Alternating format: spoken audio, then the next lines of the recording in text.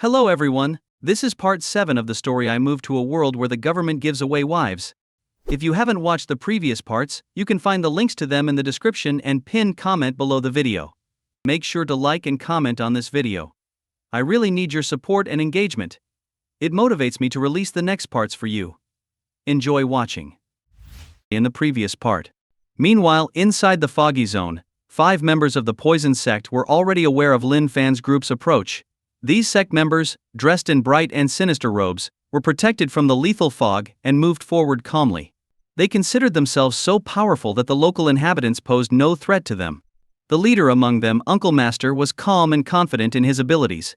He ordered them to ignore the locals and continue with their plan. The foggy zone was perfect for creating poison god weapons, which was extremely important for their sect. They intended to turn this place into a true poison domain. However, to maintain secrecy, Uncle Master instructed the young and arrogant sect member, Kumu, to eliminate everyone outside. Kumu, with a sinister smile, accepted the task, confident in his ability to destroy anyone who might reveal their plans. Outside, shrouded in gray mist, Lin Fan was unaware of what was happening inside and didn't care to know. He wasn't going to give up on the things here, no matter who the opponent was or what they intended to do. The outcome would be the same. Husband, what if the people inside refused to work for us? Kyun-ki, who was seated in a temporary pavilion with the group, thoughtfully peeled a chilled grape and fed it to Lin Fan, blinking her light purple eyes as she asked. Lin Fan bit into the grape, smiling as he replied, "The banner praising their cooperation is already prepared. How could they refuse? Is this banner really that powerful? Will they agree even if they don't want to?" Kyun-ki glanced at the nearby banner after hearing Lin Fan's words. It was a rectangular banner, not very large, with a triangular bottom. The red background had 8 large characters written on it. Submitting is glorious, hoarding is shameful. The meaning was clear, but Kyun-ki thought that unless someone was foolish, no one would willingly hand over their treasures just because of this banner. Lin Fan smiled without saying a word. Women with long hair often had limited knowledge. The power of this banner was considerable. Of course. It was also accompanied by 500 coins. With this additional incentive, the effectiveness would be monumental. "You'll see soon," Lin Fan said with a chuckle. He didn't explain further.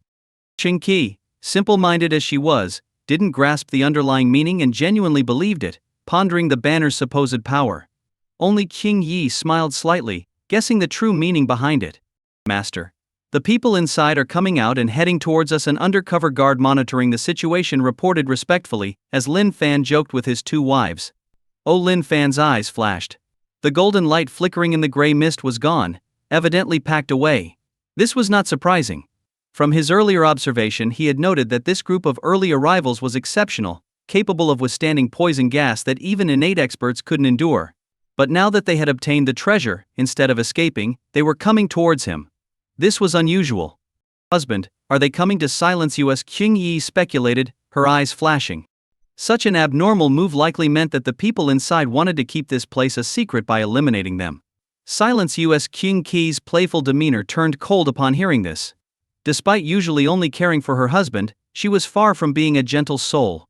Before becoming Lin Fan's devoted wife, she was the goddess of the previous generation, queen of the Western Frost Kingdom. Such a person could not merely be a decorative vase. She submitted willingly to Lin Fan, because he was her ideal husband. "Don't worry, wives. Whether they intend to silence us or not, the outcome will be the same for us," Lin Fan reassured them, smiling. A banner alone wouldn't make the others willingly hand over the treasure. A fight was inevitable. If they wanted to silence him, it would save him the trouble of hunting them down. Kyun-ki wasn't truly naive. She understood upon hearing this and nodded without further words. Soon enough, a group of 5 emerged. "Are they waiting for us?" The arrogant young man laughed upon seeing Lin Fan and his group waiting outside. The others were silent but looked cold. Who would have thought we'd find such amusing prey? This time the arrogant man's gaze initially landed on Lin Fan but quickly shifted to the 2 goddess-like wives beside him. Although the 2 wives wore veils when out, their graceful figures and the visible upper half of their faces showed that they were rare beauties. Apart from the middle-aged man, the others from the Poison Sect had lewd looks on their faces. These poison practitioners were often dark and twisted inside, acting on whims without restraining their desires. Otherwise, their hearts would become even more twisted. "Don't waste time," the middle-aged man scolded, his expression darkening upon seeing this. In the past he wouldn't have stopped such actions, understanding them well himself. But now there was an important matter, and they couldn't be distracted by such trivialities. No need to worry, uncle. These are just local warriors. Even if they have semi-saint levels, it will only make it more enjoyable, the arrogant young man replied, not refuting the scolding, but his gaze remained fixed on Qing Yi and Qing Qi He. Two similar beauties standing together were more alluring than the sum of their parts. Anyone who insults the mistresses shall die. Lin Xiaotong, usually a silent follower, stepped forward firmly. Aha! A small place indeed, where even a kid can stand up for others. How amusing! The arrogant young man laughed at Lin Xiaotong's boldness. Kill Lin Xiaotong didn't argue, his resolve was pure and unwavering. Wait, this time Lin Fan, whom he served, stopped him. Yes, Lin Xiaotong, in his determined state, immediately obeyed Lin Fan's command. Put this on, Lin Fan said, throwing a metal box from the supply cart towards Lin Xiaotong. His principle was clear: anyone who threatened his wives would face a different scenario. Clang clang. As the metal box flew, it transformed into a humanoid armor. Lin Xiaotong didn't resist, and was enveloped by the specially crafted armor. The blood-red armor, devoid of any decoration, was designed solely for killing. When Lin Xiaotong was encased within, his scarlet eyes, symbolizing slaughter, lit up. At first, the arrogant young man remained cocky, but soon his expression changed dramatically. This is impossible. His incredulous words broke the silence. The Poison Master's technique is not just toxic, it is also colorless, tasteless, and impossible to defend against. Though it seemed like a standoff, he had already made his move silently. The so-called arrogance often conceals these quiet actions. The arrogant man was like this. When Lin Xiaotong charged out, he used his poison technique to quietly surround and strike her. Don't underestimate him just because his strength was at the peak of the innate level. His bizarre poison skills, if caught unprepared, could poison even a semi-saint. Lin Xiaotong, an expert at the peak of the innate level, had no idea how many such experts he had poisoned to death. Otherwise he wouldn't be so confident. But now, despite his ultimate move, his opponent was unharmed. Instead, the blood-red sword was instantly at his neck. It hadn't fallen yet. His hair stood on end, and the shadow of death enveloped him. That's why he couldn't believe what he was facing. How was this possible? This mortal threat instantly pulled him out of his disbelief. But the blood-red sword was too close. By the time he regained his senses, it was too late to dodge. He could only bend backward at the last moment to pull his vital parts away. Rip. Though he had moved his vital parts away, his chest was exposed, and the blood-red sword slashed across, leaving a fatal wound. His robe was torn open, revealing a white inner armor underneath. This was a treasure armor made of heavenly silk, a famous life-saving inner armor in the martial world. Judging by the special patterns on it, it was at the semi-divine weapon level. But under the sharp blood-red sword, it was forcibly torn open with a screeching sound, leaving a gaping wound in the chest area. Blood gushed out, quickly staining the treasure armor and the robe red. Ah! The arrogant man, who looked down on others, screamed miserably. The sharpness of the blood-red sword was beyond his imagination. However, the semi-divine level treasure armor ultimately saved his life, preventing any damage to his internal organs. If it weren't for this armor, even if he had moved his vital parts away, the sharpness of Lin Xiaotong's blood-red sword would have cut him in half. Lin Xiaotong remained unfazed by this situation, as if nothing in front of him could affect him at all. One sword wasn't enough. Then 2 swords. If that wasn't enough, then 3 swords. In his eyes, there was nothing but the goal of completely eliminating his target. Facing such a killing machine, the arrogant man's expression changed drastically. What kind of monster is this? He couldn't help but curse out loud, but had no choice but to dodge frantically. Most disciples of the poison sect were proficient in using poison. Their strength was almost entirely based on their indefensible poison techniques. But this proud method of attack was now ignored by his opponent. That strange iron armor not only exerted terrifying pressure but also completely isolated his poison techniques. Furthermore, the murderous blood sword, which even the semi-divine level treasure armor couldn't withstand, made it even harder for him to defend himself. Rip. The arrogant man's dodging skills were impressive, but Lin Xiaotong's killing moves were even more so. After a few rounds, the blood-red sword slashed him again. This time, it was his abdomen, leaving a long wound through which even his intestines could be seen wriggling. Ah! Another miserable scream rang out. The disparity between them was even greater than he had imagined. Come back. At this moment, the middle-aged man who was his uncle spoke solemnly, wanting to end the conflict. The arrogant man had no objections. But he overlooked one point: Lin Xiaotong never cared about others' requests. He only focused on one thing. So he completely ignored the call to stop, and continued his deadly attack. How dare you? Facing this, the middle-aged man roared in anger. He felt he had been very accommodating but received no respect. However, he didn't dare to gamble and quickly grabbed forward. A dark green hand appeared, grabbing and pulling the arrogant man back. Rip.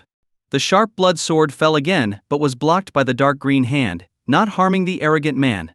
We were just passing by. Why must you kill us all? The middle-aged man took a deep breath and spoke to Lin Fan. The arrogant man, now rescued, was still in shock but quickly regained his composure. Come back, Xiaotong. Lin Fan, not ignoring the middle-aged man's words, called Lin Xiaotong to stop. Do you mean we were wrong? Lin Fan asked, smiling. The middle-aged man said, it's not about right or wrong. Perhaps there is a misunderstanding. We met for the first time with no grudges. True. We have no grudges, Lin Fan nodded, but before the man could react, he continued. But your actions have invaded our sacred land and stolen our national treasures, violating our laws. I hope you understand that. Invasion and theft. The middle-aged man and the other four were stunned. Even the disemboweled arrogant man couldn't understand. Don't you understand? Lin Fan asked. They all shook their heads.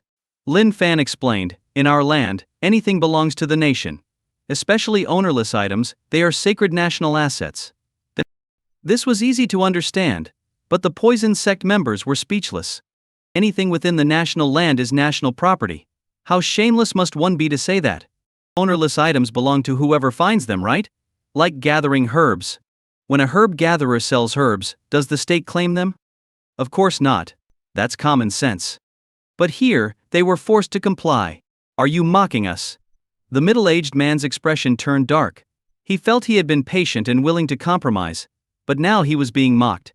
I don't have the time for that, Lin Fan said. Hand over what you took from our land, and I will not only let you leave but also reward you. The poison sect members were furious at first, but then intrigued by the reward. What kind of reward? One asked. Lin Fan didn't hide anything and revealed it proudly. Submitting is glorious, hoarding is shameful. These 8 characters flew in the wind, along with a pouch containing 500 coins. Seeing this, everyone was dumbfounded. How foolish could one be?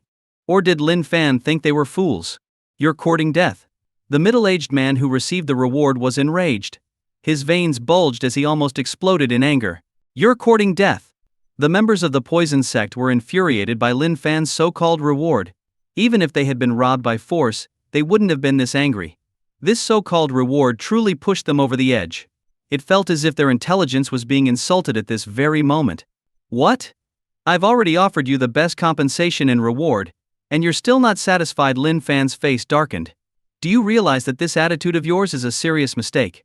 The middle-aged leader took a deep breath in response. By now he understood that Lin Fan was doing this on purpose. This so-called reward was just to mock them.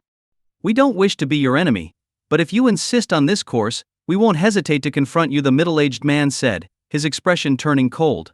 As a cautious person, his first instinct upon encountering unexpected situations was not to confront head-on, but to stabilize his position, and then strike back when the time was right. However, if unavoidable, he didn't mind crushing these small-town folks. As a powerful semi-saint, he had this confidence. After all, the poison sect's strength wasn't just in their martial prowess, but also in their mysterious poison techniques, which often allowed them to fight above their level. Even a semi-saint level poison master could potentially poison a true martial saint. No matter how extraordinary Lin Fan appeared, he was still just a local figure. Uncle, avenge me, the arrogant man who had been pulled back pleaded, his eyes fixed on Lin Xiaotong, who was clad in blood-red armor. He was still reeling from his defeat. Are you refusing to consider my proposal? The middle-aged man ignored his disciple and looked at Lin Fan with increasingly cold eyes. It's not that I refuse to consider your proposal, but you're being stubbornly foolish, Lin Fan replied. I've already given you the best reward, yet you keep insisting on other things. If that's the case, there's nothing more to say. Ha ha. The middle-aged man laughed out loud, then used his internal energy to shatter the banner and the 500 coins into fragments, which scattered like flower petals in the wind. Kill them. Bail them. This unprecedented humiliation could only be cleansed with bloodshed. Roar. The disciples below went berserk at that moment. They didn't target Lin Xiaotong, who could resist their poison techniques. Instead, they spread their colorless, odorless, deadly poison towards the others. Even if Lin Xiaotong could resist, could his companions do the same? Facing such a deadly assault, Lin Xiaotong's strength was irrelevant. The poison sect's strength wasn't just in direct combat but in their indiscriminate, lethal area attacks that could threaten entire groups. Even silently, they could annihilate entire clans. Unless you were a solitary warrior, facing such terrifying poison techniques was something to deeply dread. For your arrogance, you will pay the price. You small town people have no idea who you've provoked. The middle-aged man's expression was icily cold as he unleashed his terrifying poison technique, intending to turn the entire area into a death zone. A semi-saint level poison technique could penetrate even sealed iron. Such a deadly attack could permeate anything, even corroding semi-divine weapons, infiltrating the most profound martial wills. Husband. The two goddess-like wives were deeply worried as they watched.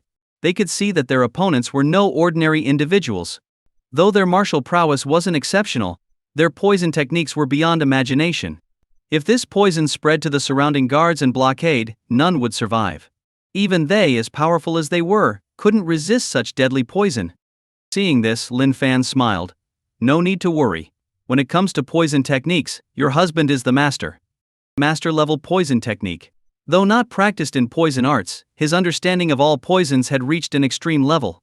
To play with poison in front of a master was indeed laughable. Lin Fan didn't waste words. Facing the poison sect's techniques, he simply took out a green pill, crushed it into powder, and scattered it forward. The powder spread rapidly with the force of his energy. Sizzle.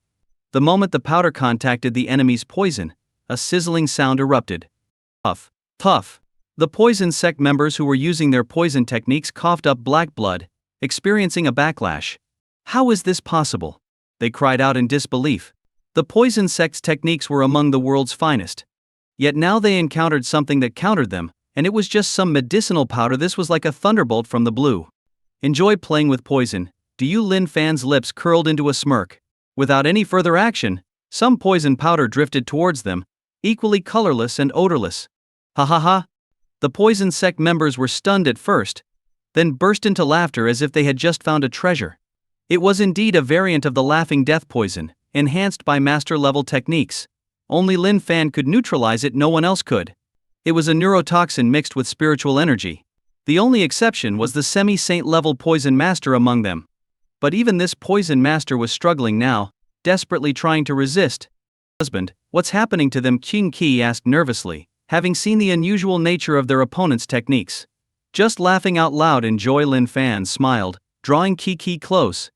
Despite his words, Qing Qi's goddess-like intuition told her otherwise.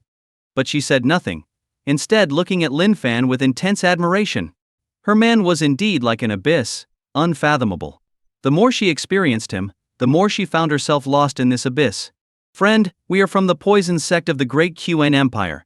Treating us this way will bring great trouble upon you. Why not resolve this peacefully? It would be a rare chance for you to change your fate. The middle-aged man, struggling, tried to persuade Lin Fan. Or rather, he was threatening him. The great Qn Empire again? Someday I'll visit your sect, Lin Fan replied calmly. Not just for his ambition, but also for the sake of young Lin Hao's body reconstruction, he knew he would have to venture out one day. You will regret this. The middle-aged man glared at Lin Fan, unleashing his deadliest poison technique in a final attempt to counter Lin Fan's master-level poison arts. He didn't know what methods Lin Fan had used, but he couldn't believe that his sect's millennia-old supreme poison techniques would lose to a no-name local figure. I will regret it. Hearing this, Lin Fan shook his head and laughed. If the man were skilled in other martial arts, Lin Fan might indeed have second thoughts, given the deep resources of a great power. But in the realm of poison, he could only say, bring it on. With his mastery, he was confident in facing any challenge. HMP Shinji. The middle-aged man stopped talking, realizing that Lin Fan neither respected him nor took his words seriously. Whether it was ignorance or arrogance, this was the reality. He knew that further talk was pointless. Only by showing real strength could he make Lin Fan regret it. Domain of 10,000 poisons. Without further ado, the middle-aged man unleashed his perfected martial will, a hallmark of a semi-saint. Dark green gas began to spread wildly from him, raining down green droplets wherever it touched. The poisonous gas liquefied. Plants it touched rotted and withered at a visible speed, producing a sizzling sound that was bone-chilling. This was a true death zone. Some soldiers who had been blocking the area were a bit too close, their faces turning green as they vomited uncontrollably. Just being near the gas had poisoned them, and being enveloped by it would surely be fatal. Impressive. Lin Fan nodded in acknowledgement, then ordered, "Everyone, move back. Today, I will see if his poison can bring me down." No one dared disobey Lin Fan's command. Hearing the order, everyone quickly retreated. "Husband, be careful," his two wives cautioned before moving to the back as well. If it were an ordinary semi-saint, they might be able to help. But against this terrifying poison master, whose attacks were indefensible, they would only be a hindrance. Understanding this, they didn't force themselves to stay but couldn't help worrying. Lin Fan, their husband, was their everything now.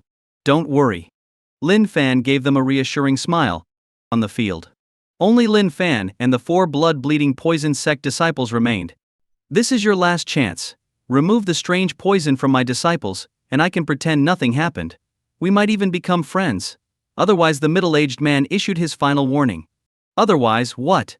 Lin Fan remained unfazed as the spreading poison gas enveloped him. Seeing Lin Fan's arrogance, the middle-aged man's eyes narrowed, and he said coldly, "Otherwise, not only you, but your entire kingdom will pay for today's events." Threatening an entire kingdom might not sound convincing from most people, but from a ruthless poison master, it was entirely plausible. Poisoning water sources to bring about an apocalypse wasn't difficult for them. "Oh? Bold words, but you should focus on surviving first." Unmoved by the threat, Lin Fan showed no reaction to the terrifying poison gas surrounding him. "Kill. Kill." Seeing that negotiation was impossible, the middle-aged man decisively launched a killing move. Within the poison fog, tiny green hairs appeared, accompanied by eerie wailing sounds, floating throughout the domain. They seemed alive, frantically burrowing into any nearby living thing. A groundhog, hiding deep in its burrow to escape the poisonous fog, initially succeeded. The fog didn't seep into its deep burrow. But when the green hairs appeared, the situation changed. As they neared the burrow, the green hairs frantically burrowed in. "Yeah yeah yeah yeah yeah yeah." The groundhog shrieked in terror, but the green hairs, like tadpoles finding their mother, crazily burrowed into its nest. Its thick fur was no defense. The green hairs burrowed into its body instantly. The groundhog only had time for one final wide-eyed stare before its limbs went rigid. But it didn't end there. The groundhog's belly began to writhe as countless green hairs emerged from its pores, drifting in the wind. As the groundhog's body shriveled visibly, the green hairs detached and continued to float in the poison fog. These bizarre green hairs could grow by absorbing life. Poison spirits are formless and intangible. They can penetrate even metal and stone. No matter your skills, against the true secret arts of the poison sect, you face certain death. The middle-aged man regained his confidence with this ultimate move. Many semi-saints had perished to this technique, giving him reason to be confident. The strange green hairs cooperated, swarming towards Lin Fan and enveloping him, trying to burrow in. Lin Fan didn't resist, letting the green hairs cover him. And at first, the middle-aged man's smile widened at Lin Fan's reaction. But soon, his expression changed dramatically, more than ever before. He realized that his painstakingly cultivated poison spirits were rapidly disappearing. It was as if they were being eaten. How was this possible? The middle-aged man couldn't believe it. Poison spirits, the poison sect's ultimate forbidden technique, could only be suppressed by brute force, never eradicated, let alone consumed. It was impossible. Yet, this was happening right before his eyes. Nothing is impossible. I must admit, your poison sect has some skill. Lin Fan's voice emerged from the mass of green hairs, which were visibly thinning. As the hairs thinned, the middle-aged man saw how his poison spirits were being consumed. A multicolored bug had crawled out onto Lin Fan's hand at some point. The bug wasn't large, but it exuded an aura of authority, like a ruler of the world. This bug, emanating a regal aura, was slightly opening its mouth, making swallowing motions. The strange green hairs, as if magnetically attracted, streamed into the bug's mouth. As the green hairs entered, the middle-aged man's connection with them severed completely. They were truly being eaten. That's the king of 10,000 poisons. The middle-aged man, who had been trying to remain calm, was now visibly shaken, even trembling. As if a wild animal facing its natural predator, the middle-aged man looked like he had encountered his greatest enemy, his eyes filled with fear. But soon, fear turned into fervor. "Give me the insect in your hand, and I will give you all our gains. We can turn hostility into friendship, and you will gain the eternal friendship of the poison sect." The middle-aged man breathed heavily, saying, "Your kingdom is enemies with the Buddhist sect and the blood god sect, right? With our friendship, the poison sect will help you deal with these great enemies. You want this insect." Hearing this, Lin Fan chuckled. "No, I mean in exchange. If you think it's not enough, I can add more." The middle-aged man tried to suppress his excitement but failed completely. Lin Fan stroked his chin as if considering it, but before the man could feel hopeful, Lin Fan sneered, "Are you dreaming? Or do you think I'm a fool?" "Hey you." The middle-aged man's face turned red with anger, but he couldn't refute. The king of 10,000 poisons. Not only could it counter all poisons, but it also absorbed poisons to grow stronger. If one became its master, using its power to refine poison techniques, their strength would improve rapidly. If he could obtain it, he would surely advance to the realm of a true martial saint in the future. A martial saint. Even in a large power, they are at the pinnacle. Reaching that level would mean he could go anywhere in the world. In terms of value, the items he mentioned, and the so-called friendship paled in comparison. Kill. Seeing no other option, he decided to take it by force. Shouts of battle rang out again, but this time with unprecedented resolve. The terrifying poison attack erupted once more, enveloping the entire area in a toxic field.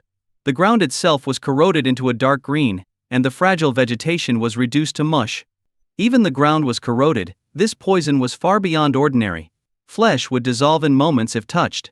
This was like a supernatural version of sulfuric acid, and an enhanced one at that. Ridiculous.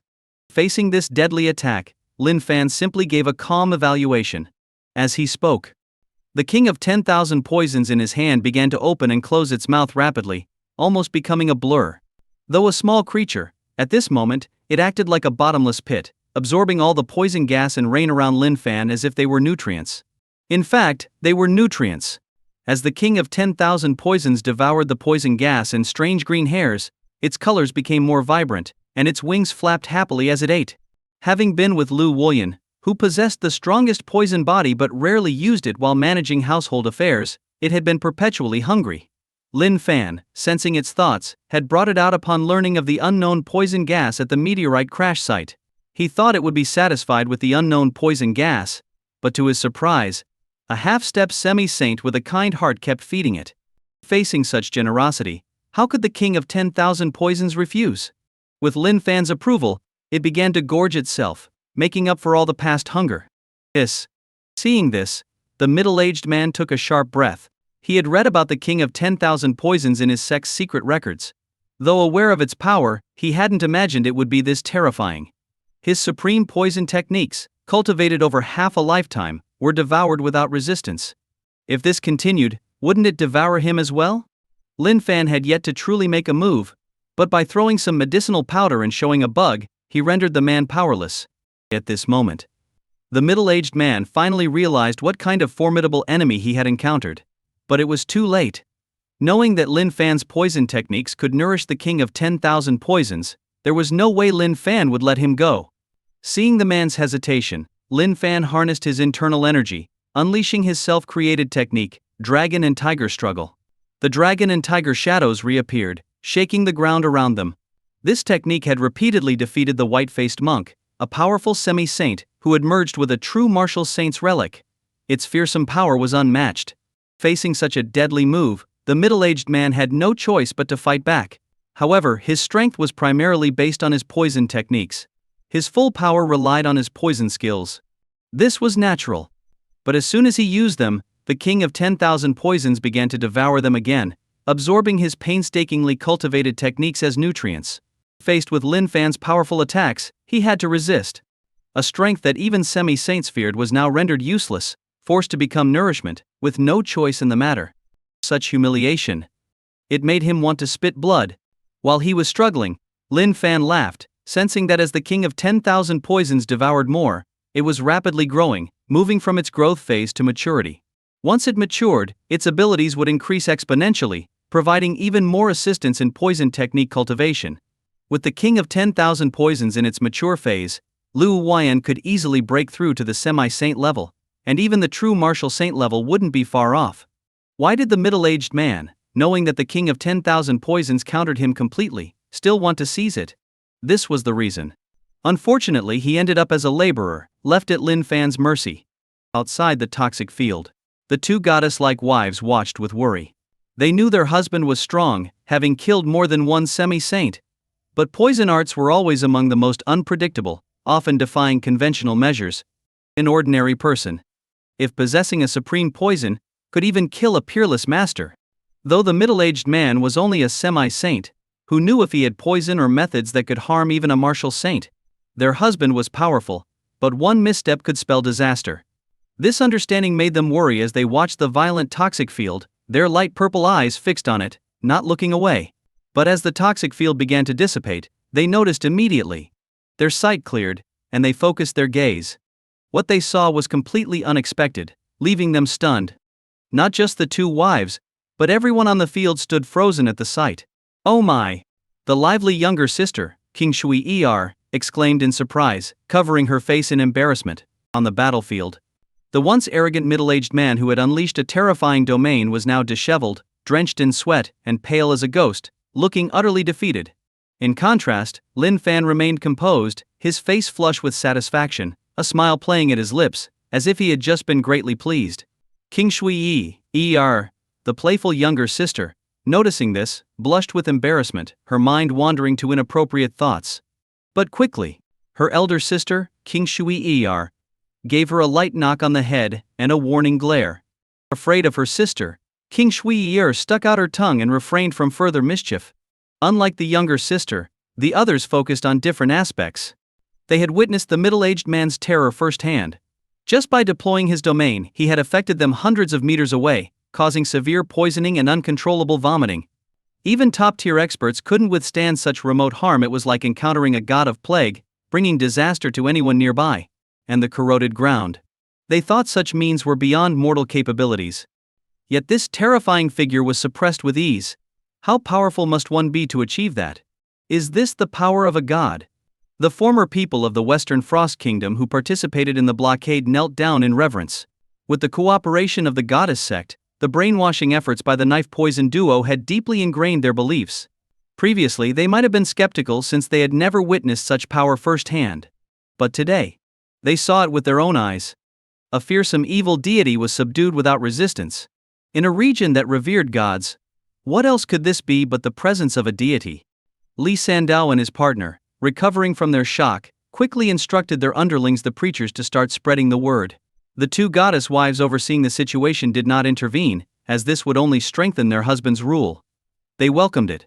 Lin Fan himself paid no heed to this, his attention focused on the middle-aged man prostrated before him. "Why are you not moving? My little darling isn't full yet." Lin Fan looked down at him and asked. In the past, such condescension from Lin Fan would have been intolerable for someone from a grand sect. But now, there was no such reaction. "I am no match for you, but my sect will not let you or your kingdom go unpunished." The middle-aged man, his expression cold, knew his fate was sealed. Yet his pride as someone from a major sect prevented him from begging for mercy. "Not let me go." Lin Fan chuckled. "I'm afraid by then, your poison sect will be thanking me." "Thanking you?" The middle-aged man sneered. Lin Fan ignored it, locking eyes with him. As the man's resolve wavered, Lin Fan suddenly shouted, "Look into my eyes." The shout was like a bell, and the middle-aged man instinctively looked into Lin Fan's eyes. What was once a plain gaze had turned deep like the night sky, with a special glint forming a vortex. As he stared, the man's consciousness seemed to be drawn in, entering a space filled with beauty and allure, subtly altering his mind. This was a mental control technique, honed by the battles with the semi-saint monk from the Buddhist sect, making Lin Fan's skills increasingly refined. "Ah, I see." The middle-aged man's eyes first showed confusion, then enlightenment. From his expression, it seemed he had grasped some profound truth, reaching a state of great clarity. "Thank you for saving me, otherwise I would still be lost in my sins without knowing it." The middle-aged man stood up, bowing to Lin Fan with gratitude in his eyes. "No need for such courtesy. Helping you is my pleasure." Lin Fan smiled, satisfied with his handiwork. Though this brainwashing technique consumed a lot of mental energy and made the controlled lose their autonomy and potential for advancement, it was an extremely effective solution. "Brother, this is what we obtained on this trip. Although I haven't seen it before, its toughness and conductivity are exceptional. It's a rare divine metal, a token of my apology for offending you." The middle-aged man raised his hand, summoning a large sack that had fallen earlier, introducing its contents before presenting it respectfully to Lin Fan. The sack resembled those used for fertilizers, but it was much tougher, bulging with its contents. Upon inspection, the contents seemed about the size of a millstone. Very well. Since you've realized your mistake, I will accept your apology. Lin Fan nodded, taking the sack. It was heavy, weighing about a ton. Compared to ancient cold iron, known for its immense density, this was relatively light. But as a master craftsman, Lin Fan recognized a true treasure at a glance. His fortune from the birth blessing had come through once again. Brother, my subordinates are guilty of severe crimes and have offended you. Please allow me to cleanse their sins. As Lin Fan inspected the sack, the middle-aged man glanced at his 4 laughing disciples and bowed again. Those controlled by Lin Fan's mental techniques weren't rendered mindless. Instead, their subconscious centered around Lin Fan, guiding their actions and thoughts. Now, his subordinates had offended Lin Fan, so he sought to rectify this. Twisting a person's mind was exhausting, and controlling too many was burdensome. Hearing the man's request, Lin Fan didn't object. Controlling a leader was sufficient, there was no need to increase his burden. With a few dull thuds, the once arrogant man and his 3 companions all lost their heads. Everyone present was once again shocked. What was happening? Husband, what is this? The 2 goddess wives, though they had seen the brainwashed monk before, were witnessing the technique in action for the first time. What do you think? Lin Fan replied with a smile. This mental control technique was something the 2 goddess wives had taught him. There was no need for further explanation. Indeed, though they understood, they couldn't help but take a deep breath at this confirmation. Their husband could nonchalantly control a powerful semi-saint, turning him into a puppet. It was terrifying. Even as the ones who taught him, they were taken aback. Lin Fan didn't elaborate. As a man with such abilities, this was routine for him. Handing the loot to his wives for safekeeping, he then walked toward the poison-shrouded area, holding the insect king. He had inspected the meteorite earlier, and found it unlikely to be the source of the poison. The widespread poison was likely caused by something else. He had a feeling that the true treasure of this opportunity wasn't the meteorite, but whatever was producing the poison. What could it be? Lin Fan grew more excited at the prospect, heading south along the Da Long River. No one knows how far it stretches, but there lies a vast and wide river. This river is filled with surging waves and countless whirlpools created by the strong currents, rushing forward with the roar of thunder. In such a river, even a motorboat couldn't cross it. The terrifying whirlpools would engulf any vessel. As for swimming across, even a semi-saint couldn't do it due to the sheer width. It's so wide that you can't see the other side. Moreover, the currents are so strong that exhaustion would lead to being swept away, resulting in certain death. This formidable river is known as the Mo River, and across it lies an unimaginably great nation. That nation is the Great Qin Empire. In this place, the mightiest power is naturally the imperial court of the Great Qin Empire, alongside numerous noble families and independent sects. The Poison Sect. One of these independent sects occupies a vast valley. This valley is enormous, practically a small country.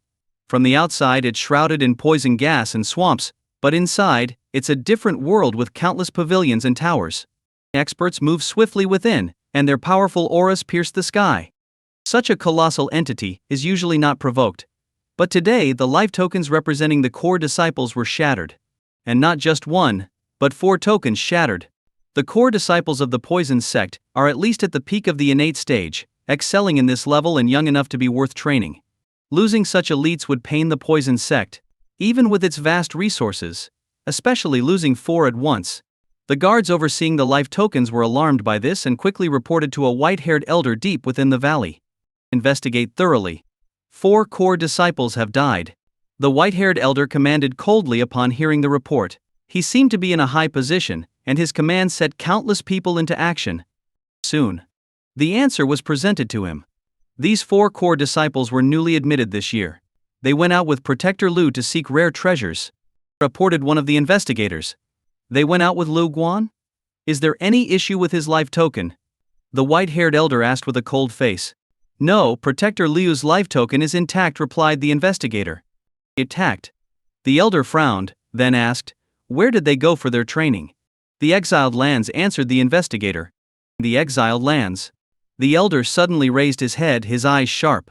Could it be those monks from the Buddhist sect causing trouble again? No one dared to respond, all lowering their heads, not daring to meet the elder's gaze. Send someone to investigate immediately and find Protector Lu. Whoever dares to oppose our poison sect must pay in blood. The elder commanded with anger. Yes, sir. The subordinates swiftly obeyed. West Frost Province. Meteorite crash site. Lin Fan, the instigator, was unaware of these distant events. But even if he knew, he wouldn't care. After all, it was the work of the Buddhist sect. If anyone sought revenge, they would target the Buddhist sect first. With the middle-aged man, a semi-saint level witness, the Buddhist sect couldn't deny their involvement. This responsibility, whether they liked it or not, they had to accept. What have you found? Lin Fan was within the poison mist, not having discovered anything himself, but the king of 10,000 poisons on his hand seemed to have found something. It became unusually agitated, flapping its wings frantically, eager to fly in a certain direction. Lin Fan, in sync with the king of 10,000 poisons, immediately sensed the situation. Upon being asked, the king of 10,000 poisons nodded vigorously, becoming even more restless. Without hesitation, Lin Fan raised his hand and nodded, "Go ahead." Buzz. With its master's permission, the king of 10,000 poisons quickly flew off. Having drained the middle-aged semi-saint, it was almost mature and now flew even faster than top martial artists. But Lin Fan was even faster, easily keeping up. They soon reached the deep crater created by the meteorite impact. The poison mist here was even denser, almost as thick as the middle-aged man's poison domain, nearly liquid in state. Previously, the king of 10,000 poisons would have been excited by such nourishment, but now, it didn't stop to feed, instead flying faster towards the crater's depths. Lin Fan's eyes brightened, realizing his guess was correct. There was indeed a great treasure waiting. Looks like my luck is holding strong. Others couldn't find it, but I got a lead right away. The blessings of many children truly pay off. Lin Fan smiled, quickening his pace behind the king of 10,000 poisons. Finally, they reached the bottom of the crater.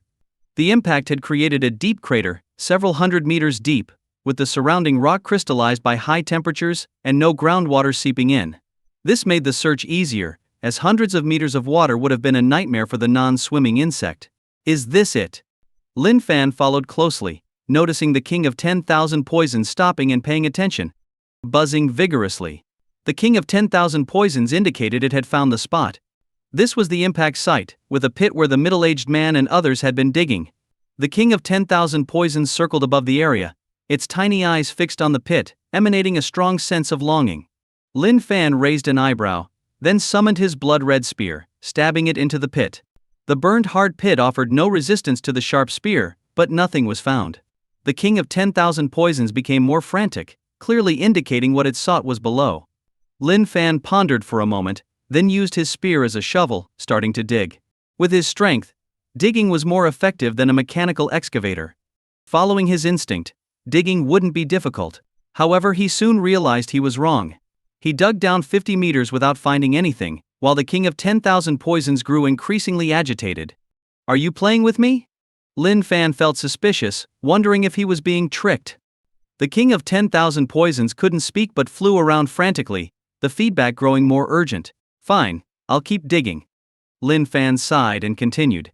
Another few dozen meters. And he was about to complain again when his spear suddenly hit an empty spot below.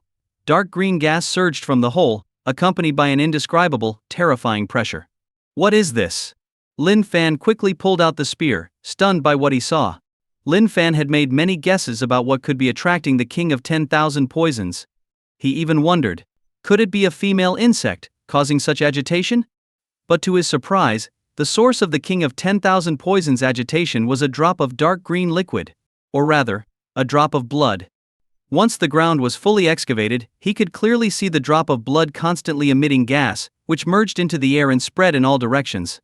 This rapid evaporation should have quickly depleted the blood, but in reality, it didn't diminish at all.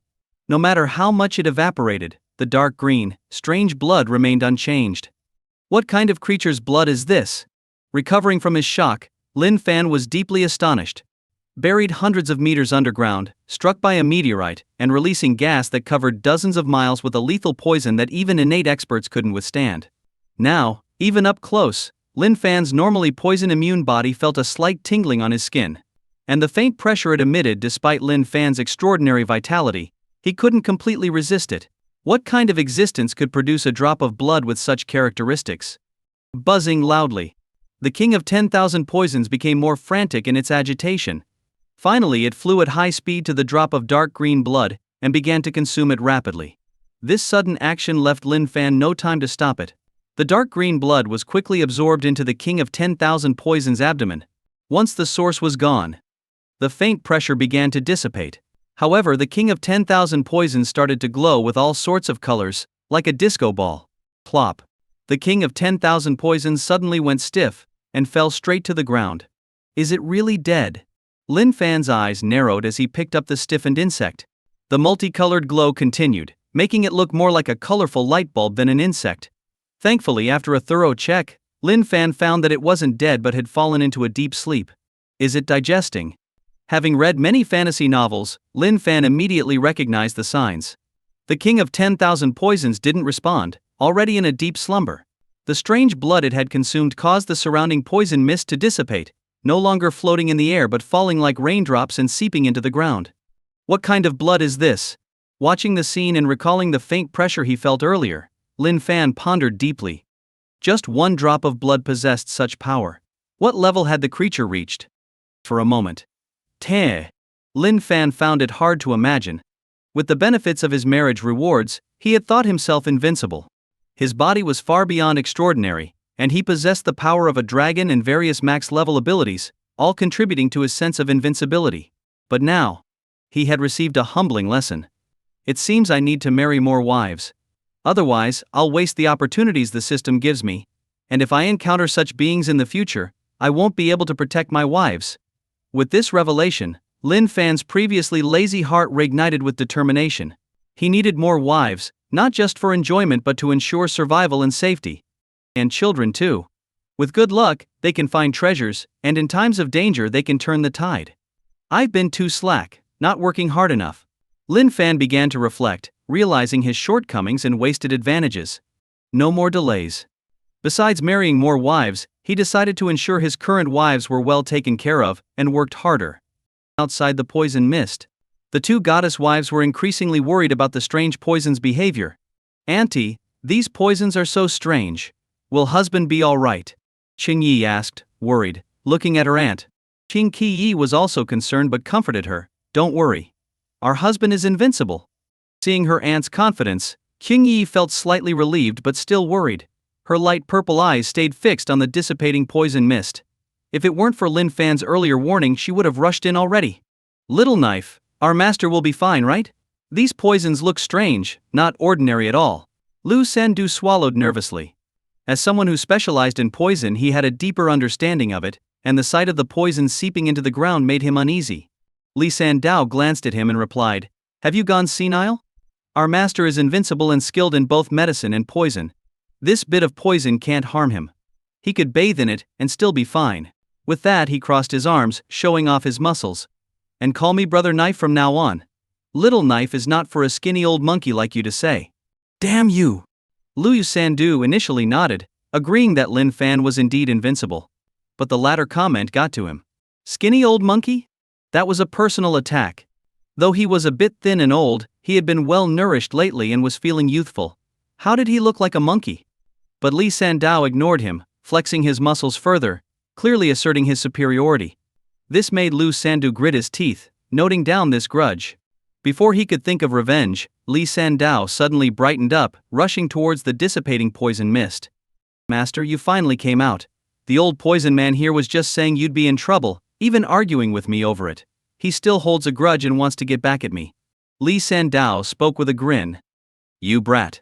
Lu Sandu was furious, his anger practically steaming. But under Lin Fan's gaze, he shivered. "Master, don't believe this fool. I never said you'd be in trouble. I was just worried. He twisted my words to frame me." He quickly explained, having seen Lin Fan's prowess today, his reverence was at its peak. Being misunderstood now would be disastrous. "Who should I believe?" Lin Fan asked, looking at the two. He was in a good mood, and didn't mind playing along. "Believe me. My loyalty is as clear as day and night. Believe me, master. This muscle-bound fool is sly and untrustworthy. He'll deceive and betray. You skinny monkey. You musclehead." They started arguing, nearly coming to blows if not for Lin Fan's presence. A true pair of rivals. But Lin Fan didn't mind. Competition spurred progress. Having them all get along would be more troublesome. Alright, I'll settle this later. For now, I have other matters to attend to. Seeing his wives approaching with concern, Lin Fan stopped the two.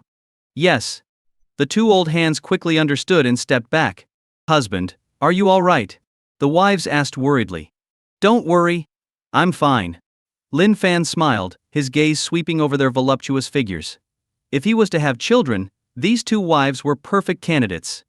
With one look, he decided to work hard with these two first. Husband, you. Facing his gaze, Kyung-yi blushed slightly. And her aunt, though also blushing, seemed more prepared to welcome his advances. Husband, the poison sect's protectors have semi-saint strength, and their higher-ups must be even stronger.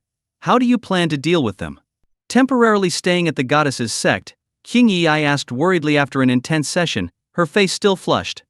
A sect where even a protector was a semi-saint, its power was evident. Such a colossal entity would undoubtedly investigate the deaths of its important disciples. Wife, don't worry.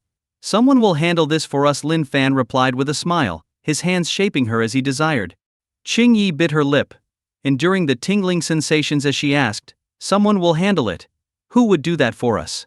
From the controlled middle-aged man, she learned that the poison sect was a formidable entity. It wouldn't be easy to deal with them.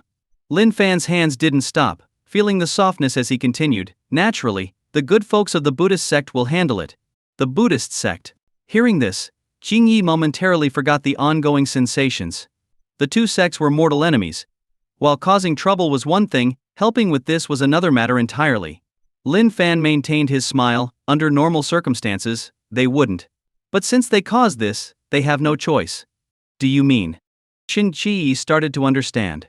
Lin Fan nodded. It seems my smart wife has figured it out. Yes, Lu Guang will personally identify the culprit. Knowing the opponent was from a powerful sect, he deliberately controlled Lu Guang with this plan in mind. With the leading protector pointing fingers, the Buddhist sect would have no choice but to handle it. With her suspicions confirmed, Kyung-yi's worries vanished instantly. In fact, she even looked forward to them causing trouble. If that happened, the Buddhist sect would find it harder to trouble them in the future. Or rather, the Buddhist sect would have to worry about them causing trouble. Lin Fan's move had solved two major problems at once. Husband, you're amazing. Kyung-yi said sincerely, her eyes shining as she looked at Lin Fan. Only realizing now. Lin Fan laughed again, then applied a bit of pressure with his hand. The slight pain and strong stimulus made Kyung-yi react instinctively. Seeing his delectable wife, Lin Fan immediately sprang into action again. Oh my, sneaking a taste while I'm not around? I won't stand for it. Kyung-yi, who had gone to prepare breakfast, returned just then. Seeing their intense interaction, she pouted. But soon her pout was silenced by something. Today's breakfast would be milk. Such was the opinion of a certain handsome man. While Lin Fan was enjoying himself, the Buddhist sect was destined for trouble. After controlling the poison sect's middle-aged man, Lin Fan didn't keep him around. As soon as the matter was settled, he sent him back with a mission. Coincidentally, or perhaps by fate, the returning middle-aged man encountered the investigation team midway. Seeing his sect's investigators, the middle-aged man immediately went into character. Without hesitation, he struck himself, making his chest cave slightly and blood spurted out uncontrollably. Though he looked pitiful, his ruthless self-harm was shocking. Ignoring the pain, he stumbled from behind a large boulder as the investigators approached. Who goes there?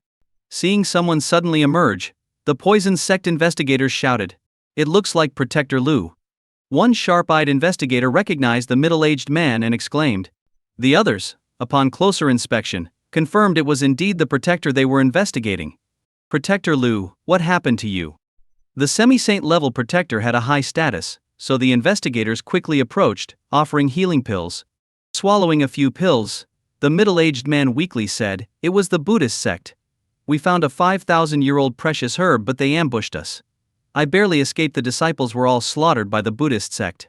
The Buddhist sect, how dare they? The investigators were furious upon hearing this. What was the Buddhist sect? Just a bunch of defeated stragglers. Instead of lying low, they dared to attack the poison sect's people. They were asking to die. Let's go confront them now. I refuse to believe these cowards from the Buddhist sect would dare to harm our poison sect. An imposing young man stepped forward amidst the investigators' anger. The middle-aged man recognized him instantly. The youngest protector of the poison sect, the deputy sect leader's son, only 25 years old yet already a semi-saint. In terms of talent, status and pride he was top tier in the poison sect, never considering others. The middle-aged man's task was to incite a fierce conflict between the poison sect and the Buddhist sect. Recognizing the young man, he pretended to dissuade Protector Chen, "Don't act impulsively. The Buddhist sect may be hiding, but they are still formidable.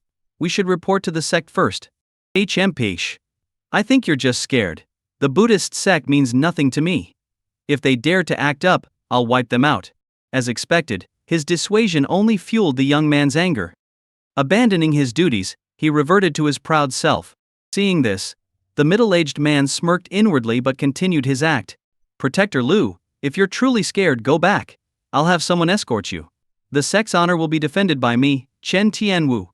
The young protector, Chen Tianwu, coldly interrupted the middle-aged man.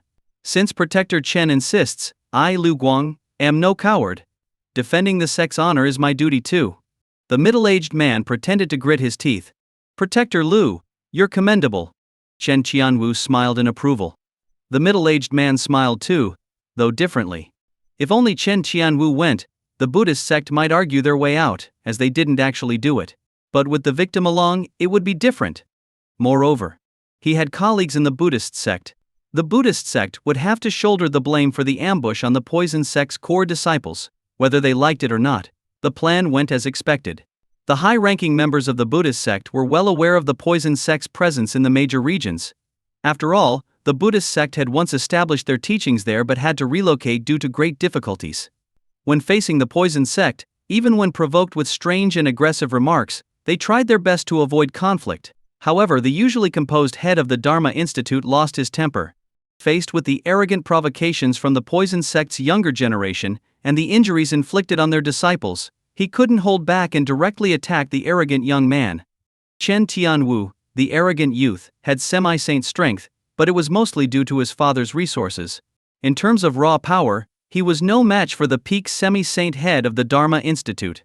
The Buddhist sect, also from a major region, had martial arts skills on par with the poison sect, with no significant disparity in overall strength. Caught off guard by the Buddhist sect's bold move, Chen Tianwu was severely injured by the Shaolin Vajra seal, coughing up blood. Seeing this, the Buddhist sect's high-ranking members knew there was no turning back and decided to eliminate the threat completely. This cemented their reputation for treachery. They dare. Chen Tianwu, in disbelief, escaped with the middle-aged man's desperate help while cursing the Buddhist sect for their audacity. As for the disciples who accompanied him, they all met a grim fate. The head of the Dharma Institute was exceptionally fierce in battle, turning the disciples into minced meat with every strike. The middle-aged man, of course, exaggerated the situation. "Monks of the Buddhist sect, just you wait. My father will avenge this disgrace." Chen Tianwu threw out a threat. Such a humiliation was intolerable for a proud second-generation member. He couldn't show his face until he exacted revenge. The abbot of the Buddhist sect, initially in seclusion, emerged upon hearing this news and was nearly driven to a rage-induced collapse. "You fools! They already had one great enemy, yet to be dealt with, and now they provoked another." It was utter foolishness. But it was too late. Even if the abbot wanted to make amends, it was impossible now. The poison sect was known for its vengeful nature, killing so many of their disciples and severely injuring two semi-saint protectors, one being a second-generation member, guaranteed retaliation. After investigating, the abbot of the Buddhist sect initially planned to act against their existing great enemy, but now he had to reconsider. He might even have to consider making peace to avoid being attacked from both sides. Lin Fan didn't spend a single soldier to solve this major threat, leaving the Buddhist sect in a difficult position, with the initiative now in his hands. The good news reached Lin Fan through the middle-aged man's channels. Receiving the news while on his way home, Lin Fan smiled upon reading the letter. "Why are you smiling, husband?" The two goddess wives, accompanying him, had become even more beautiful and radiant from his care. Their delicate skin glowed in the sunlight, complementing their divine beauty, making them the epitome of stunning women. Accompanying him on either side, they doubled Lin Fan's joy. Lin Fan, enjoying their presence, replied with a smile, "You'll understand once you read this." Handing over the letter, both wives read it and smiled. "Husband, you are truly amazing. solving such a major problem without a single soldier and achieving two goals at once. Qing Qi, the more experienced wife, looked at Lin Fan with admiration, wishing she could merge with him completely. Qing Yi, already aware of the plan, was impressed with her husband's flawless execution. What seemed like a major disaster, provoking a powerful sect from a major region, turned into a tool to deal with their greatest enemy, thanks to Lin Fan. With the Buddhist sect now preoccupied, we can focus on dealing with the blood god sect first. Once they're dealt with, we can use the poison sect's retaliation to our advantage, ensuring our peace. Qing Yi nodded, showing she was thinking beyond simple admiration, unlike her aunt. Indeed. Lin Fan agreed. But the blood god sect isn't easy to deal with. They're strong and control several nations. We need to go back and strengthen ourselves further.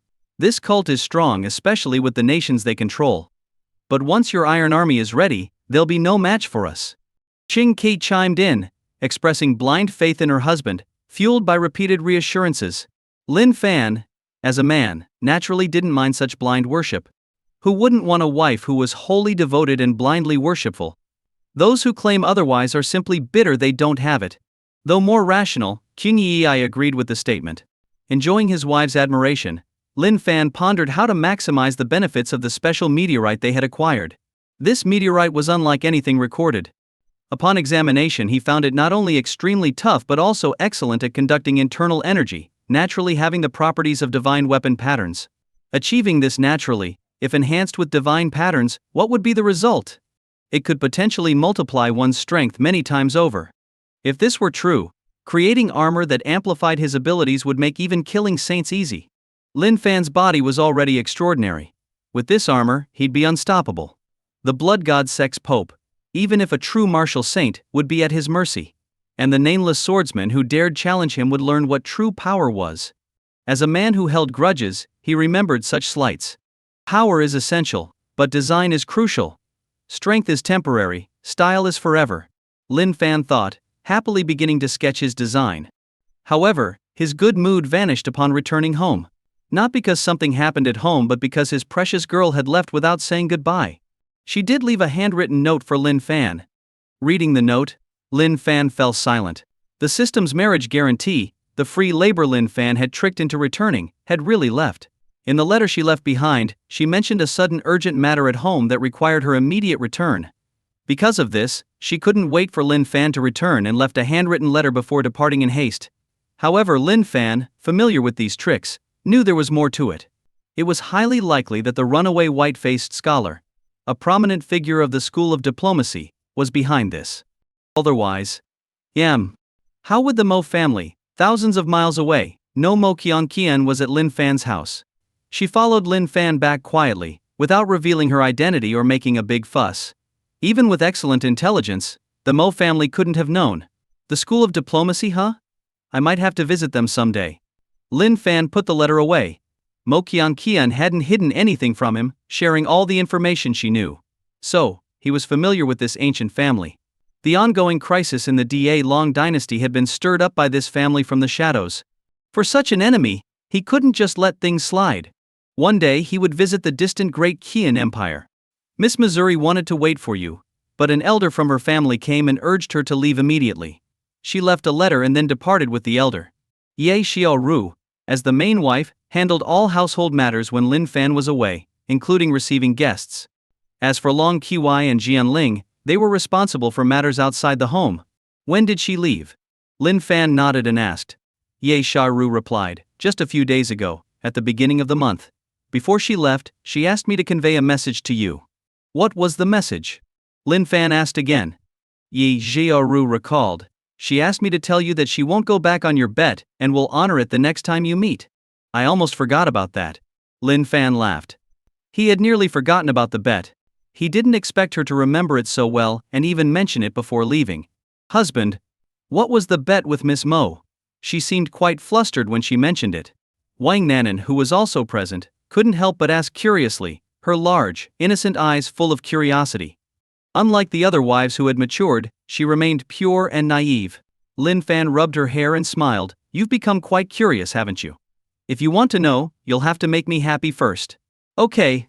I can do that. Without hesitation. Wang Nanan nodded. To her, making her husband happy was a wife's duty. You're such a good wife. Lin Fan smiled warmly. Who wouldn't love such a devoted wife? Hey he. Wang Nanan giggled, showing off her dimples. Today she wore a tight-fitting green dress that highlighted her petite and delicate figure, making her look even more adorable. Her innocent eyes made people want to hold her and protect her. Lin Fan didn't hold back his thoughts and scooped her up in a princess carry. Surprised by the sudden move, Wang Nanan yelped. Husband, what are you doing? Her face turned slightly red. What do you think? Lin Fan asked with a mischievous smile. Understanding his intentions, Wang Nanan buried her face in his chest, wanting to disappear into his embrace. Dealing with such a petite wife, nothing was more suitable than a certain position that involved lifting high and putting down hard.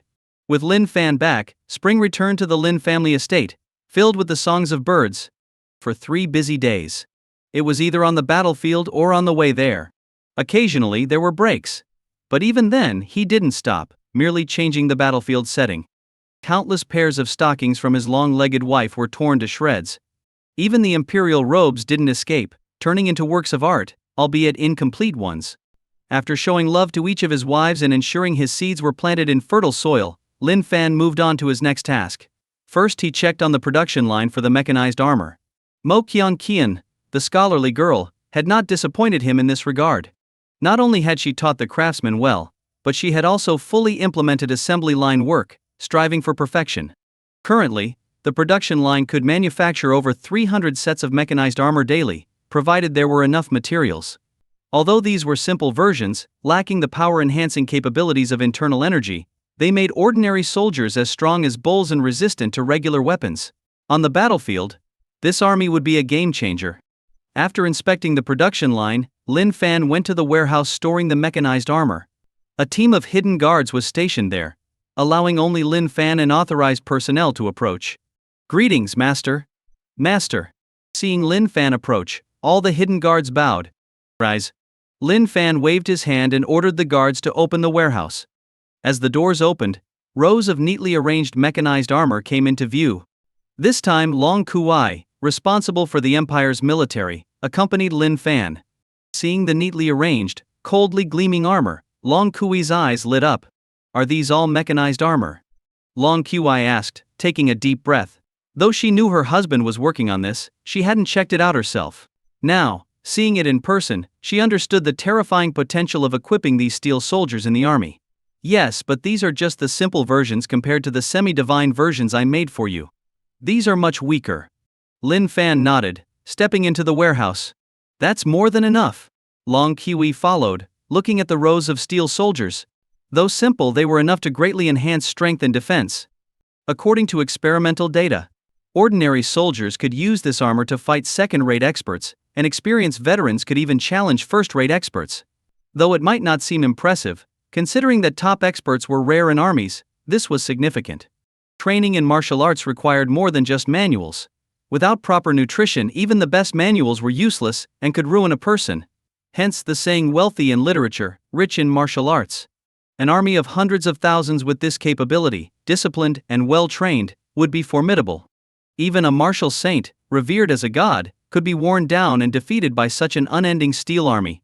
With such an army, who could stand against them?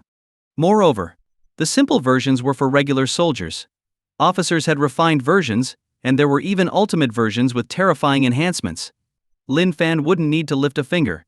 Once the invincible steel army was formed, it could crush the Buddhist sect and the blood god sect. Such was the power of his max-level mechanical skills combined with his master craftsmanship. Kui'ar, all this mechanized armor is now yours. Future productions will also be yours to manage. Equip it to elite troops and form the steel army. Lin Fan delegated the task to his professional wife. Long Kui accepted the task without hesitation. With this settled, Lin Fan left Long Kui to handle the mechanized armor and went alone to his private blacksmith workshop. He had confirmed that the meteorite was a magical metal, highly conductive and spiritually attuned. It was perfect for making divine-level armor. Lin Fan didn't plan to pass up this opportunity. He intended to use the precious meteorite to forge a divine-level armor for himself. Once complete, he would have the confidence to defeat even martial saints. Then, his two great enemies would be in trouble. He had heard that the blood god Sect's pope was a rare genius. Lin Fan wanted to meet him.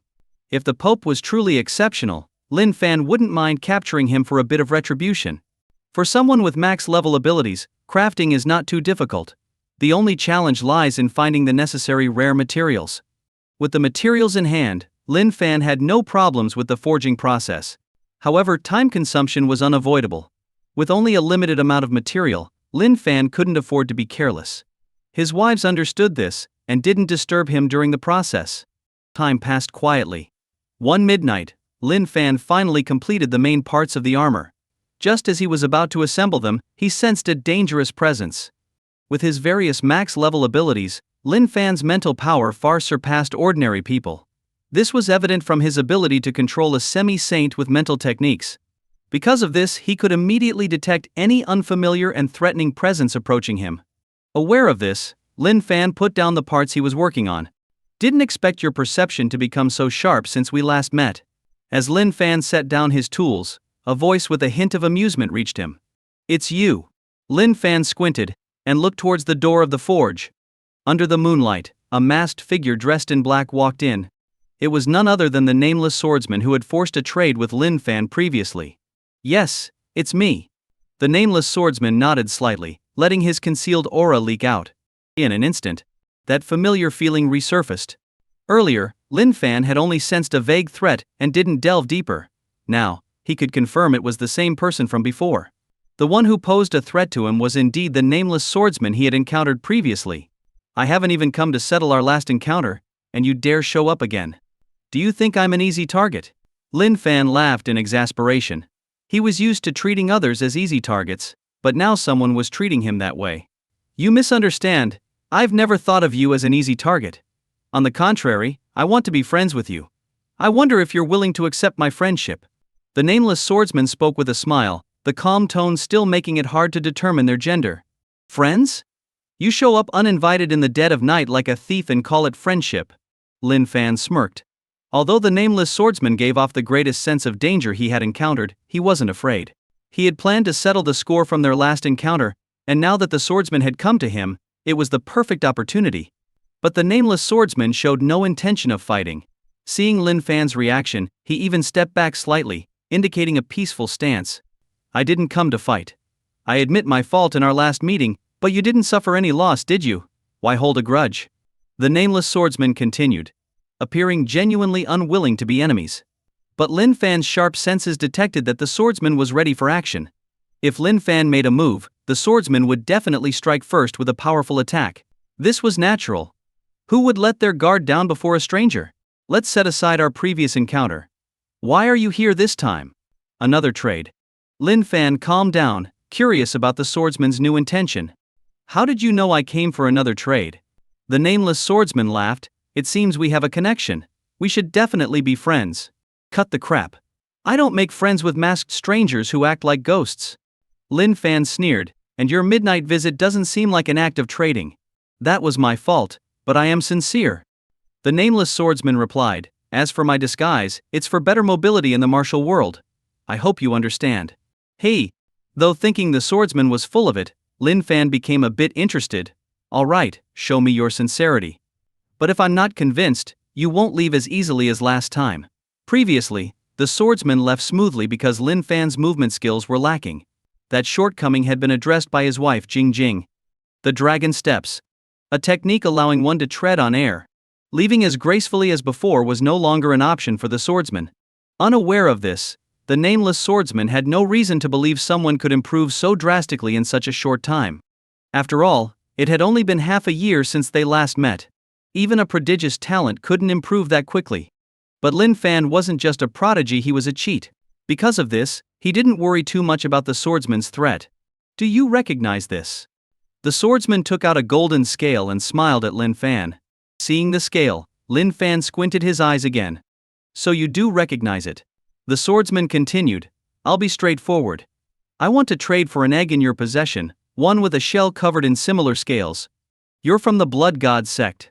Lin Fan asked coldly, recognizing the scale as identical to the one the Blood God Sect's vice leader had. Coupled with the trade request, the connection was clear. The swordsman smiled but neither confirmed nor denied. The atmosphere grew tense. After a while, the swordsman broke the silence. I am from the Blood God Sect. But I mean no harm. I genuinely want to trade. Name your conditions, and I'll do my best to meet them. Any condition? Lin Fan laughed, quite bold. It's not boldness, just sincerity. The swordsman replied. In that case, I won't be unreasonable. I've heard your sect's new pope is a rare martial genius and a peerless beauty. If she marries me, you can have the egg as a wedding gift. Since the swordsman wanted to play games, Lin Fan didn't mind playing along. But to his surprise, the swordsman nodded in agreement. The reaction of the nameless swordsman was entirely unexpected for Lin Fan. He had been trying to mess with the swordsman, annoyed by his bold claims. But to his surprise, the swordsman didn't follow the expected script. However, this only lasted for a moment before Lin Fan chuckled. Almost fooled me there. But I must admit, you're the boldest person I've ever met when it comes to making grand claims without blinking an eye. Lin Fan laughed, acknowledging the swordsman's bravado. Regardless of other aspects, he was impressed by this quality. This person had talent. Do you think I'm bluffing? The nameless swordsman calmly asked in response to Lin Fan's words. Isn't that obvious? Lin Fan replied with a smile. Or are you seriously suggesting your pope would marry me? Why not? The nameless swordsman said, then lowered their head and removed the black face mask and the cloak covering their head. With these coverings removed, a completely different nameless swordsman appeared before Lin Fan. Silky, wine-red hair gleamed faintly, framing exquisite features without a flaw, exuding an aura of nobility that discouraged any disrespectful thoughts. Her moist, red lips curved into a perfect smile, and her eyes, like autumn water, gazed at Lin Fan with a touch of amusement. The person who had forced a trade and made Lin Fan feel threatened was a woman, and not just any woman, but a peerless beauty. Lin Fan had to admit. He was shocked. Ding dong. A highly attractive woman detected. Marrying her will grant additional rewards. Ding dong. A woman with a special physique detected. Marrying her will grant special rewards. Ding dong. Or a woman of unparalleled talent detected. Marrying her will grant the perfect martial will. The system alerts rang out, providing full confirmation. Not only was she stunning, but she also had a special physique and unparalleled talent. 3 extra rewards. Lin Fan had encountered many women, but this was the first time he met someone with 3 rewards. The first 2 rewards were something he had experienced before. But the perfect martial will. This was an unprecedented reward. Lin Fan's physique, boosted by the dragon blood pill, was already extraordinary, even more formidable than a true martial saint according to Mo Qian. The only thing he lacked was the martial will that comes from deep martial experience. The third reward was exactly what he needed. Let me introduce myself again. I am the new pope of the Blood God Sect. I've forgotten my original name, but within the sect, everyone calls me Zhu Yu. You can address me the same way. The nameless swordsman, now revealed as Zhu Yu, spoke with the same tone as before, but her voice was now distinctly feminine, even carrying a hint of playfulness. You're the pope of the Blood God Sect. Lin Fan had to admit, he was shocked once again. In his mind, the leader of an evil sect, no matter how beautiful, couldn't be this approachable. He had imagined someone like Bibi Dong from Duluo continent. Beautiful, but unapproachable. But not only was Zhu Yu approachable, she also had a playful demeanor. Do I not look the part? Zhu Yu smiled gently, her slender fingers lightly brushing her hair aside. What do you think? Lin Fan, a man of the world, gradually calmed down in his speech. I think I do. After all, those in the sect who dared say otherwise have already become fodder for the bloodpool. Zhu Yu appeared gentle, but her words carried a chilling undertone. Lin Fan wasn't surprised. If she hadn't lied, holding the position of pope in such a sect, she couldn't possibly be a weakling. Killing to establish authority was a common practice among such leaders. However, the followers of the Blood God Sect were not good people. Killing them didn't warrant any sympathy from him. Do you think I'm a bloodthirsty monster? Zhu Yu seemed to read his thoughts and asked Lin Fan with a smile. Lin Fan responded with a non-committal smile. Thinking that isn't wrong. Zhu Yu nodded, then changed the topic. Didn't you say you'd give me the dragon egg as a betrothal gift if I married you? Are you a man of your word? For most people, this situation would warrant serious consideration. After all, if she truly was the pope of the Blood God Sect, she wouldn't be easy to deal with. Aside from her strength, the fact that she could rise to the top and maintain her position indicated she was extremely formidable. Someone like her. Getting involved would mean unpredictable trouble. But was Lin Fan an ordinary person? Since his debut, he had always considered himself an extraordinary man. He was a man with cheats. As long as he married someone, he would receive rewards, regardless of the person's intentions. The rewards would be unaffected. As for keeping his word, Lin Fan would definitely keep it. However, as a husband, what belonged to his wife naturally belonged to him. He understood the logic. Whether her intentions were genuine or deceitful, he would never lose out. Of course, I keep my promises.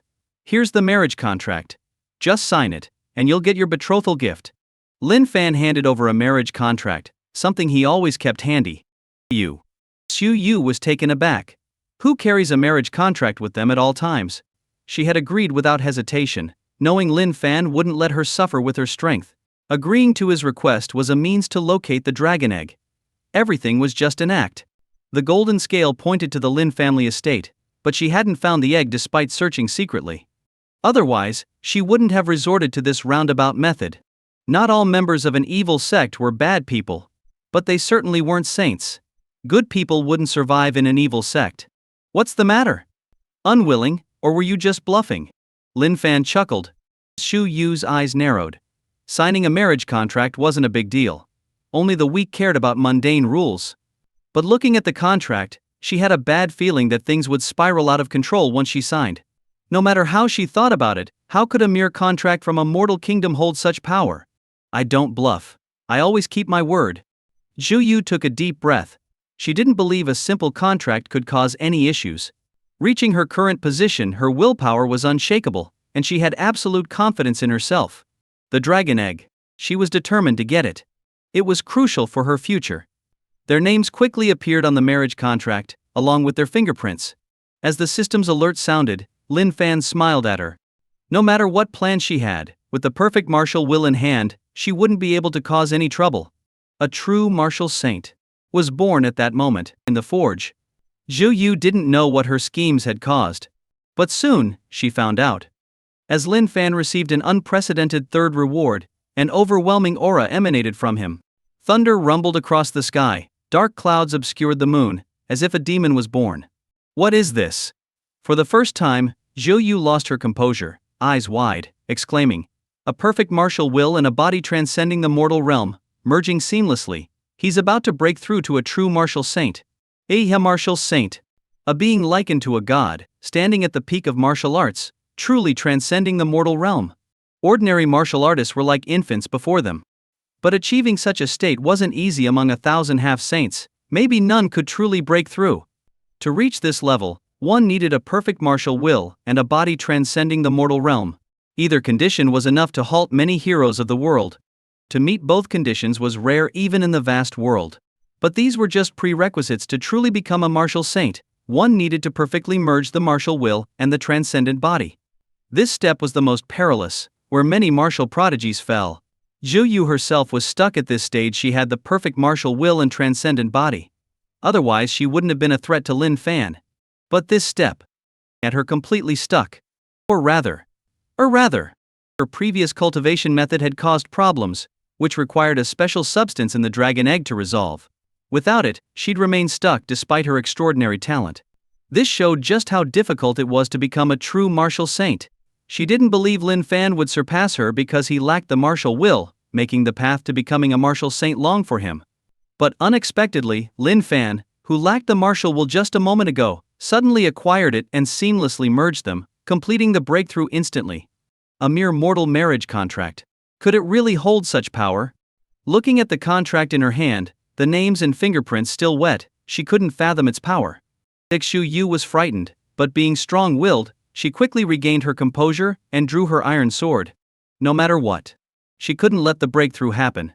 Otherwise she'd lose control and everything would spiral out of her grasp. But it was too late. The system's rewards never followed logic. The perfect martial will surpassed the ordinary half-saint's perfect martial will. Combined with Lin Fan's body, which also far surpassed the transcendent level, they merged instantly. It wasn't a forced breakthrough but a natural progression. It was so full that even without Lin Fan's intervention, it would overflow.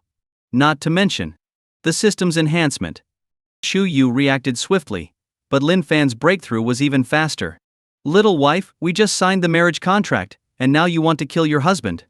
The iron sword, full of boundless sharpness, reached Lin Fan in an instant, but he had opened his eyes at some point. With a light laugh, he raised two slender fingers, gently pinching the sword before it could touch him. It looked effortless, like picking up a chopstick, but the iron sword, seemingly able to cut through space, was firmly trapped between his fingers. No matter how it gleamed, it couldn't move an inch. Zhu Yu was shocked. She knew it was too late. Facing a true martial saint, especially a martial saint with a cheat system, even if the aura was restrained, the pressure made her unable to resist. Being likened to a god wasn't just talk, they truly transcended the mortal realm. How did you do it? Realizing she couldn't stop him, she halted her actions. Thanks to you. Lin Fan smiled, his attitude surprisingly good towards the one who helped him take the final step. Thanks to me. Hearing this, Yu Yu's first reaction was disbelief, but recalling the previous situation, she wavered. It seemed surreal, but it truly seemed to be the case. Right after she signed the marriage contract, the man before her broke through in the next moment, with no warning. The only explanation was the marriage contract. But how could that be? Such contracts were signed countless times every day in the mortal world.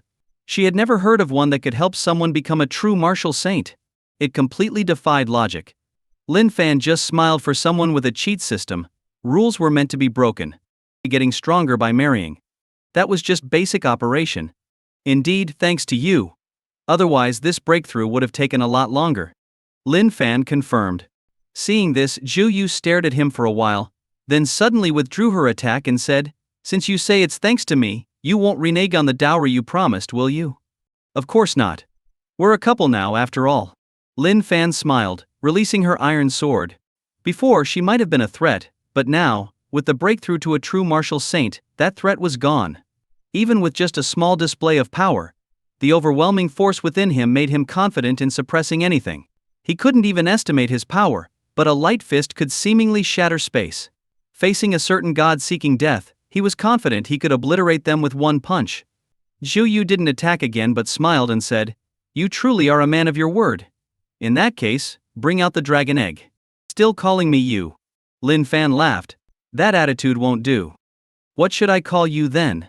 Zhu Yu frowned slightly. The dragon egg was crucial to her. She didn't want to give up as long as there was a chance. Of course, husband. Lin Fan pointed to the marriage contract, then said, "Otherwise, how could I give you the priceless dragon egg?" You. Zhu Yu was stunned. Signing a mortal marriage contract had no impact on someone of her level, nor did she care. But the address was different. What woman would call someone husband without true recognition? The prouder a woman, the more particular she was about this, unlike other superficial matters. Unwilling. Lin Fan slightly tilted his head. If that's the case, our agreement is off. Hearing this, Zhu Yu wanted to leave. But on second thought, the marriage contract was signed. A fake term of endearment didn't seem like a big deal. And in the martial world, why fuss over details? Under the night sky. Zhu Yu was slowly but surely drawn into Lin Fan's pace. No matter how talented or extraordinary one might be, in front of someone with a cheat system, they can only be led step by step. The moment she signed the marriage contract, everything was no longer in her control.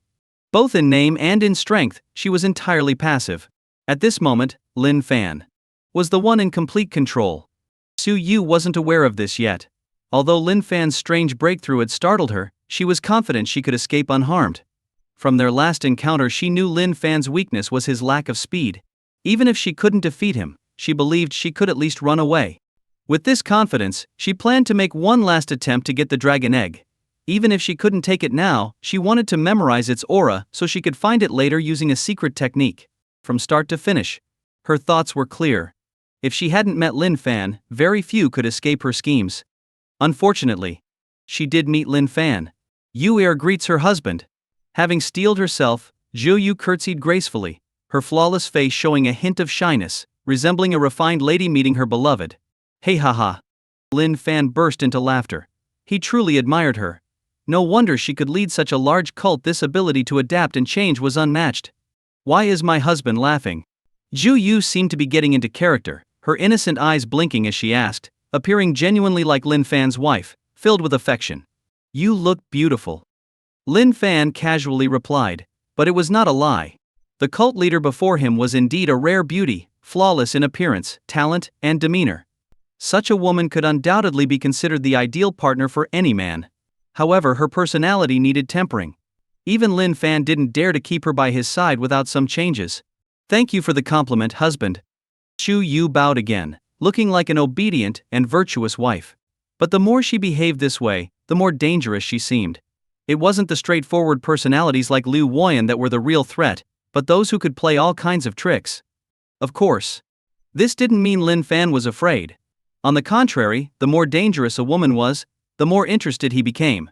Taming such a woman was a true man's endeavor. Follow me. Lin Fan said no more, and began to walk out. Where to? Where to? Shu Yu's body tensed as a terrifying thought crossed her mind.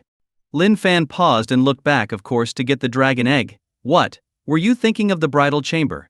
I wasn't. Shu Yu quickly denied it, unable to maintain her composure for the first time in their interactions. Good. Although we're now married, I'm not a casual person. I hope you also remain reserved. Lin Fan nodded slightly. Hearing this, Zhu Yu nearly ground her teeth to dust, but thinking of the dragon egg she was about to obtain, she held back. But this grudge. She, Zhu Yu, would remember. Just wait. Once I complete my breakthrough, you'll see. There are vast differences even among martial saints. She silently swore vengeance, though outwardly she remained calm. Taking a deep breath, she quickly followed Lin Fan. Walking under the moonlight, it was already deep into the night, the surroundings quiet except for the occasional insect sounds. But these were just appearances. In every shadow, guards stood watch. If it weren't for her skill in concealing herself, sneaking in would have been impossible. How did you train them? They're all so powerful. Zhou Yu had long noticed this and couldn't help but ask while walking. The Blood God Sect had a fair number of elite fighters, but most were elevated through dark arts and ancient resources. But Lin Fan was different. As a meticulous planner, she had thoroughly investigated Lin Fan before coming. She knew everything about his personal and family background. Because of this, she knew Lin Fan hadn't used any dark methods or had any ancient backing. He had climbed up step by step on his own. Such a legendary figure naturally piqued her curiosity. You want to know? Lin Fan asked, smiling as he walked. Zhu Yu, following beside him, nodded yes. I'm quite curious. Given their current cordial relationship, she didn't mind probing for more secrets. But Lin Fan said, this is a core secret of the Lin family. Unless you truly win my heart and enter the bridal chamber, this secret cannot be shared. Hearing the initial part of his response, Yu Yu didn't think much of it, treating it as a casual attempt, but the latter part made her clench her teeth once more. She had never encountered someone so shameless in her life. Today, she had witnessed it. But after this setback, she wisely kept silent. Soon, they reached the depths of the estate. You keep the dragon egg here. Zhu Yu looked at the messy grove, her eyebrows knitting in doubt. She would believe this place was for illicit activities, but to store a dragon egg? Absolutely not. Moreover, she had searched this place before and found nothing. Lin Fan smiled. Don't be so impatient, you'll get the dragon egg. He then lightly tapped a stone and a tree trunk. The grove trembled slightly. A mechanism. Seeing this, Shu Yu instantly understood. Lin Fan said nothing more. When a passage opened in the ground, he stepped inside. Shu Yu scrutinized the underground passage, her eyes flickering. This terrain was highly disadvantageous for an escape. Scared, Lin Fan saw her hesitation and laughed. If so, forget about it. Shu Yu didn't respond. She was indeed fearful, given the disadvantageous terrain. But just as she considered retreating, a faint aura from the passage made something inside her shake violently. Due to past cultivation issues, she had a significant hidden danger within her. This had prevented her from becoming a true martial saint. But this aura slightly alleviated that danger. Though it was only a tiny relief, it confirmed the dragon egg's presence. Beside the passage, seeing her internal conflict, Lin Fan's lips curved into a smile. I think you can get away from me. Facing the dragon egg within reach, Zhu Yu ultimately chose to take the risk. A wise decision. If I wanted to harm you, I wouldn't waste my time with these actions. I'd simply act. Lin Fan wore a warm smile, like a friendly older brother. Zhu Yu responded with a slight smile, neither fully trusting nor fully doubting him. Her nature never allowed her to be caught in uncontrollable danger. If it weren't so crucial, she would never take this risk. As they descended, there were numerous traps along the way. Although Shu Yu maintained a calm expression, she inwardly frowned. With so many traps, it was impossible to sneak down quietly. There might even be self-destruct mechanisms, making a forced entry potentially disastrous. Lin Fan smiled throughout, not pulling any tricks as he led her to the chamber where the dragon egg was kept. Using the same mechanism, a platform rose to reveal the dragon egg. The sacred aura became even stronger as the egg appeared. Xu Yu's breathing grew heavier as she gazed at the egg. A true descendant of the divine dragon. She couldn't take her eyes off the dragon egg on the stone platform. She was certain that if she could obtain the egg, it wouldn't just solve the hidden dangers in her body but would also enhance her physique dramatically. At that point, even if Lin Fan was a martial saint, she would have the confidence to overpower him. Go ahead and take it. Lin Fan nodded slightly. You're really giving it to me. Zhu Yu couldn't believe that Lin Fan was genuinely willing to give her such a precious treasure. If I wasn't going to give it to you, why would I bring you here? For privacy. Lin Fan rolled his eyes. Xu Yu didn't mind his tone. Confirming Lin Fan's intention, she walked forward without hesitation. Regardless of Lin Fan's motives, the dragon egg was all that mattered. Still, she couldn't understand why Lin Fan would willingly give away such a priceless item. It defied all logic. Could he actually like me? Otherwise, why give me the dragon egg? She pondered as she placed her hands on the egg, finally believing the reality before her. Lin Fan wasn't playing tricks, he was genuinely giving her the egg. She couldn't help but wonder if Lin Fan truly had feelings for her. It seems I didn't lie to you, did I? Lin Fan walked up and asked gently. Despite her many thoughts, Xu Yu nodded. He truly hadn't deceived her. The dragon egg was now in her hands. The sacred aura from the egg calmed the hidden dangers within her. Unlike before. Are you really okay with this? Xu Yu stared at Lin Fan, voicing her doubts. Why wouldn't I be? We are a couple, after all. What's mine is yours, right? Lin Fan smiled. Of course, what's yours is also mine. The moment he finished speaking, Lin Fan's figure flickered like a ghost, and the dragon egg, still warm in Xu Yu's hands, was suddenly in his grasp.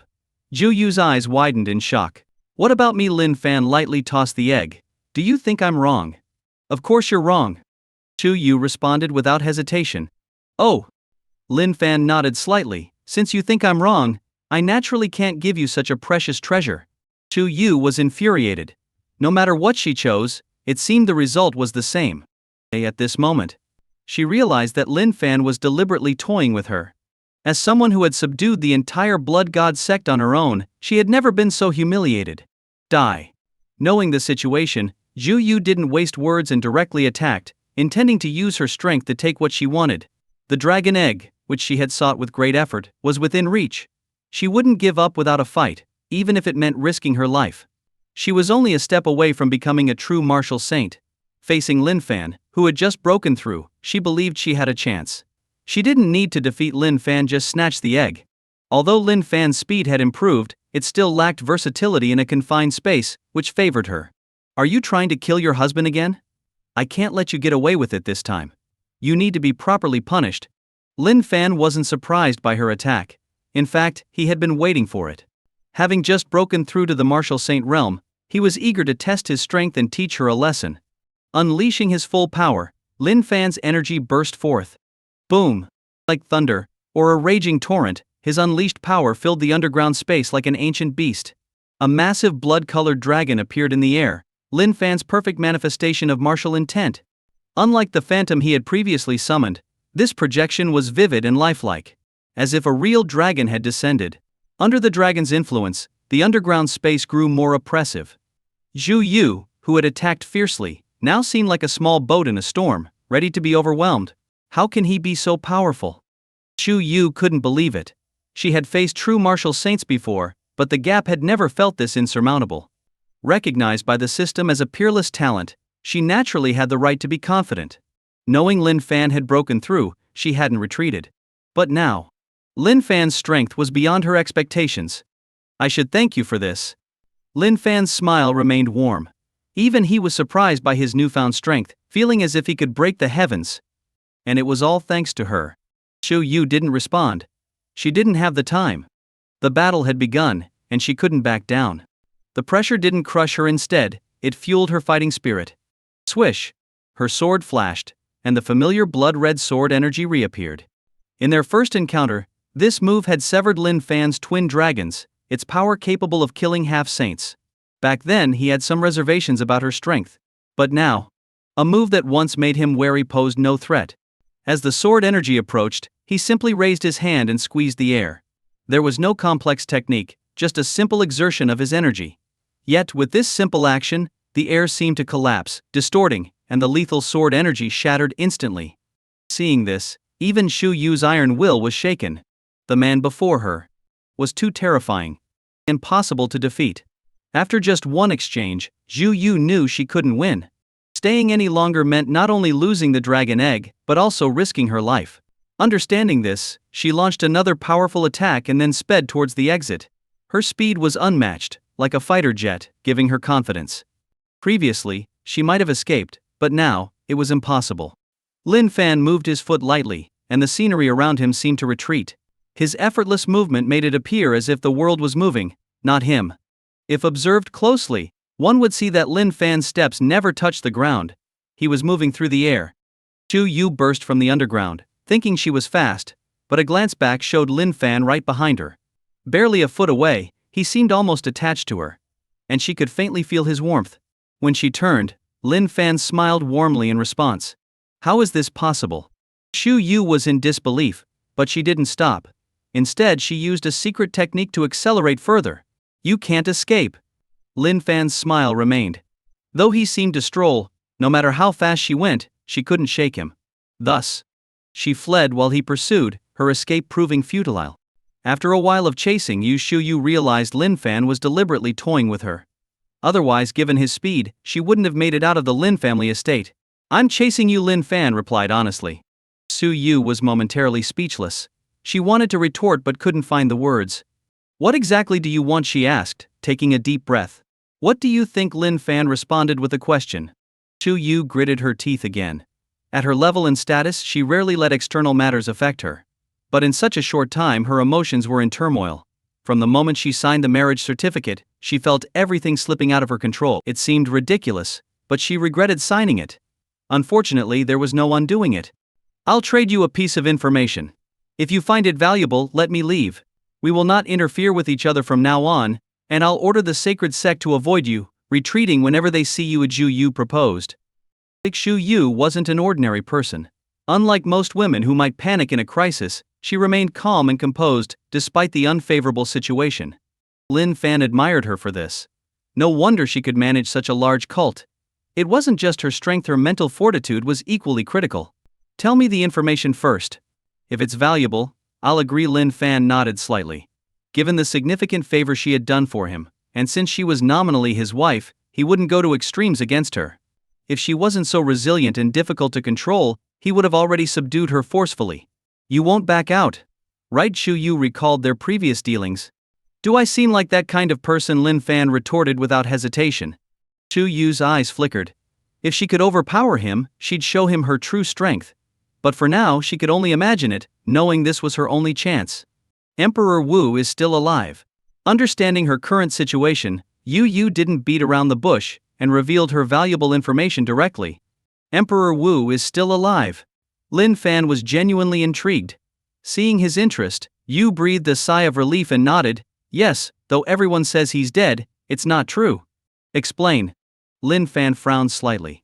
The information reported by the followers who returned with Emperor Wu should have been truthful. Besides, Emperor Wu's life essence was exhausted. Even without a one-for-one exchange with the Blood God Sect, he should have succumbed by now. Xu Yu didn't drag it out, continuing, you already know the beginning.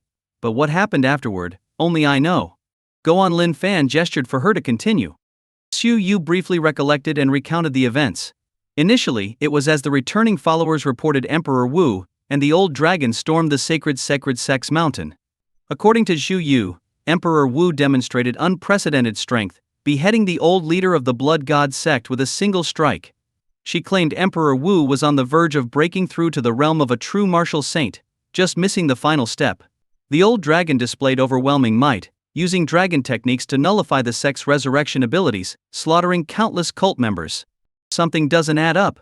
With your strength, combined with your old leader, Emperor Wu shouldn't have been able to overpower you, considering he was just shy of the final breakthrough. Lin Fan pointed out. Why would I help him? Xu Yu retorted coldly. Lin Fan raised an eyebrow. The infighting within such cults was indeed intense. If what you say is true, Emperor Wu might have survived. But with his life essence exhausted, he shouldn't be alive now. Lin Fan questioned. Xu Yu was prepared for this and responded, normally yes. But during that battle, a forbidden area on our sacred mountain was triggered. With his life at its end, Emperor Wu didn't hesitate to enter. Or perhaps, his aim was the forbidden area all along. Forbidden area, Lin Fan echoed, thinking of various famous forbidden zones.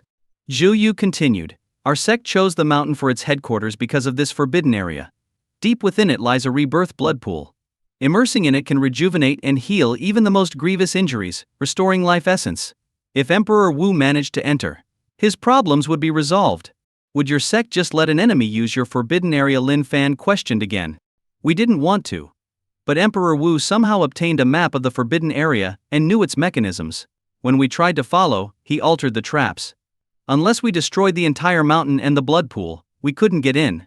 I see. Lin Fan stroked his chin, impressed by his father-in-law's cunning. If Zhu Yu wasn't lying, Emperor Wu could indeed be alive. Is my information worth the trade? Zhu Yu asked, taking a deep breath. Yes, you can leave. Lin Fan nodded. Zhu Yu glanced at him deeply before turning to leave. Wait, Lin Fan called out just as she turned, causing her heart to sink. You're just leaving? What about the hidden danger in your body? Lin Fan's words made her stop. Of course she wanted to resolve it, but what could she do? Lin Fan's voice came again. I can help you, but you have to agree to one condition. 2 hours later. As the sun began to rise, casting its light over the darkened earth, Zhu Yu watched the departing figure, unable to calm her restless heart. She couldn't understand why Lin Fan, her enemy, would willingly help her resolve her internal problem. Recalling Lin Fan's domineering blood energy that had ravaged her body earlier, her heart couldn't help but feel tumultuous. And the condition she had agreed to. What exactly does he want? Zhu Yu stood there, staring into the distance, lost in thought. After a long while, she took a deep breath and turned to leave. Her hidden danger had been resolved, and she was now ready to break through. As a figure recognized by the system for her unparalleled talent, the barrier of becoming a martial saint, though daunting to others, was not insurmountable for her. Meanwhile, Lin Fan returned to the blacksmith workshop, not disturbing anyone during the entire process. Thinking back on recent events, he couldn't help but smile, remembering the resilient cult leader showing a softer, more feminine side. With his top-tier medical skills, resolving a martial arts-induced hidden danger was nothing. Using the dragon egg was just a last resort. With his top-tier healing abilities, such things weren't necessary. However, he did add a little extra twist in the process. Little miss, now that I've got you, I can handle you. Lin Fan thought with a broader smile as he recalled the earlier sensation. After some reflection, Lin Fan checked the system rewards he hadn't yet had the chance to examine. Ding dong. Congratulations, host, for successfully marrying. You have received a Forbidden Land treasure map. Ding dong. Congratulations, host, for marrying an exceptionally beautiful woman. You have received a dragon blood pill as an additional reward. Ding dong. Congratulations, host, for marrying a woman with a unique physique. You have received a special reward, the Blood God Stone. Ding dong. Congratulations, host, for marrying an exceptionally talented woman. You have received the perfect martial intent. 4 consecutive rewards for marrying. This was unprecedented for Lin Fan. This cult leader, Zhu Yu, was indeed a true treasure giver. To subdue the cult leader, Lin Fan had already used one of the rewards to fill the gap in his martial intent. Combined with his surpassing physical prowess, it seamlessly led him to break through to the realm of a true martial saint instantly. This new level did not disappoint. His strength had reached an unimaginable level, with the power to distort space easily. The once threatening cult leader could now be suppressed with a mere wave of his hand, utterly powerless against him. No wonder people mistake this level for godhood. With such power, it's not an exaggeration to be called a god, Lin Fan thought, reflecting on the impact of the last reward. He now understood why the martial saint realm was considered vastly superior to previous levels. It truly was a world of difference. Wearing his god-level armor, Lin Fan couldn't help but wonder if there was any place in the world he couldn't go. It was clear that marrying was the fastest way to power up, rendering traditional training unnecessary. With a clear mind, Lin Fan proceeded to check the other rewards. A treasure map, Lin Fan murmured, extracting the first reward. It was an ancient parchment with faintly drawn routes, signifying a place filled with treasures. Examining it closely, he saw it described a terrifying forbidden land. The routes were somewhat unclear, and without reference points, Lin Fan couldn't immediately identify the location. However, a river dividing the map provided a clue. Could this be the Mo River? Lin Fan thought, recalling Mo Qian's earlier description of the Mo River, which marked the boundary between two lands. If it is the Mo River, then this treasure land lies across it, in the distant Q Empire. After studying the map carefully, Lin Fan formed a rough idea.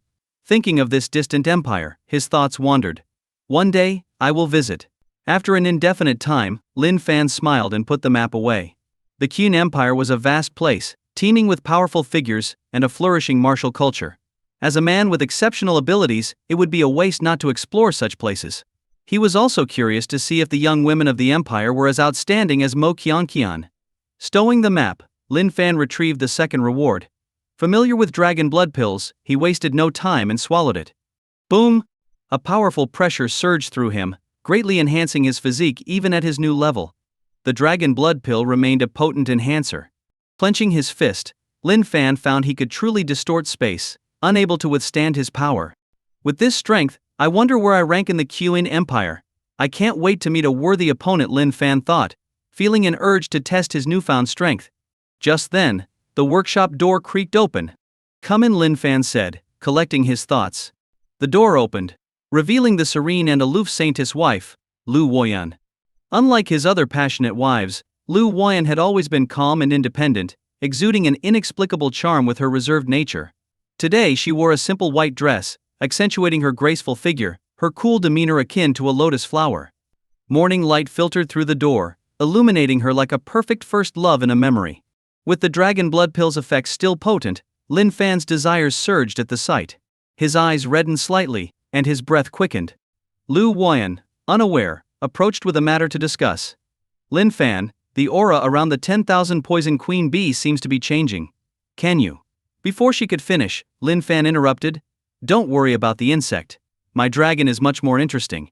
He moved forward, tossing the insect onto a worktable and pulling her into his arms, kicking the door shut. Lu Woyan tried to speak but was quickly silenced. After a vigorous morning exercise, Lin Fan finally managed to calm his inner fire. Lu Woyan, with a blush on her face, shot Lin Fan a sharp look, but her shyness only enhanced her beauty. Lin Fan couldn't resist and his hand roamed again. I came here for something important, Lu Woyan said, trying to suppress the shivers caused by his touch. And what could be more important than ensuring the continuation of our lineage? Lin Fan replied with mock seriousness. Q? Lu Woyan was at a loss for words. He? Lin Fan chuckled. Despite her cold demeanor, once Lu Woyan committed to someone, she was completely loyal, her eyes only for that person. Though not good at expressing herself, she believed that bearing children for Lin Fan and supporting him was her most important duty. Staring at her, Lin Fan's heart filled with affection. He gently brushed away the strands of hair stuck to her face with sweat. My dear wife, you're truly wonderful, he said sincerely. Lu Woyan, unused to such sweet words, turned her head away, but a faint smile tugged at her lips. Clearly she was pleased by her husband's affection. Seeing her like this, Lin Fan's desire flared up again. My dear, I want more, he whispered in her ear, his breath hot against her skin. Lu Woyan's face turned red. She was worried she couldn't keep up with Lin Fan's insatiable energy. But as a domineering man, Lin Fan wouldn't let her escape. He quickly took charge again. Another intense hour passed, and now the sun was high in the sky. You're too much, Lu Woyan murmured, completely spent. Her usual coldness melted into a tender softness as she gazed at Lin Fan with love-filled eyes. Ha. It's not my fault you're so irresistible, Lin Fan laughed. Seeing his usually composed wife so transformed was a new experience for him. After a while of tender moments, Lin Fan remembered something. What was it you wanted to tell me earlier? Lu Woyan blinked, then remembered. She glanced at the table where the 10,000 poison queen bee lay, occasionally emitting a faint glow. It's all your fault, she playfully scolded, getting up and dressing. She picked up the bee and explained the changes she had noticed. A change in its aura. Lin Fan took the bee, inspecting it closely. After absorbing the green blood, it had entered a deep sleep, now showing signs of evolution. This is good news, he concluded. The queen bee is absorbing nutrients to evolve to a higher level. He handed it back to Lu Woyan. As a man, he wasn't interested in playing with insects when there were more exciting things to do.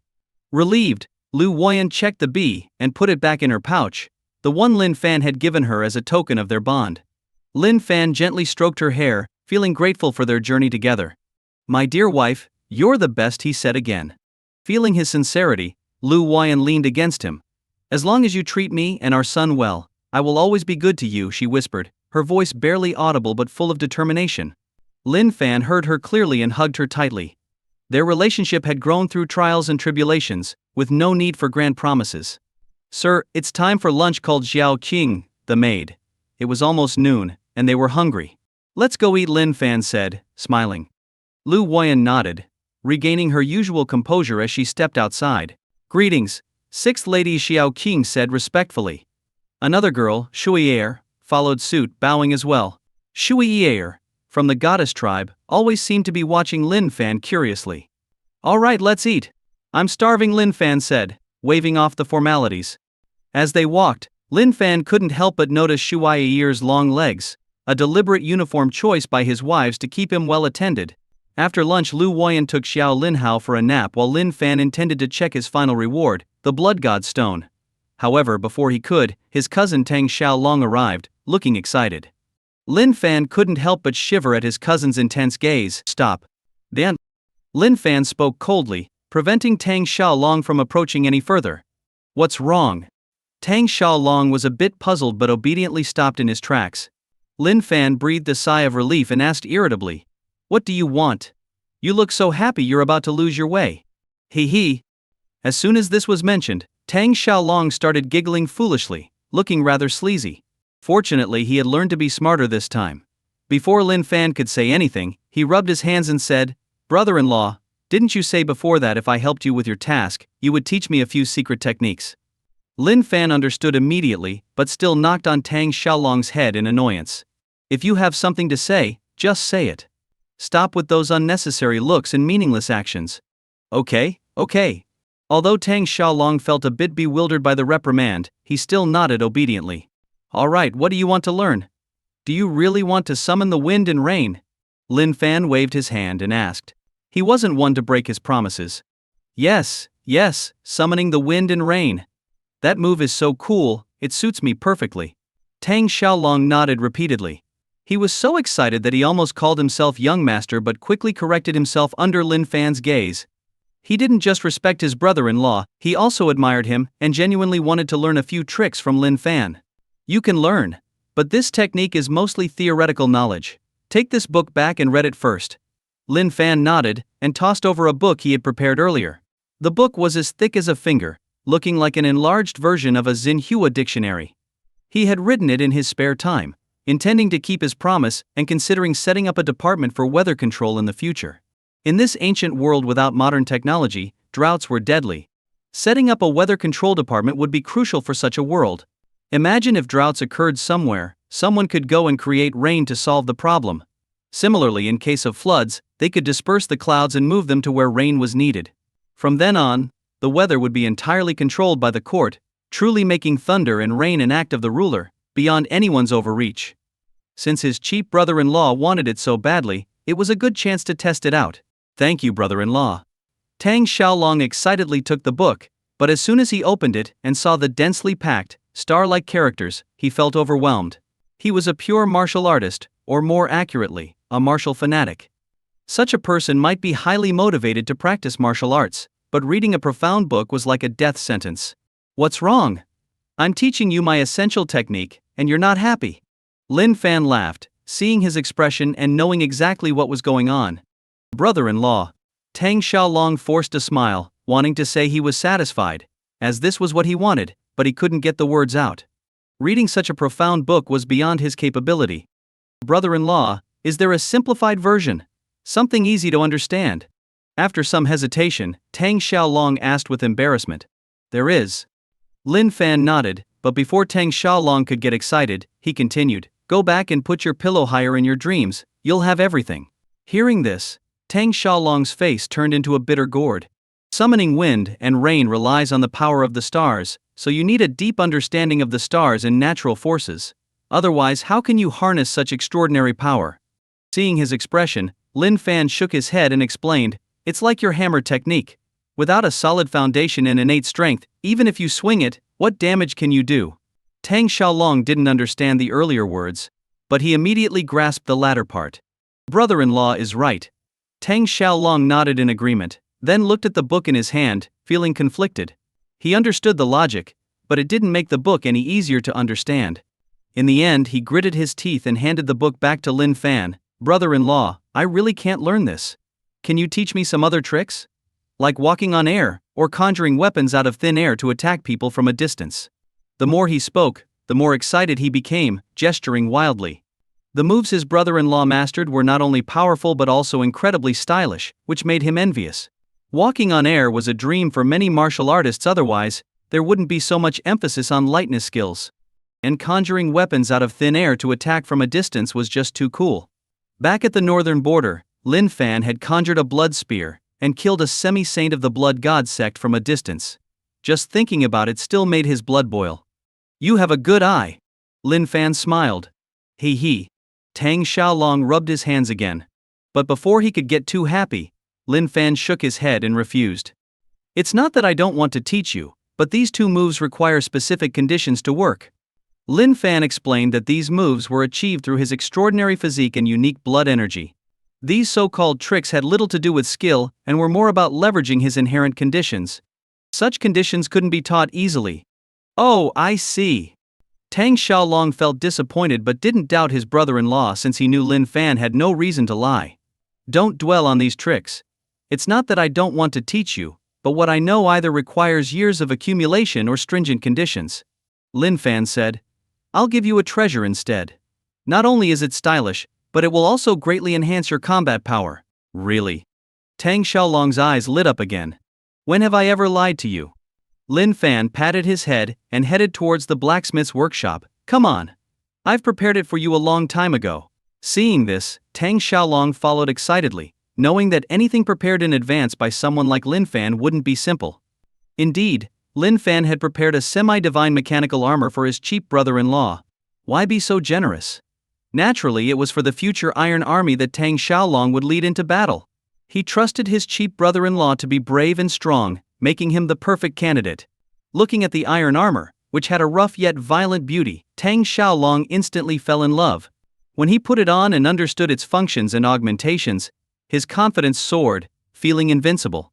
"Brother-in-law, let's spar," he eagerly suggested. "You want to spar with me? All right." Lin Fan smiled and released a small amount of blood energy. With just that, Tang Xiaolong, feeling invincible moments ago, was forced to his knees, along with his armor. "Brother-in-law, I was just kidding." Tang Xiaolong quickly yielded under the overwhelming pressure. "But I wasn't." Lin Fan smirked. "No, please." Tang Xiaolong was terrified. The mere release of blood energy had overpowered him. He didn't dare imagine what would happen if they really fought. Fortunately, at this moment, Long Qiwai, who had heard of her brother's visit, came from the inner courtyard. "Sister, save me." Seeing his sister, Tang Xiaolong felt like he'd seen a savior. Knowing the situation, Long Kui chuckled.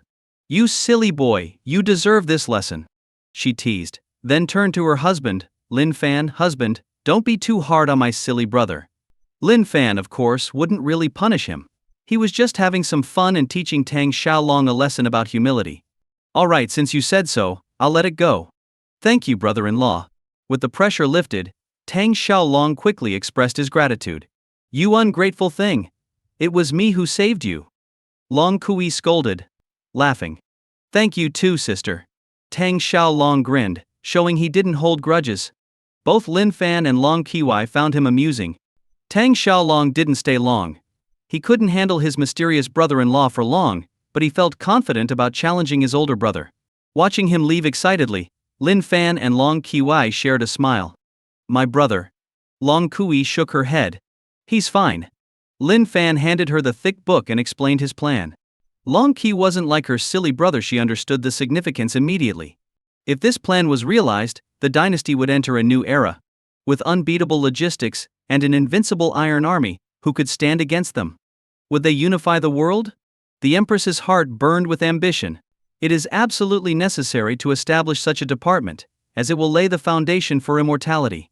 Lin Fan explained, sharing his vision that a country capable of controlling weather and natural resources would have the ultimate advantage. Long Qiwai, the Empress, agreed with this idea but frowned slightly as she pondered some concerns. "What's wrong?" Lin Fan asked, not quite understanding his wife's thoughts. Long Qiwai took a deep breath and said, "Husband, your idea is correct, but with such power, different opinions will inevitably emerge during its implementation. This could lead to uncontrollable situations." Hearing this, Lin Fan smiled and patted his wife's head. "You've considered it thoroughly, but don't worry. Since I'm taking this step, I naturally have preparations in place." "Did you leave a contingency plan?" Long Kui's eyes brightened. Lin Fan shook his head slightly. Of course there are backup plans. But aside from that, have you ever thought that I might not allow us to grow old? Eternal youth seemed a distant dream to others, but for Lin Fan, it was within reach. Continuous cultivation could extend life indefinitely. Is that really possible? Long Kiwi naturally didn't want to age, she wanted to stay with her husband forever. But could this natural law be defied? Of course it is, Lin Fan answered without hesitation. While others might find it difficult, he, with his ever-growing abilities, did not see it as a challenge. If that's the case, we should seriously consider it. Long Kiwi fully trusted her husband. Upon hearing this, she quickly adjusted her mindset. Indeed, Lin Fan affirmed. As for the contingency plans, they are well documented. You just need to follow the instructions when the time comes. Although Lin Fan had immense confidence in himself, he knew the importance of being prepared. Long Kiwi didn't say more, and she didn't make any mental notes either. In her view, without her husband, the world held no meaning. If you trust me, this matter will be handled well, Long Kiwi said with a smile. With that, the arrangements were set in motion. Time passed. Under the Empress's orders, the entire state apparatus began to move. The Imperial Astronomical Bureau, which previously observed the calendar, was transformed into the Meteorological Department, now tasked with weather control. Their mission became clearer and simpler. Wherever there was drought or flood, they would go there to resolve it. No longer would people pray to random deities for weather control. Instead, they would report to the government, holding officials accountable for their responsibilities. What once seemed laughably absurd became the norm in the Great Long Dynasty. Because of this, the dynasty achieved unprecedented unity and shared purpose. The Empress was seen as more effective than any deity, a supreme being who could truly solve their problems. Time flew by, and another winter arrived, blanketing the land with snow. Husband, is something wrong with us? Why haven't we conceived your child after all this time? This winter, Ye Xiaoru, the eldest wife, finally voiced her concerns to Lin Fan. As the eldest wife, she had spent the most time with Lin Fan and enjoyed the most favor. Yet, despite this, she hadn't conceived, which increasingly worried her. Lin Fan, being a divine healer, knew the problem wasn't between them but due to the vast difference in life levels. His superhuman physique made it difficult for ordinary conception. He never blamed his wives, instead quietly working hard, strengthening them and himself. But some things can't be forced. It could be seen as a price for his growth, or perhaps the heavens' way of balancing the scales. Facing his wife's self-blame, Lin Fan could only comfort her. Don't think that way. I've told you before, it's a matter of life levels. Once we overcome this, everything will be fine. Is that really so? Ye Xiaoru asked weakly. She rarely spoke out of turn, always putting her husband's needs first. But this problem was different, shaking her usual resolve. Absolutely. As a divine healer, if there was an issue, I would have fixed it by now, Lin Fan reassured her. This was a concern not just for her but for all his wives. If that's true, would cultivating more diligently help us overcome this? Ye Xiaoru leaned on Lin Fan, voicing a common concern. Of course, Lin Fan encouraged. Although he wasn't entirely sure, he knew comforting them was essential. Despite his desire for many children, he wouldn't force the issue, focusing instead on continual improvement. Reassured by his words, Ye Xiaoru and the other wives calmed down. This problem must be solved, or we'll all be troubled, Lin Fan murmured. But to address it, he needed to move beyond their small area. He realized that their village had reached its limits. For further growth, they needed a bigger stage. Gazing at the distant sky, Lin Fan's determination grew firmer. At that moment, for the first time, the system's prompt sounded on its own. Ding dong. Detected changes in the world. Host, strive to marry and have many children for great fortune, and to reach the pinnacle of life. Lin Fan was planning for the future when he was startled by the sudden prompt from the system and its message. Changes in the world? What does that mean? He looked at the clear sky and the snow-covered yet vibrant earth, feeling a bit puzzled. However, the prompt made him feel an inexplicable sense of urgency. Husband, what's wrong? Ye Xiaoru, nestled in his arms, clearly sensed his reaction. Nothing, just planning our future and solving current problems.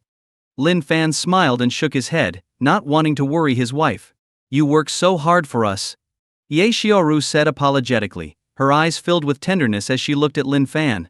Seeing his beautiful wife, Lin Fan smiled, and was about to engage in some hard work when a secret guard rushed in with urgent news. What happened? Lin Fan released his wife and asked the approaching guard. The guard reported, Master, an army from the southern countries is invading. An invading army. Lin Fan's eyes narrowed. The southern countries were under the control of the Blood God Sect, a notorious cult. But this shouldn't be happening. The cult's leader, Zhu Yu, had been subdued by him and shouldn't be causing trouble so soon. Even if she had broken through to the level of a martial saint, she would seek a duel rather than launch a large-scale invasion, as such actions leave no room for retreat. Zhu Yu, despite being a villain, wouldn't act recklessly. What exactly happened? Wasn't everything peaceful before? Lin Fan's mind raced with thoughts as he questioned the guard. Since they were enemies, he had already deployed spies to gather and monitor information. Any major changes would be reported immediately. The guard continued. It was peaceful until a month ago. Suddenly, a deputy leader of the Blood God Sect rose to power, took control, and ordered the armies of the controlled nations to march on our borders. A deputy leader suddenly rose to power? What happened to their leader? Lin Fan asked coldly. The guard replied, before the deputy leader's rise, the Blood God Sect's leader mysteriously disappeared. This allowed the deputy leader to take control smoothly. He kept this hidden until he mobilized the troops, which was when we found out. He mysteriously disappeared. Lin Fan's eyes flickered as he pondered the situation. Husband, something happened. Long Qi, who had just returned from court, hurriedly approached Lin Fan. She, the Empress, naturally knew about the southern invasion. Husband, are you aware? Seeing the reporting guard, Long Qi paused. Yes, I just found out. Lin Fan nodded. Husband, what should we do? Long Qi asked, knowing her husband was already aware. Lin Fan smirked. What else? Since they've come, we'll use this opportunity to expand our territory and let our newly formed Iron Army show its might. Long Qi had been worried. After all, the Southern Coalition had a massive army and the fanatical Blood God Sect. Fighting such an army would result in heavy losses, even if victorious. During the court meeting, officials were terrified, and Long Qi couldn't help but feel anxious. But hearing about the Iron Army, her worries vanished. After months of preparation, they now had an army of 100,000 soldiers equipped with invincible mechanical armor, comparable to first- and second-rate warriors. Crushing the million-strong coalition would only be a matter of time. I'll start the preparations. Long Qi became excited. As an emperor, expanding territory was a great joy.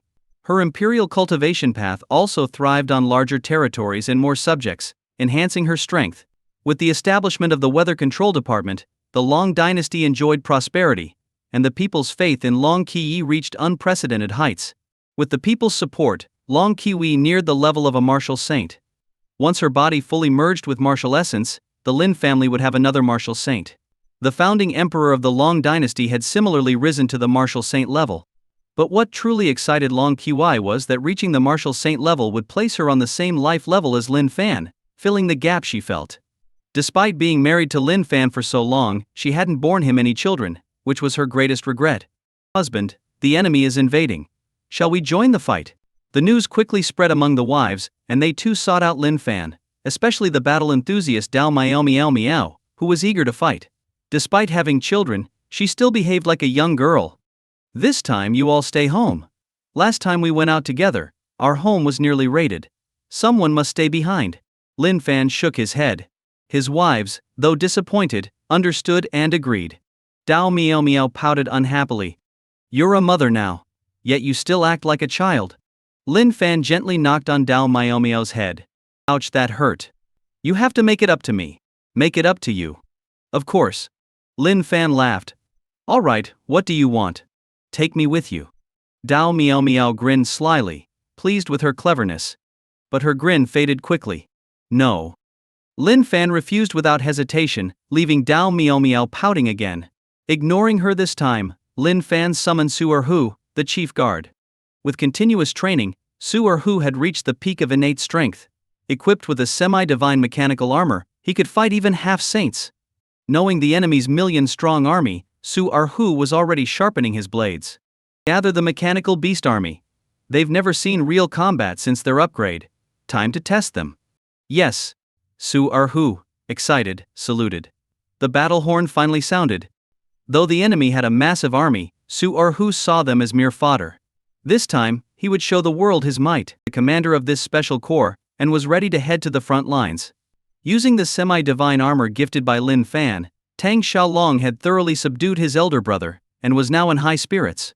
He was eager to serve his country, and prove himself worthy of his brother-in-law's trust. Meanwhile, at the southern border of the Great Long Dynasty, countless troops were gathering, stretching out as far as the eye could see. This was a real army of 1 million, well equipped and disciplined, not just a boast. These soldiers were not like the brute force barbarians from the north, they were true warriors. Each soldier's eyes had a red glint, and their expressions were filled with fanaticism, resembling a horde of zealots. Based on our information, this small dynasty has some strength. Are you sure we can conquer it?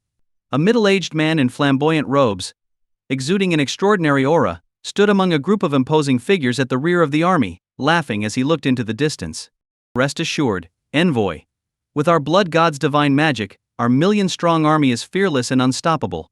Plus, with your support, we have no shortage of experts. We will surely take them down in one strike. As the middle-aged man finished speaking, a gaunt old man in blood-red robes respectfully replied. This gaunt old man was the newly ascended deputy leader of the blood god sect.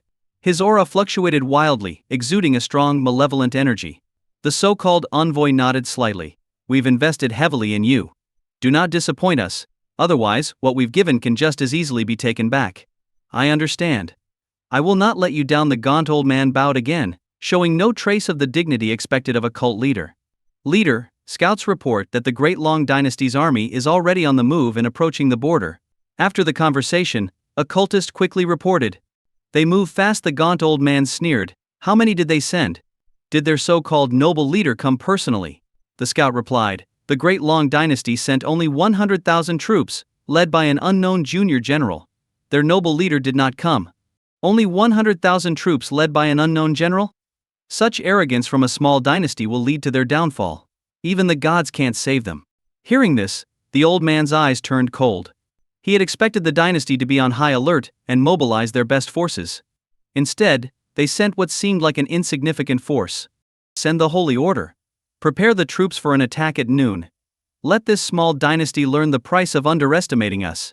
Angered, the old man issued the command. Initially, he had planned to wait for the enemy's reinforcements before launching a full assault. But now, he wanted to make them pay for their arrogance. Yes. Infuriated by the dynasty's disdain, the cult's high-ranking members quickly executed the order. These soldiers, brainwashed and influenced by the cult's dark magic, would obey any command without hesitation. As the order was given, the troops swiftly moved into formation, weapons ready, poised for the attack. The sight of 1 million soldiers in formation was overwhelming, creating an unmatched sense of invincibility. The border defenses were strong, but they gave little comfort to the defending soldiers. How long until reinforcements arrive?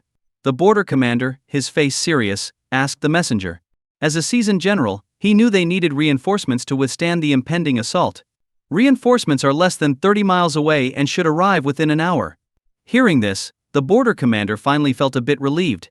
How many reinforcements did the court send? Did Marquis Shenlin come along? The court sent 100,000 troops led by General Tang Xiaolong, the grandson of Duke Tang. Marquis Shenlin did not join. What? The border commander was shocked. We're facing 1 million-strong enemy army and the blood god Sect's experts, yet the court sent only 100,000 troops without Marquis Shenlin. This is madness. The messenger, unable to control such decisions, could only bow his head. The emperor is foolish, and without Marquis Shenlin, who will handle the cult's experts? The border commander sighed, his morale plummeting. Southern Marquis, are you complaining about the emperor and my brother-in-law behind their backs? Do you want a smack on the head from me? A rebellious voice came from behind the border commander. A figure, shining in the sunlight, landed heavily in front of him, kicking up dust and debris like a bomb. The impact forced the border commander to step back. Even with his exceptional skills. Enemy attack. The commander shouted in alarm. What enemy? Can't you recognize me? The voice retorted angrily. As the dust settled, a figure exuding cold energy emerged. Who are you? Before him stood a metallic figure, glowing with a fierce light, holding 2 massive iron hammers. The commander found the voice familiar but couldn't place the face. You really are senile. The metallic figure's headgear retracted, revealing Tang Xiaolong. You recognize me now, but bad-mouthing the emperor and my brother-in-law. You'll pay for that. Tang Xiaolong's eyes turned dangerous. Facing this threat, the border commander was at a loss for words. Tang Xiaolong in his semi-divine armor was terrifying. Luckily, the attack began at noon. Charge. Kak. Kak! The blood god is with us. Erase the heretics from existence. The brainwashed enemy soldiers moved with flawless precision, charging in waves. 1,000,000 soldiers charging was an unimaginable sight, stretching over 10 miles like relentless waves. Looking out, the border was filled with enemies. The elite border troops paled at the sight. Southern Marquis, watch closely. The Emperor and my brother-in-law's decision isn't foolish. Seeing the charging army, Tang Xiaolong's eyes gleamed with battle spirit. Initially skeptical, the border commander couldn't believe that any individual, no matter how powerful, could stand against a 1,000,000-strong army. But as the roar of engines sounded from the rear, and a special corps appeared, the commander's doubts vanished. Boom! The steady drumming sounded like ancient war drums, each beat striking deeply into the heart. What kind of army is this? The border commander was stunned as he watched the special corps appear on the horizon, carrying an unstoppable aura. Under the midday sun, this army shone brilliantly, like heavenly soldiers descending to earth. Despite being far fewer in number than the enemy's 1,000,000-strong force, their presence was far more terrifying. Seeing this, the border commander felt a surge of confidence. An invincible army, Tang Xiaolong declared proudly. From today his name would echo across the land. An invincible army, the border commander muttered. Normally he would have scoffed at such a claim. Who in this vast world could dare to call themselves invincible? But now, seeing these heavenly soldiers, he found no words to refute it. Kill. Charge. The tall defensive lines, like an ancient wall stretching across the land, blocked the view outside, hiding the approaching invincible army. Driven by fervent belief, the enemy's troops charged fearlessly. The border defenders were strong, with powerful weapons causing great casualties. Special military crossbows could easily pierce leather and light armor.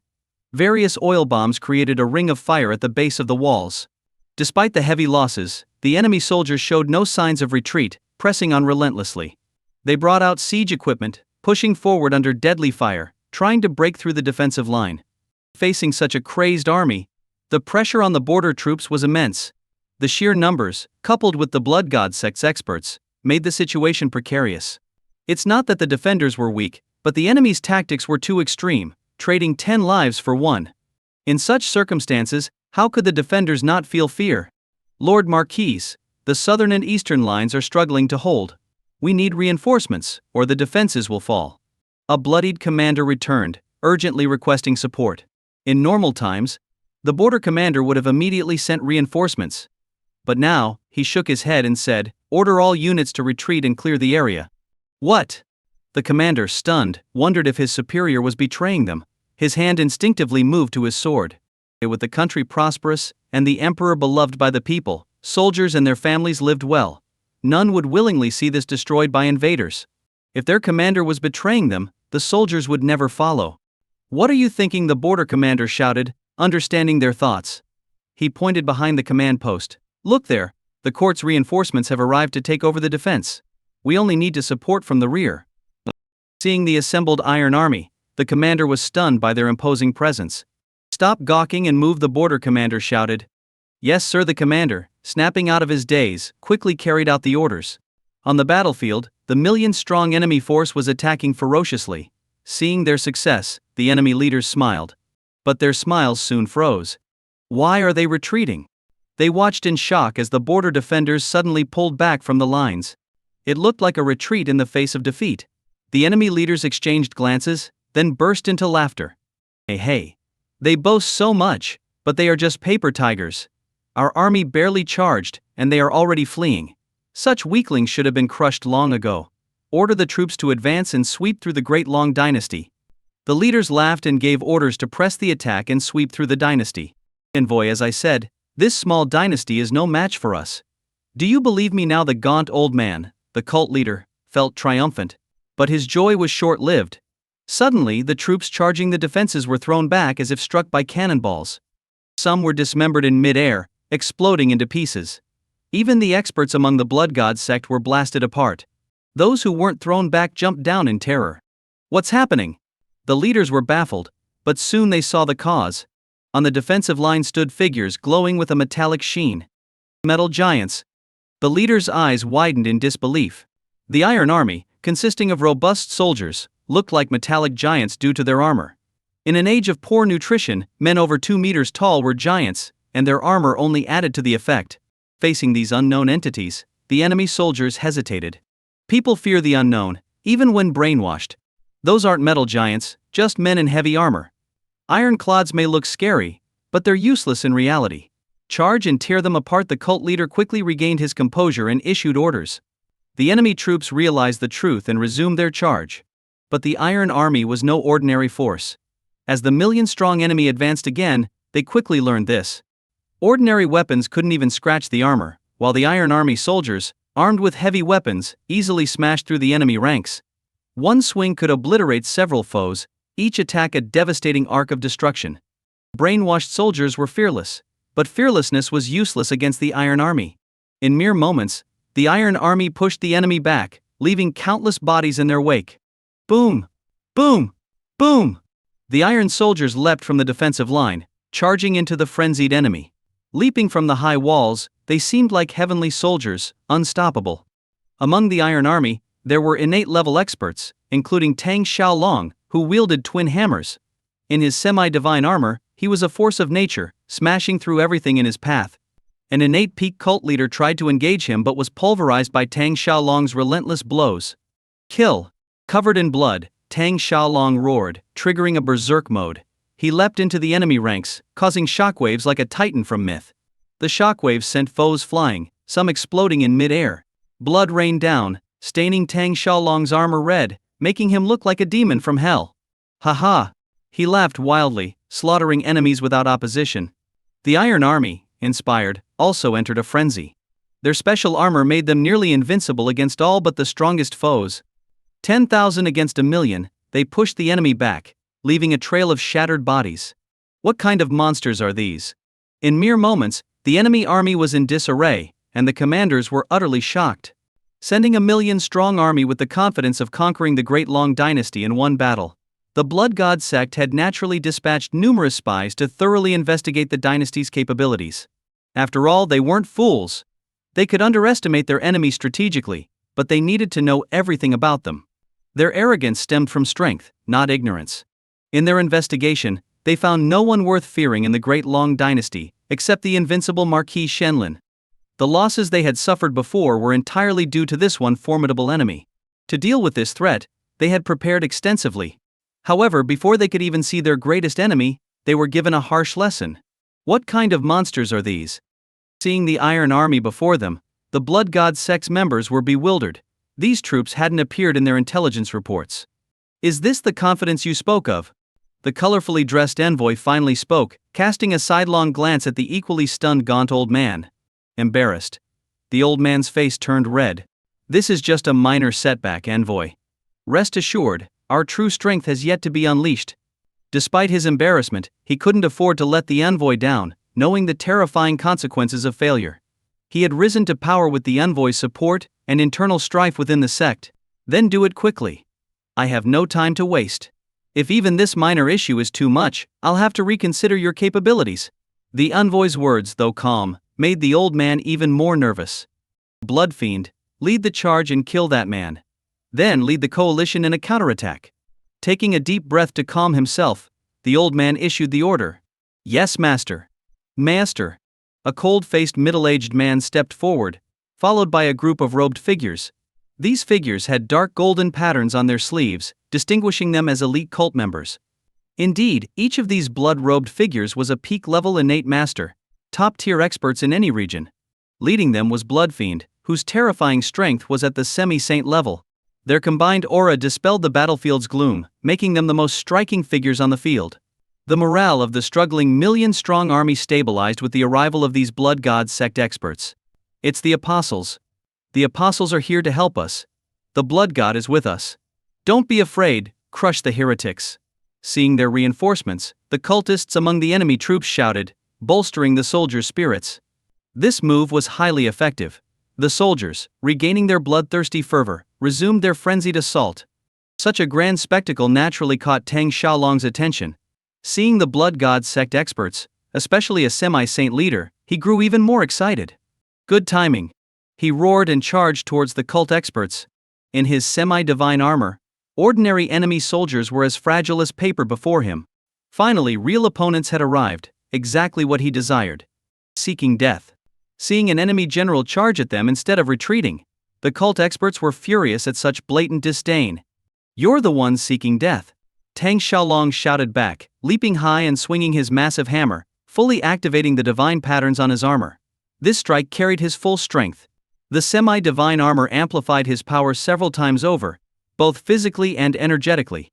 Although Tang Xiaolong was only at the peak innate level, his innate strength far surpassed normal levels. With the armor's boost, he rivaled a semi-saint. Blood fiend. The semi-saint refused to believe this. Drawing his blood sword, a weapon on par with semi-divine artifacts, he slashed at Tang Xiaolong. A massive blood-colored sword aura, seemingly capable of splitting the sky, surged forth. But Tang Xiaolong met it head-on with his hammer. Boom! The clash created a terrifying shockwave, blowing soldiers around like leaves in a storm. Confident in his attack, Blood Fiend waited for his opponent to be split in two. "Watch out." But instead, he heard a familiar, urgent warning. Realizing the voice, he panicked. Crack! His blood sword's aura shattered under Tang Xiaolong's hammer, which continued its unstoppable descent. Impossible. Blood Fiend was incredulous. Despite Tang Xiaolong's peak innate level, his strength far exceeded expectations. He had underestimated his foe, and was now paying the price. No more talk. Die, you cultists! Tang Xiaolong roared, relishing the battle. The semi-divine armor's power made him feel invincible. Blood Fiend desperately counterattacked with more sword auras, but they proved weak against Tang Xiaolong's relentless assault. With a final, crushing blow, Tang Xiaolong's hammer shattered Blood Fiend's defenses, enveloping him in a deadly shadow. Unable to evade, Blood Fiend raised his sword in a last-ditch defense. Boom! The impact sent even the nearby peak innate experts flying. Unlucky soldiers were hurled high into the air, only to crash down like falling debris. The battlefield fell silent, stunned by the sheer devastation. These were not just monsters, they were far more terrifying. As the dust settled, Blood Fiend, who had taken a direct hit, was shattered into pieces, unable to withstand the devastating blow. If not for the Blood God Sect's secret techniques granting them a form of immortality, he would have been instantly killed. How could he be this strong? Blood Fiend couldn't believe he had been defeated so easily. Even though his power had recently surged to semi-saint level, he had thought himself invincible to such a degree of attack. But now he had been crushed with a single strike, shattering his confidence. While his physical wounds began to heal quickly due to his undying ability, the psychological trauma was not so easily mended. Nothing is impossible. You know nothing of true power. Tang Xiaolong sneered. He was aware of the Blood God Sect's regenerative abilities, so he wasn't surprised to see Blood Fiend recover. If one strike wasn't enough, he'd deliver 10 or even 100. Facing a semi-saint head-on, Tang Xiaolong realized the extent of his strength. Though he couldn't match his invincible brother-in-law, he could easily handle a semi-saint, especially one boosted by external forces. Roar! Still in berserk mode, Tang Xiaolong swung his heavy hammers wildly.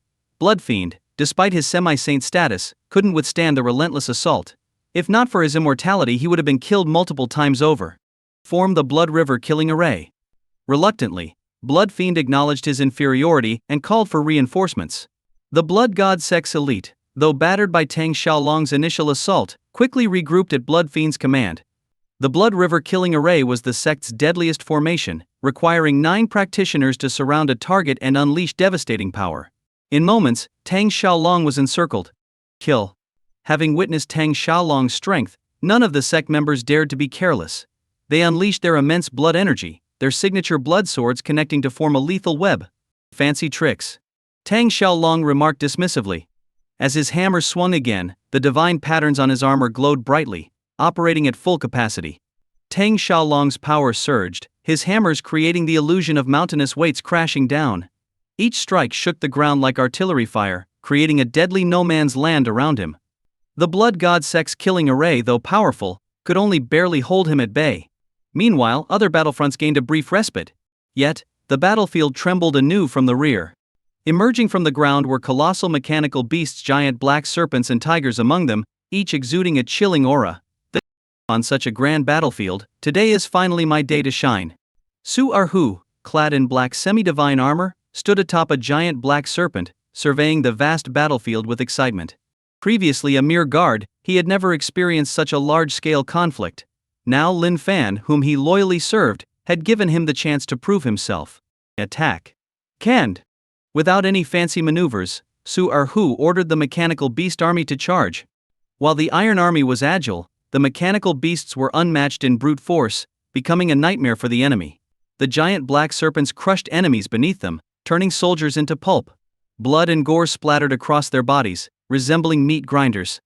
The mechanical tigers, equally deadly, obliterated organized resistance, crushing any semblance of a coordinated defense. While these beasts decimated ordinary soldiers, the blood god Sect feared Su-Erhu the most. Standing atop a serpent, he rained arrows down, each shot a deadly missile. Su-Erhu, a master archer, used a semi-divine longbow to lethal effect, killing high-level opponents with ease. With his semi-divine armor enhancing his already formidable skills, he became a force of nature. His arrows pierced through elite warriors, causing even those with immortality to falter. Damn it! The gaunt old leader of the sect, realizing the gravity of the situation, could no longer focus on flattering the envoy. Su-Erhu and his mechanical beasts had disrupted their plans. Even the most fearless cultists now hesitated, terrified of Su-Erhu's pinpoint shots. If this continued, not only would they fail to conquer the Great Long Dynasty, but they might also face catastrophic losses. Worse, the envoy, witnessing the spectacle, began to show admiration for their enemies. If he shifted his support, the old leader's position would be in jeopardy. Blood Dragon, lead the attack and eliminate these threats. He ordered a towering figure to join the fray. This was a move he had reserved for Lin Fan, but circumstances forced his hand. The leader realized that Lin Fan's strength far exceeded his expectations. Yes. The tall figure nodded expressionlessly and strode forward. Behind him followed a group of similarly emotionless individuals. Their eyes were lifeless, like dead fish, and their movements stiff. As they moved, the surrounding cultists stepped aside in fear, as if these individuals were terrifying beasts. Even members of the same cult were afraid of them. Unfazed by their comrades' fear, they maintained their blank expressions. This strange scene immediately caught Su-Erhu's attention. Without hesitation, Su-Erhu drew his bow and shot, intending to take down this strange group. Given his displayed prowess, even an ordinary semi-saint would struggle to withstand his attack, and Su-Erhu was confident in his ability. But a bizarre scene unfolded. Before his arrows reached them, the group led by the tall figure called Blood Dragon exploded into a rain of blood. What's happening? Su-Erhu was bewildered as his opponents exploded before his arrows reached them. However, he soon realized why. The blood and flesh from their explosion formed a massive blood vortex, creating a powerful suction that drew in all the blood from the battlefield. Gurgle. Gurgle. After the intense battle, the battlefield was littered with the corpses of 200,000 to 300,000 soldiers. All their blood was now being drawn into this vortex, forming a river of blood. Endless blood sea. A cold, emotionless voice emerged from the blood river, which began to boil and expand rapidly, transforming from a river into a sea of blood. The blood in the sea moved on its own, creating terrifying waves. Envoy, this is our sect's blood sea art. It uses endless blood to form a sea of blood. The more blood it absorbs, the stronger it becomes. Even a true martial saint would struggle to escape its crushing force. Seeing the blood sea successfully form, the gaunt old leader boasted to the envoy. "HM, it is quite impressive." The envoy nodded in approval, watching the tumultuous blood sea. On the battlefield, facing the surging blood sea, Su-Erhu's expression grew serious. The oppressive force was so intense that even in his semi-divine armor, he couldn't ignore it. His flesh tingled in warning. This was a primal instinct warning him that the blood sea was unstoppable. "I don't believe it." Su-Erhu gritted his teeth. Despite the warning, he refused to back down. Facing the rolling blood sea, he drew his bow with all his might. Rainbow pierces the sun. His cold voice rang out as he shot an arrow glowing with blinding light towards the blood sea. Rainbow pierces the sun was Su-Erhu's most powerful archery technique, created from his innate talent. Normally he seldom used it due to the time required to charge it and the lack of worthy opponents. Today he finally unleashed it. As the arrow flew, solar images seemed to fall, representing Su-Erhu's martial intent to shoot down the sun itself. The blood sea, overwhelming everything in its path, crushed even mountains into rubble. The seemingly weak blood was tougher than steel. This scene resembled a mythical flood aiming to drown the world. Some mechanical tigers, seeing the incoming blood sea, fired their massive crossbows in an attempt to pierce it. But their bolts shattered upon contact. Seeing this, the blood god Sect cultists laughed.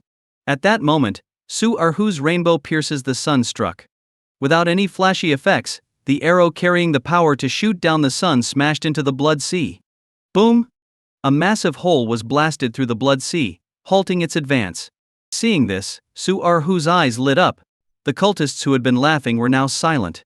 Su Erhu ignored them, focusing on destroying the blood sea. Whoosh! The divine patterns on his semi-divine armor glowed brighter, increasing his power and speed. With the armor's enhancement, Su Erhu felt unstoppable. The usual long charge time was significantly reduced. In a flurry of arrows, the blood sea was repeatedly punctured. Boom! Each strike created a massive hole, and the once formidable blood sea began to fragment. The cult leader's face twisted in anger as his grand technique was suppressed by Su Erhu alone. Send out the holy order. Command the followers to feed the blood sea and activate its full power. The cult leader ordered coldly.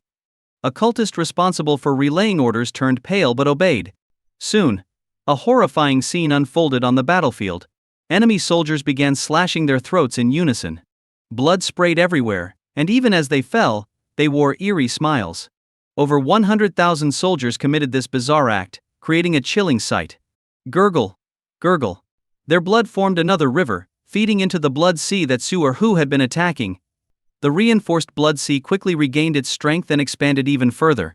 The blood god Sect had long mastered using blood as their power source, enhancing their techniques to terrifying levels.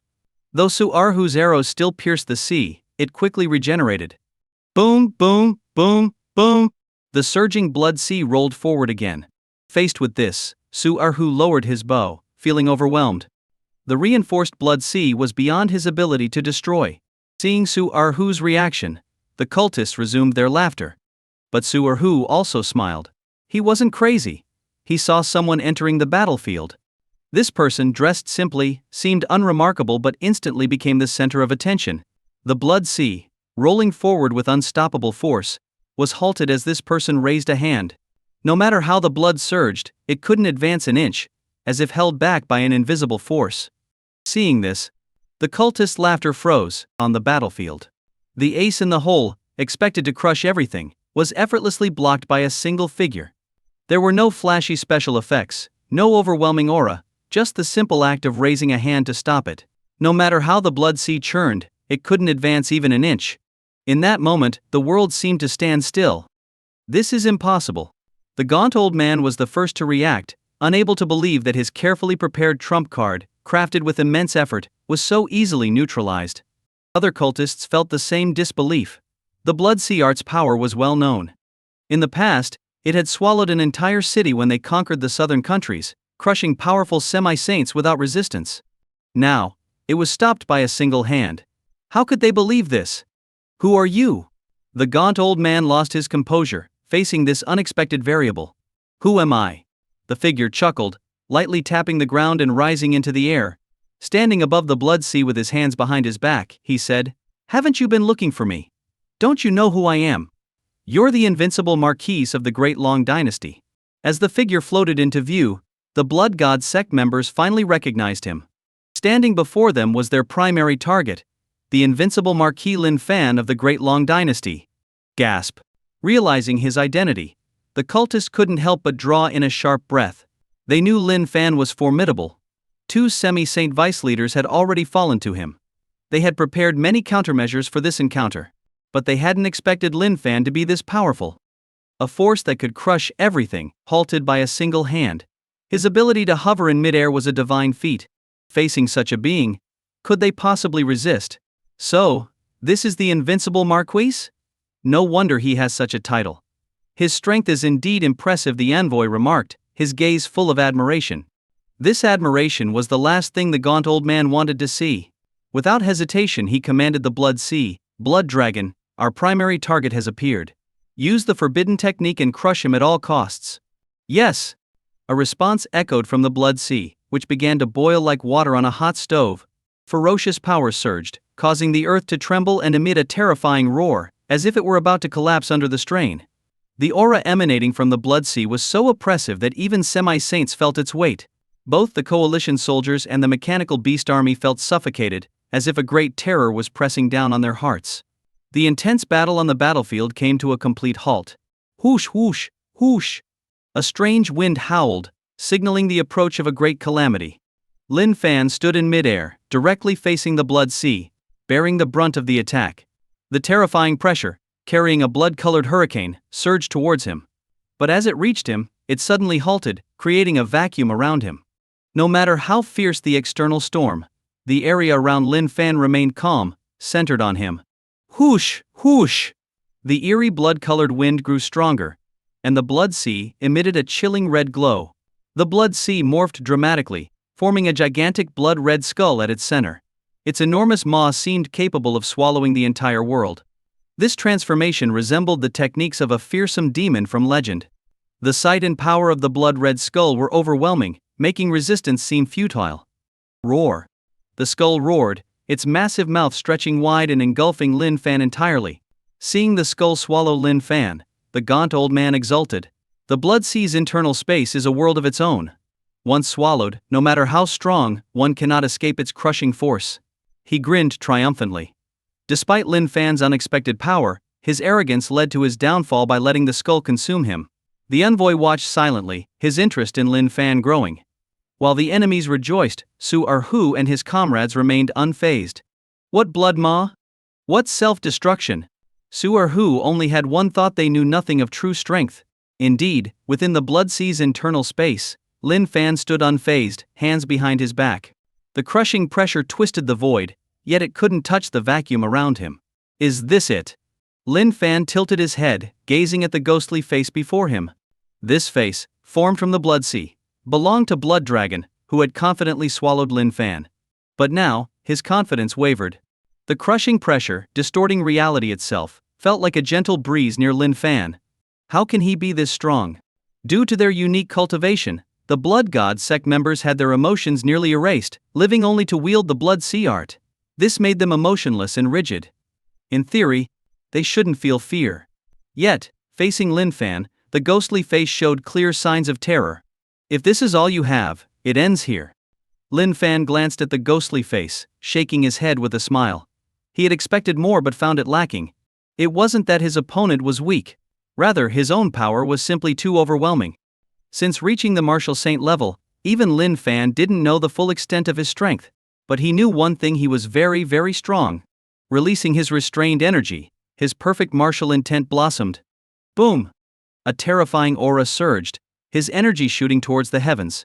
The blood sea, blocking the sky, was torn apart like paper. His mere aura shattered the blood sea. From the outside, the blood sea convulsed and exploded violently. Lin Fan reappeared, his boundless energy soaring skyward, a massive blood-red dragon faintly visible within it. With the blood sea's fragments scattering, Lin Fan stood like a deity descending upon the world. The cult leader's meticulously prepared killer move was so easily countered.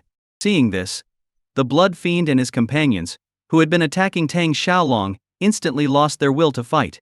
As high-ranking members of the same faction, they knew well the power of this meticulously prepared technique. They were aware of just how powerful this move was. A semi-saint caught in it wouldn't even make a splash before being completely obliterated. It was a cornerstone technique of the cult, so powerful that even their archenemies in the Buddhist sect wouldn't dare confront it head-on. This technique had been their great hope. But in reality, it was shattered by the targeted opponent's mere release of aura.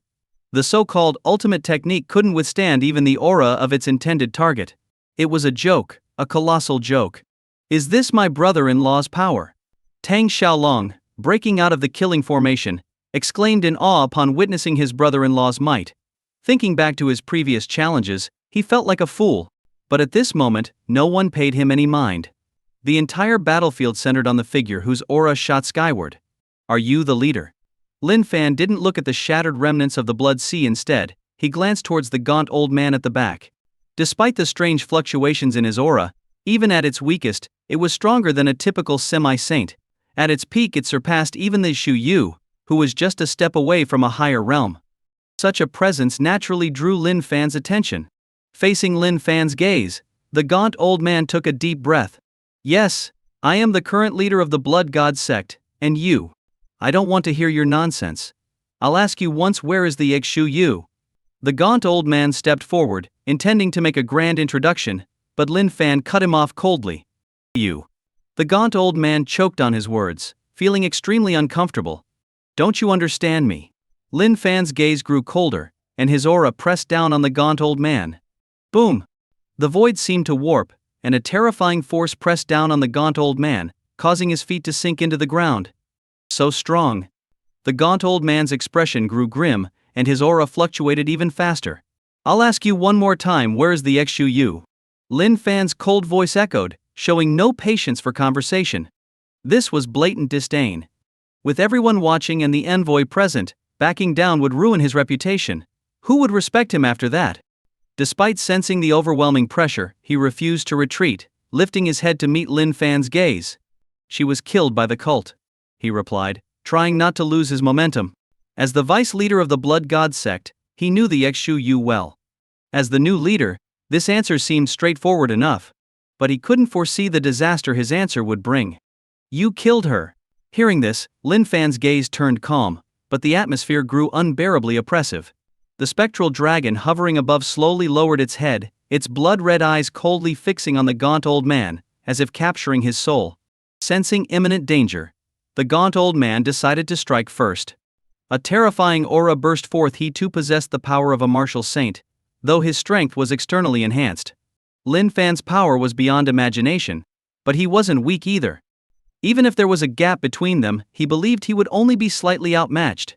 As fellow martial saints, how much difference could there be? To reach his current position, he had paid countless prices and had absolute confidence in his power.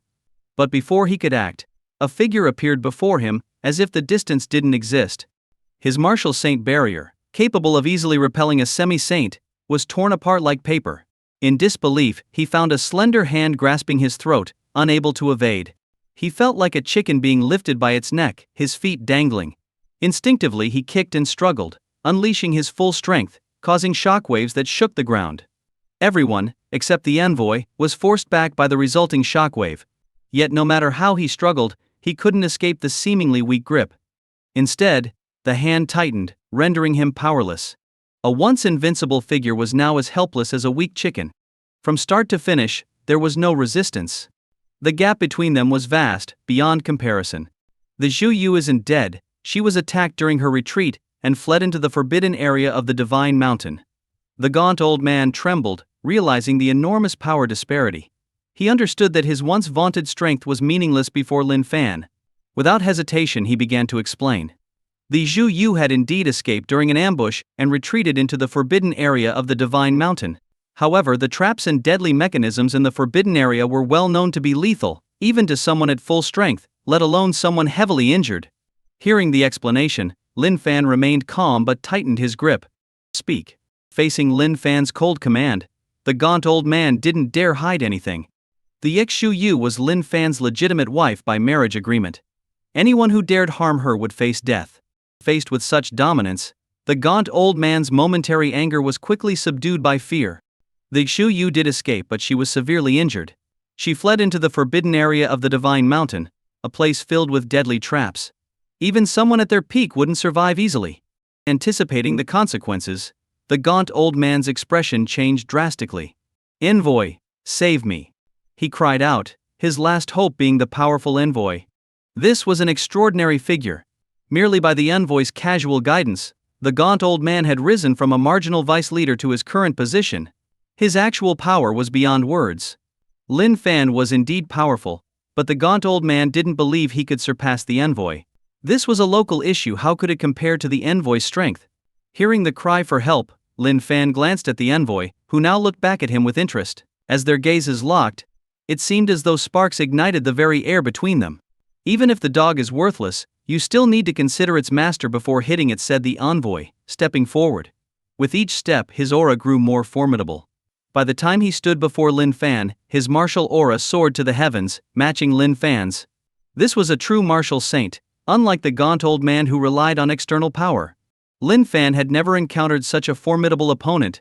And what if I insist on hitting? Lin Fan asked, smiling. He had long wanted to face such a strong adversary. You insist on hitting? The envoy was taken aback before he too smiled.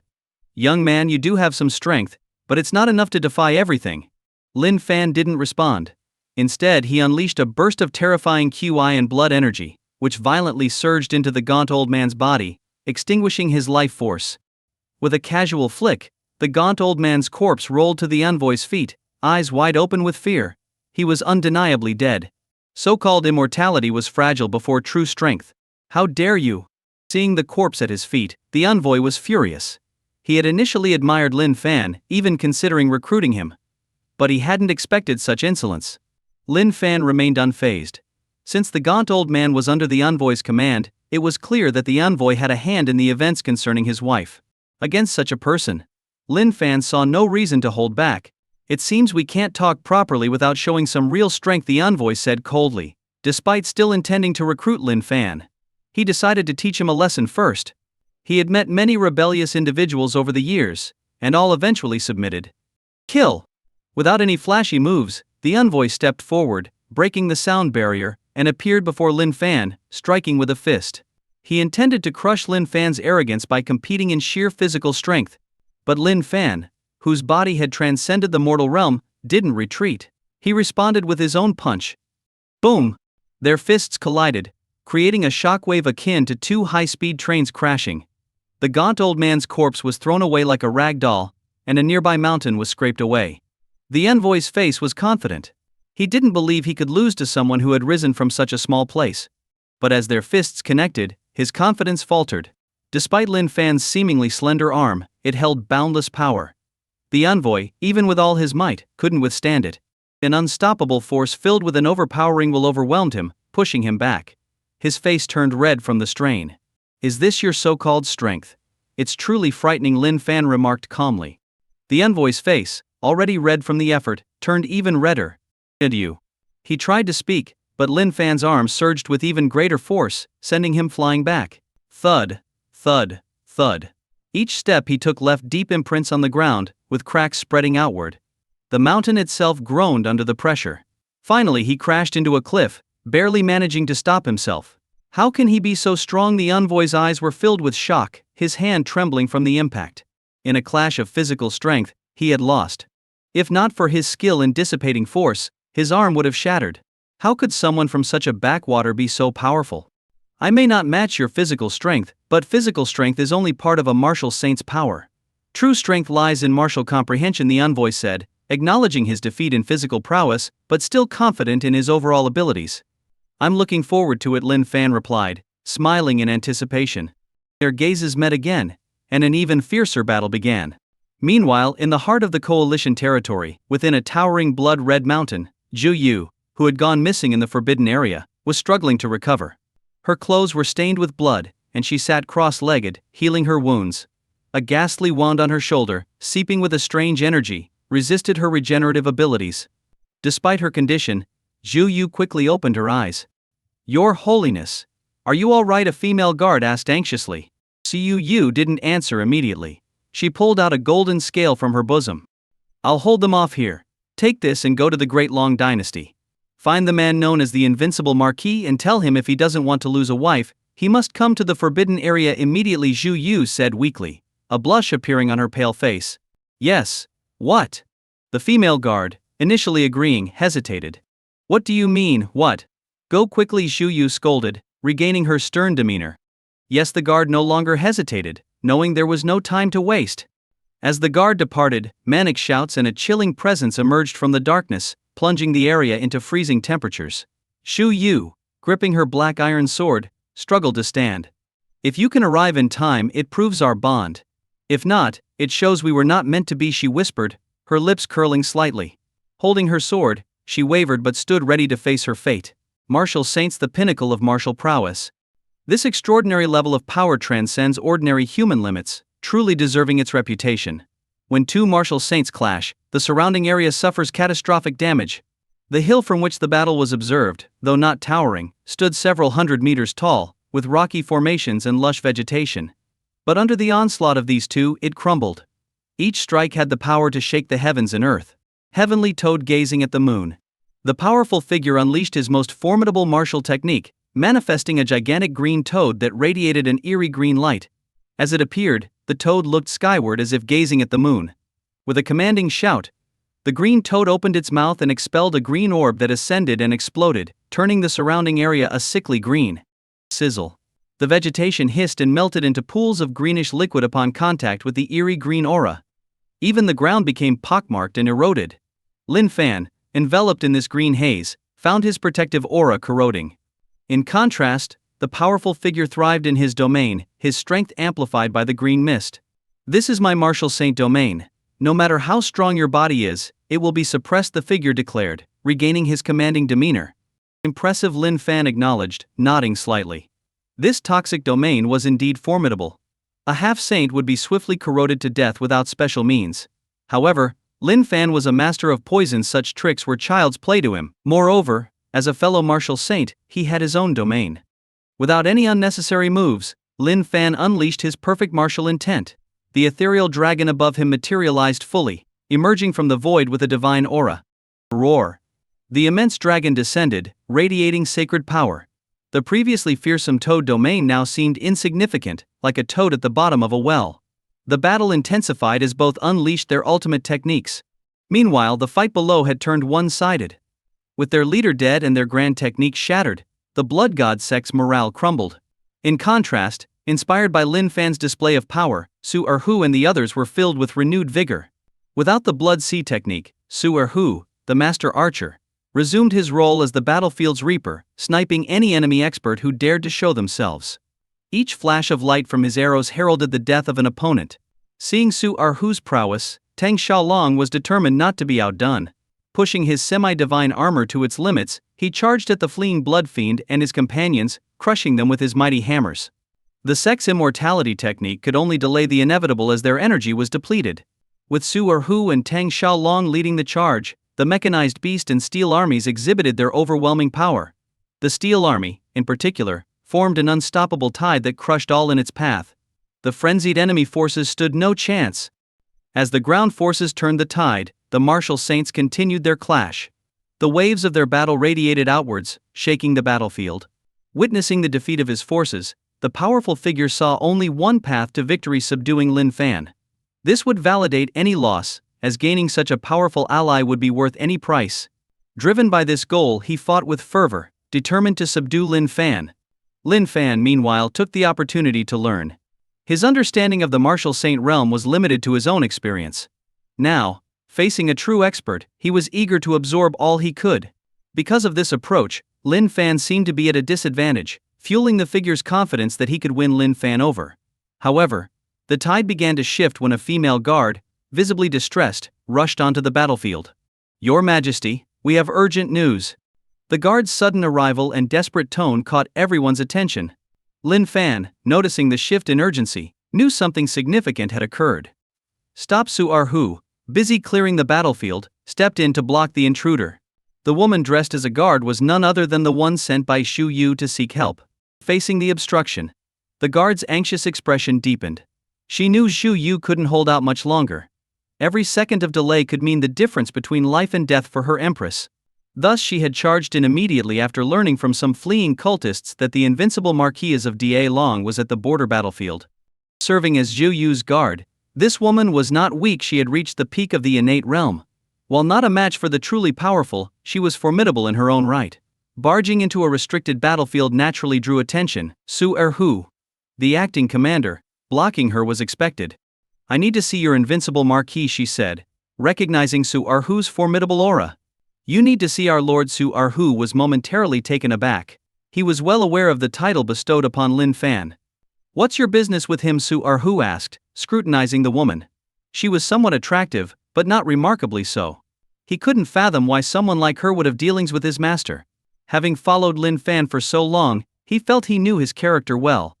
The guard didn't know all this and, seeing the urgency, she said, "I have an urgent matter." Hearing this, Su Erhu frowned slightly.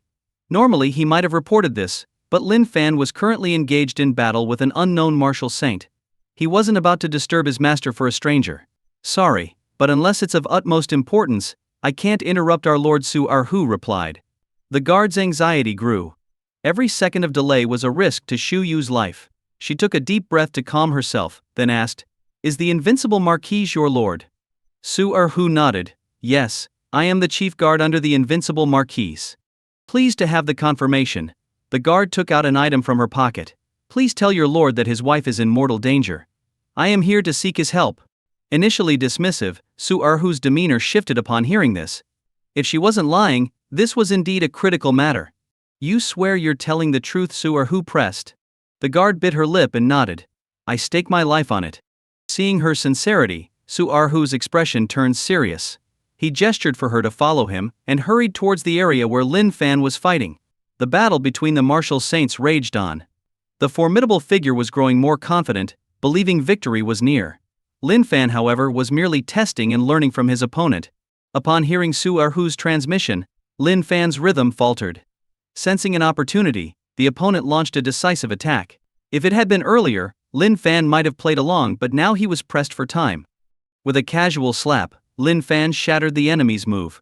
To the opponent's shock, the space around them seemed to fracture, as if about to collapse. How is this possible?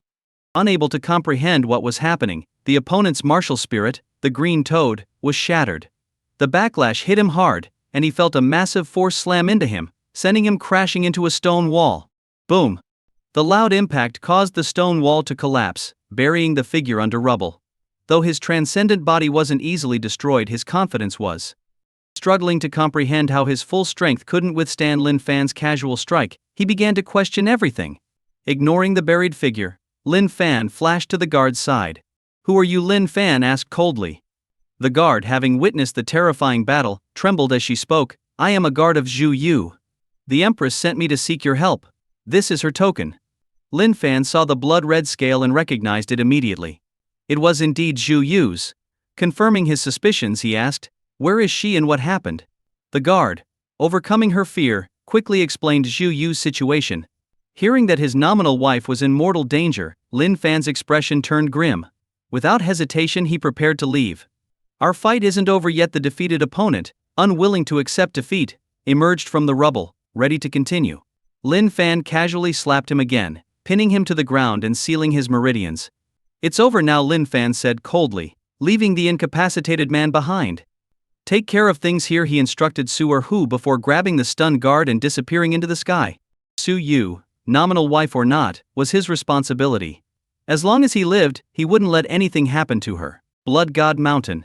This mountain, headquarters of the Blood God Sect, stood solitary on a plain, piercing the clouds.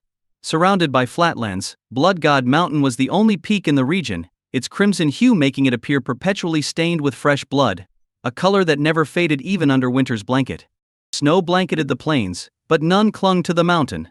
Snowflakes that touched its surface melted instantly, revealing the mountain's faintly red surface, warm to the touch, as if the blood it appeared to be coated in had not yet dried. This was Blood God Mountain, named so for its eerie and ever-present sanguine aura. Lin Fan stood at the mountain's base, observing the stark boundary where snow met bare earth. He could sense a faint, sacred energy emanating from the mountain, similar to the dark green blood he had discovered at the bottom of the meteor crater. Where is the forbidden area? Lin Fan asked coldly, his eyes flashing with determination. Beside him, the female guard shivered uncontrollably. The high-speed flight, faster than any plane, and the winter winds had nearly frozen her. Lin Fan had ensured she didn't freeze entirely, but it was a close call. The entrance is at the mountain's summit, she replied, pointing shakily upwards. Lin Fan glanced at the peak, and using his perfect level dragon step, propelled himself and the guard into the sky with incredible speed, the force of a dragon's power enabling him to soar effortlessly. There were guards stationed at Blood God Mountain, but most had been deployed elsewhere, leaving Lin Fan's approach unnoticed. He had no time for distractions. His focus was solely on reaching the forbidden area. It's up there, the guard indicated again as they reached the summit, barely able to catch her breath. The summit of Blood God Mountain was not a sharp peak but a red crater, resembling a volcanic mouth from which red mist occasionally billowed, carrying a faint scent of blood. This is your forbidden area? Lin Fan asked, standing at the crater's edge. The guard nodded. Yes, it's the entrance.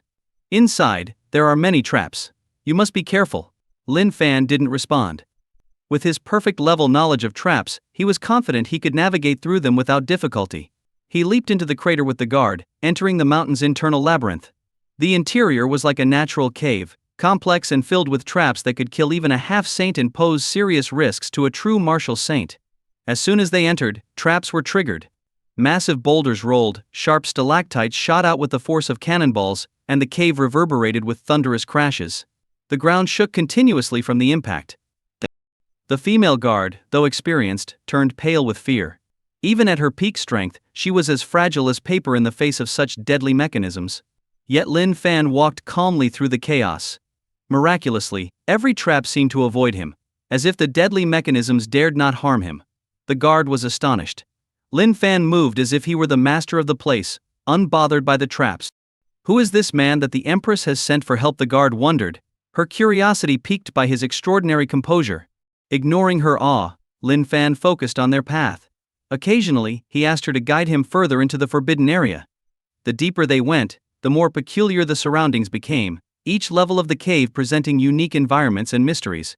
Rare herbs grew in abundance, some over 1,000 years old, explaining where Zhu Yu had acquired the 5,000-year-old wild ginseng she once traded with him. Finally, they reached a dark passageway. The guard pointed ahead, her excitement palpable. "It's just ahead."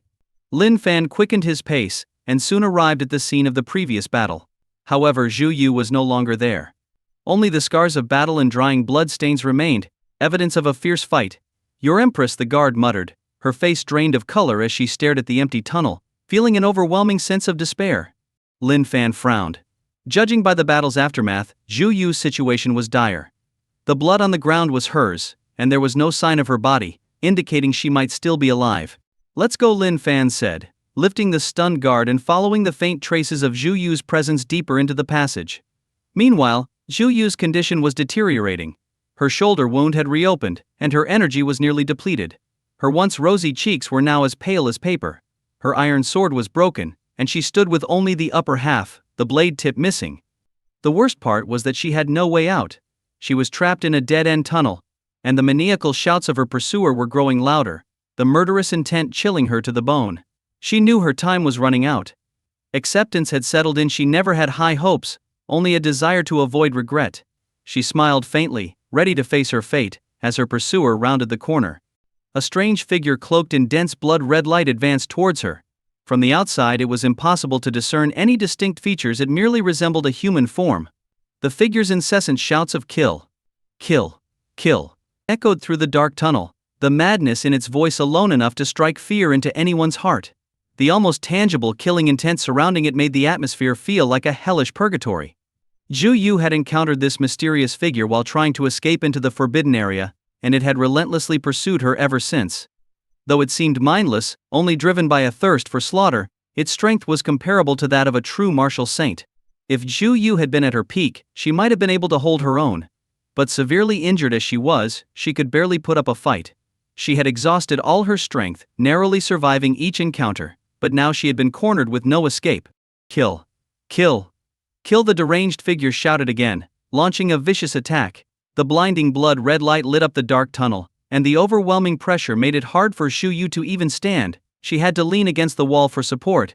Zhu Yu wasn't one to give up easily. Even if she was going to die, she would do so fighting with all her might. "Kill," she screamed back, her voice filled with defiance. She wielded the remaining half of her iron sword, slashing out with her unyielding willpower. The fierce battle raged on for an indeterminate time, but eventually, it subsided. The last remnant of her iron sword shattered, and Zhu Yu collapsed to the ground, unable to stand any longer. The mysterious figure, however, remained vigorous, its energy undiminished. Showing no mercy, it unleashed several deadly beams of blood-red light, each aimed at vital points on Zhu Yu's body.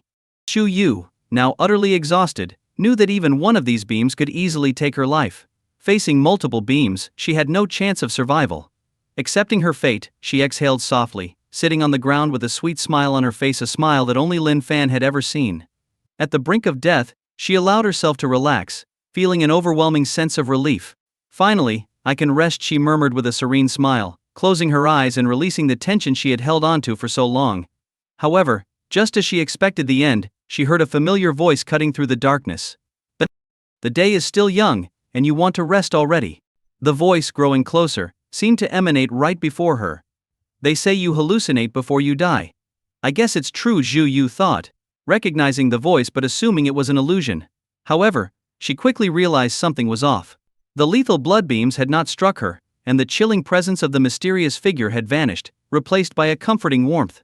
"What is this?" she wondered, mustering her remaining strength to open her eyes. To her astonishment, the deadly beams were gone. In front of her stood a familiar figure, one she recognized instantly, her nominal husband, Lin Fan. "Are you awake?" Lin Fan's voice reached her again. "Is it really you?" Zhu Yu was bewildered, unable to comprehend her emotions. The rescuer she had never dared hope for had arrived at the final moment, standing like a mountain shielding her from harm, bringing her warmth she had longed for. "What else?" Lin Fan responded with a rhetorical question. Zhu Yu didn't answer, but a faint smile appeared on her lips. "Enough talking. This monster is coming back," Lin Fan said, turning to face the oncoming threat.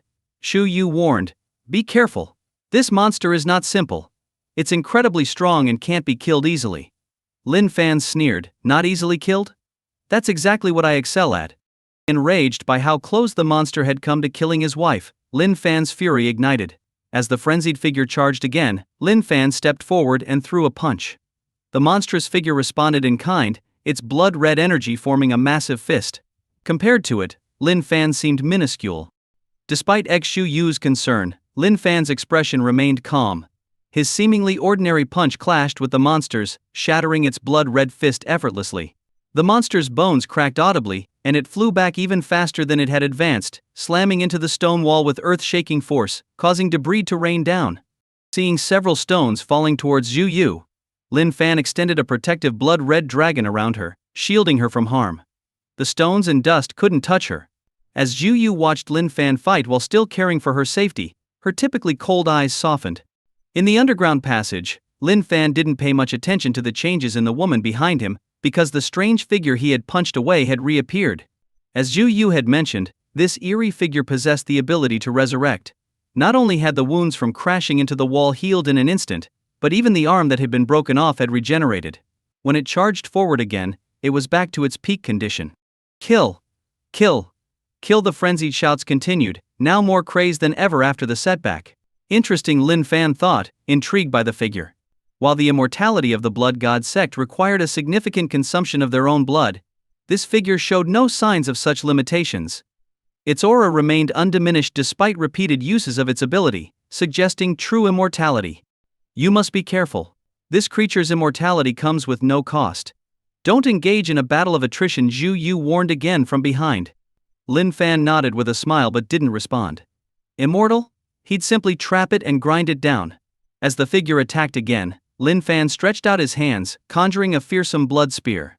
Using his mastery in divine crafting combined with his vital energy, he had developed this blood forging technique. The spear was as sharp as a divine weapon and carried his unique vital energy traits, which had a natural suppression effect on martial artists' abilities. Whoosh! The eerie figure moved swiftly, but this time it was sent flying back just as quickly. Lin Fan's blood spear pierced its chest, pinning it to the wall. Roar! The figure howled in pain, struggling to break free. But the sacred light emitted by the blood spear firmly suppressed it, preventing any movement. The holy light seemed to erode some internal force within the figure, making a sizzling sound. "Kill! Kill! Kill!" The figure's shouts grew more frenzied. Previously these screams had terrified Zhu Yu, but now they seemed nothing more than impotent rage. Its already subdued Zhu Yu was stunned.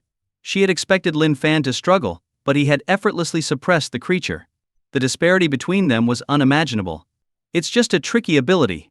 Once you counter it, it's powerless," Lin Fan said with a warm smile. "Really?" Zhu Yu whispered. "What else?" Lin Fan replied, then walked towards the strange figure, intending to study it. However, as he approached, the figure suddenly emitted an intense blood-red light and exploded. Freed from the spear's suppression, it quickly regenerated. "Kill! Kill! Kill!" The figure's crazed shouts resumed, but Lin Fan's expression remained unchanged. Despite its appearance of strength, Lin Fan had noticed that the figure's aura had weakened slightly with each regeneration. With another thought, the blood spear reappeared in Lin Fan's hand, and he threw it again. The spear pierced the figure's chest once more, pinning it to the wall. Again and again, the figure was forced to self-destruct to escape, each time emerging weaker. Zhu Yu watched in amazement as the being that had once driven her to despair was now toyed with by Lin Fan. After half an hour of repeated attempts to escape, the figure's shouts became feeble. Its blood-red glow dimmed, and it could no longer self-destruct to break free. The vital energy in the blood spear continued to erode its strength until the blood-red light finally faded, revealing the true form beneath. For the first time, Lin Fan's calm demeanor wavered. "Father-in-law!" he exclaimed, stunned. "Father-in-law!" Lin Fan was utterly shocked. The eerie figure he had been relentlessly beating turned out to be Wu Huang, Long Kui's father, and his father-in-law. It's Wu Huang. Shu Yu was equally surprised. She hadn't expected the pursuer to be Wu Huang. On reflection, it made sense. She had been to the forbidden area before without ever facing such a pursuit. Wu Huang must have triggered this strange figure's wrath upon entering. Lin Fan was just as puzzled. Looking at the distorted expression and bloodshot eyes of his father-in-law, he had no idea what to do. He was a master healer, but this wasn't an illness. It seemed more like possession, as if Wu Huang's body was an empty shell controlled by some parasitic force. Zhu Yu, this is your sect's forbidden area. Do you know what's going on here? Lin Fan turned to ask Zhu Yu. Zhu Yu frowned, thinking for a moment before replying. Wu Huang entered our sect's territory to reach the Huasheng bloodpool. His current state is likely related to that. That makes sense. Lin Fan recalled the intense blood glow and the mindless slaughtering behavior of his father-in-law. It indeed seemed likely. Can you walk? Lin Fan asked, preparing to investigate the bloodpool and hoping to find useful information. Zhu Yu tried to stand but winced as her injuries flared up, her face paling even more. Lin Fan stepped forward to help her, intending to carry her on his back since the maid had been left outside. But as soon as he touched her hand, he felt a sudden heaviness. Did you notice? Zhu Yu smiled weakly. Sorry, I can't fulfill my promise to you. I won't make it. From the outside it looked like she only had minor injuries and was simply exhausted. But internally her life force was nearly extinguished. First, she had been betrayed and severely injured, then wounded by the traps in the forbidden area, and finally hunted by the crazed Wu Huang. To survive, she had resorted to burning her life essence. You think you can renege on your promise? Lin Fan interrupted her with a stern look, releasing her hand only to place it gently on her wounded shoulder. His vital energy surged into her, eradicating the residual toxic power left by the Grandmaster he'd previously defeated. The attached poison couldn't resist Lin Fan's energy and was swiftly obliterated. Without the poison's torment, Yu felt slightly better but still shook her head, knowing it wouldn't save her. Take this. Lin Fan handed her a blood-red pill. A top-grade QI and blood pill he had crafted himself. It could quickly replenish lost energy and aid in healing. Zhu Yu knew it was useless but obediently swallowed the pill. Watching Lin Fan's earnest efforts to save her, her eyes softened. We were merely using each other. Do you really consider me your wife? She asked, her gaze fixed on him. What else? Lin Fan responded, his tone gentle yet firm. Zhu Yu opened her mouth but couldn't find the words, bowing her head instead. System. Extract the blood god stone. Lin Fan silently commanded.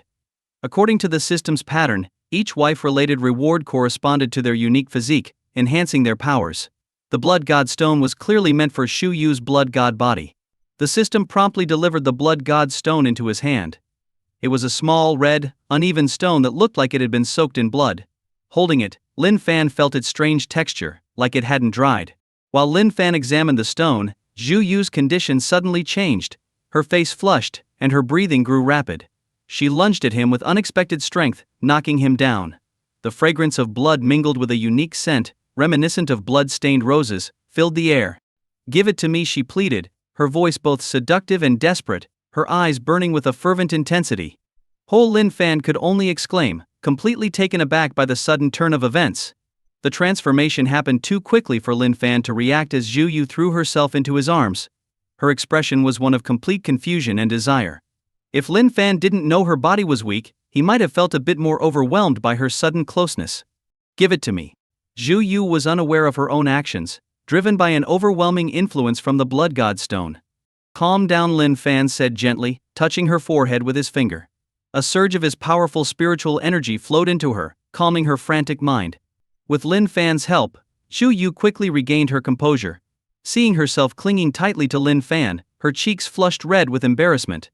Don't worry, we'll have plenty of time for intimacy later, Lin Fan teased with a mischievous smile. Who's worried about that? Zhu Yu retorted, flustered and shy, displaying a rare girlish demeanor. Then why are you holding on to me so tightly? Lin Fan asked, looking down at her, their bodies pressed closely together. Blushing even more, Zhu Yu couldn't find a reply. All right, I won't tease you anymore. Take this. It will help you transform your body, Lin Fan said, handing her the blood god stone. The seemingly ordinary, pockmarked stone immediately captured Zhu Yu's attention. What is this? She asked, her gaze fixed on the stone. I'm not entirely sure, but it can help you transform and restore your life essence, Lin Fan explained. Thank you, Zhu Yu said solemnly, taking the blood god stone. As soon as she held it, a sense of understanding washed over her. She sat cross-legged, placing her hands with the stone in her lap. And tendrils of blood-red gas began to emanate from the stone, entering her body. As the gas entered, her depleted energy visibly started to recover. Her skin flushed red, as if she had consumed a potent elixir. Soon red gas also began to seep out from within her, mingling with the gas from the stone to form a cocoon-like structure around her. Lin Fan knew she was beginning her transformation and stood guard. Wu Huang, subdued by the power of Lin Fan's blood spear, quieted down. The once noisy tunnel fell into silence. Time passed unnoticed in the dark, underground space. Lin Fan, having time to spare, studied his father-in-law. Wu Huang's spirit seemed absent, leaving him like an empty shell. Lin Fan considered seeking a Taoist priest's help, thinking of his cousin's master, Chen Daozi, who had once been a disciple of Taoism. Just then, the cocoon surrounding Xu Yu began to crack, emitting clear, sharp sounds. Cracks spread like a spider web across the smooth, blood-red surface, and soon, the entire cocoon was covered in fissures. Boom! With a loud explosion, the cocoon shattered. Blood-red shockwaves rippled through the dark tunnel like a raging storm. When the chaos settled, Xu Yu reappeared. Though her clothes were still tattered, her aura had undergone a complete transformation. She now looked ethereal, her wine-red hair flowing, her skin radiating a faint glow, and her posture even more graceful and flawless. A blood-red crescent mark adorned her forehead, giving her an otherworldly beauty. Her transformation not only restored her life essence, but also advanced her to the realm of a martial saint, an extraordinary feat. Ding, ding. Congratulations, host. Your wife has broken through to the martial saint realm. You are rewarded with a martial saint pill. The system notification came as a pleasant surprise, marking the 5th reward Xu Yu had brought him. Martial saint pill. Containing divine power, this pill grants the strength of a martial saint. Only effective for the host. Lin Fan absorbed the pill without hesitation. The pill's terrifying power surged within him, greatly amplifying his strength. His robust body easily withstood the increase, and his energy roared like a mighty dragon. Thank you, Xu Yu said earnestly, having stabilized her breakthrough. Is it just a verbal thank you? Lin Fan's eyes glowed red, his dominant aura impossible to hide. Xu Yu tried to speak, but Lin Fan silenced her with a kiss. The dragon shadow reappeared, this time to shield them from view, and carried Wu Huang to a distant corner. Though the cave was dark and rough, it added a unique charm to their intimacy. The remnants of their tattered clothes restored, the scene naturally unfolded as their bodies and spirits united. Their enhanced, transcendent physiques meant that this battle of passion was extraordinarily prolonged. True strength is never hindered by the environment. As they continued their intense encounter, Xu Yu's transcendent body endured Lin Fan's relentless onslaught, standing her ground fiercely. After an unknown period, they finally stopped. Surveying the chaotic battlefield and feeling Lin Fan's presence all over her, Xu Yu was taken aback by her own wildness. This was madness. She had never imagined she would be so fervent in such matters. And most surprisingly, she wasn't even prepared for this. It all happened so suddenly. You are so domineering. I never even agreed to be with you as a proud empress. She naturally wouldn't admit her own fault and shifted the blame entirely onto Lin Fan. It was all his domineering actions, she just couldn't resist. Lin Fan laughed. While he was indeed domineering, if she truly resisted, he wouldn't have forced her. Moreover, the intensity of their passion had even tested his own formidable physique. Blaming him now? Surely she was itching for more. Are you sure this is my fault? Lin Fan asked, looking at her flushed face with a teasing smile. Whose else? Xu Yu insisted, refusing to admit any personal responsibility. All right then, Lin Fan nodded slightly. Since you say so, I'll be even more domineering. What do you? Before she could finish, Lin Fan's dominant energy enveloped her, cutting off her words. As a proud empress, she was unwilling to be in a weak position.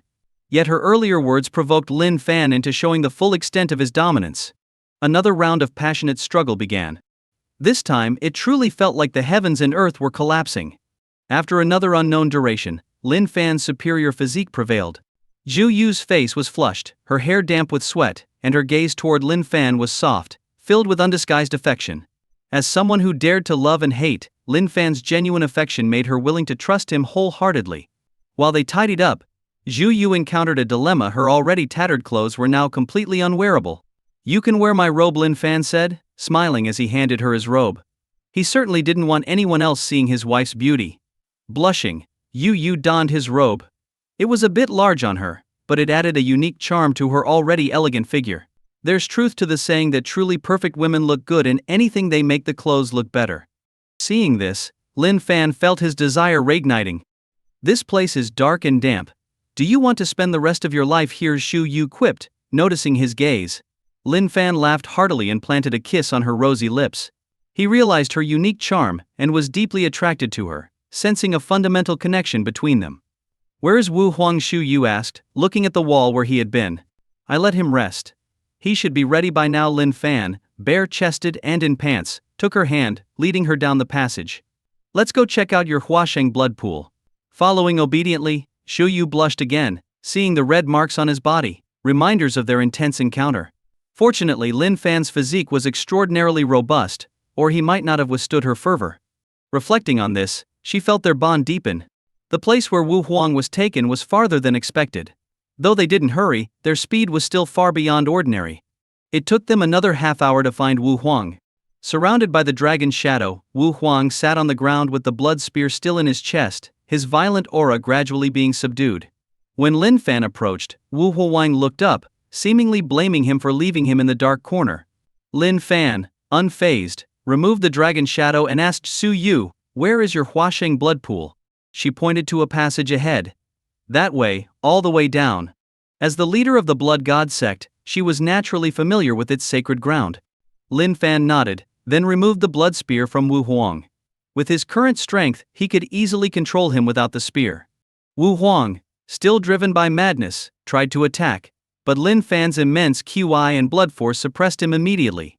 You've grown even stronger. Shu Yu, now a martial saint, observed the change in Lin Fan's power.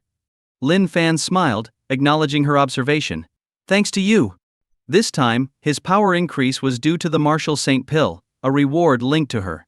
Again, thanks to me. Shu Yu found it hard to believe, recalling how Lin Fan attributed his breakthroughs to her before.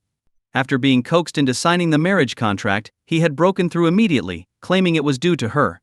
Now, after their union, he had grown even stronger. Is this just sweet talk?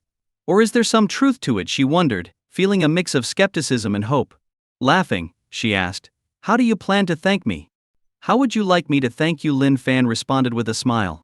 "You tell me," Shu Yu replied, her eyes fixed on him. "How about giving you all of me?" Lin Fan teased. "In your dreams." Shu Yu rolled her eyes playfully, exuding a unique charm. Had Wu Huang not been present, Lin Fan might have taken more liberties.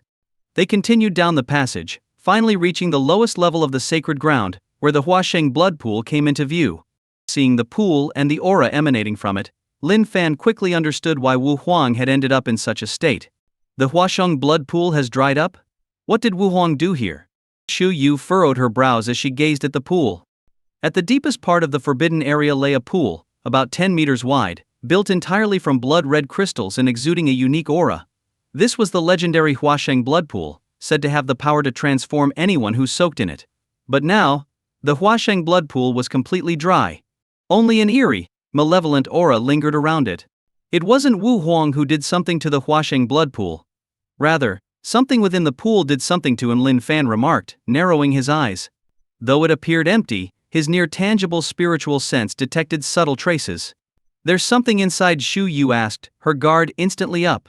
She trusted Lin Fan's words but was puzzled since she had used the pool before as a saintess, and was unaware of anything unusual within it. Lin Fan didn't respond immediately. He set Wu Huang down, supported by his QI and blood force, and stepped towards the dry pool. The pool wasn't deep, about a meter, perfect for soaking if it weren't dry. There was no sign of any liquid seeping in, suggesting it would remain dry. Lin Fan examined the pool closely, reaching the center where he saw smooth, blood-red crystal tiles. Despite the smooth surface, small cracks were evident. He squatted down and began prying at the cracks. The blood-red crystals were incredibly hard, tougher than most steels. But to Lin Fan, they crumbled like tofu. "Is it underneath?" Shu Yu asked, approaching as she saw Lin Fan digging. "Yes," Lin Fan confirmed, continuing to dig. His hands moved swiftly, as if accustomed to the task, soon creating a large hole. Within moments, the once pristine pool looked like it had been ravaged. At the bottom, the culprit was revealed, a strange, small altar about the size of a regular pot, made of multicolored earth. Despite its mundane appearance, intricate patterns adorned its surface, enough to make one dizzy with a glance.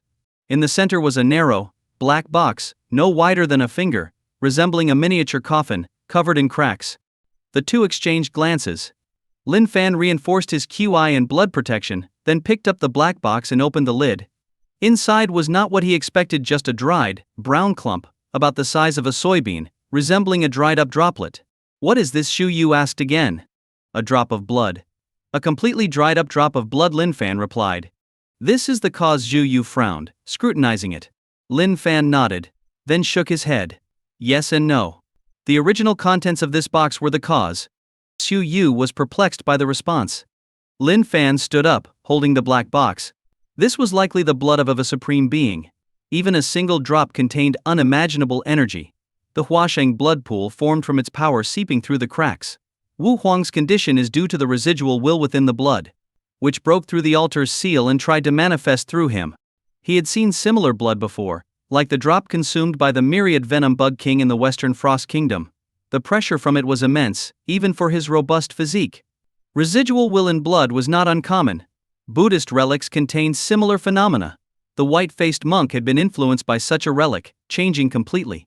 Wu Huang had become a puppet of the blood's residual will. A drop of blood so terrifying Xu Yu was shaken. A single drop not only created the transformative Huasheng blood pool, but also retained a will strong enough to manipulate a martial saint. Imagining the power behind such blood was daunting. Lin Fan understood her reaction. He had felt the same initially. But he remained confident, knowing that with the system's support, as long as he continued marrying and nurturing his wives, his power would skyrocket. "The world is indeed complex, but don't worry. No matter how complicated it gets, I'll protect you," Lin Fan reassured her with a smile. Despite the bold claim, Xu Yu had no doubt, having witnessed his exceptional abilities firsthand. "Let's go. We've found the source, now we need to find a way to treat it." With the source uncovered, Lin Fan saw no need to linger. But Xu Yu, noticing something, paused and looked back at the small, pattern-covered altar. The small altar appeared mystical, but in reality, it was a seal. It bore some resemblance to divine weapon patterns, but there were fundamental differences. However, it was already destroyed, and its patterns were fragmented. Apart from its mysterious appearance, it held no significant research value and had lost its original function. Lin Fan had observed it long ago and, having determined it was worthless, did not continue his study. Xu Yu trusted Lin Fan's judgment, but just as she was about to follow him away, she felt something inside her being drawn. It seemed as if there was a connection between her and the small altar before them. "What's wrong?" Lin Fan quickly sensed something was amiss and stopped to ask. "There seems to be something inside." Xu Yu pointed to the small altar. Lin Fan squinted slightly. He had just checked with his mental powers and found nothing inside. But he knew his new wife wouldn't speak lightly. "Wait here," Lin Fan said after a moment's thought. He then summoned the power of his blood and QI.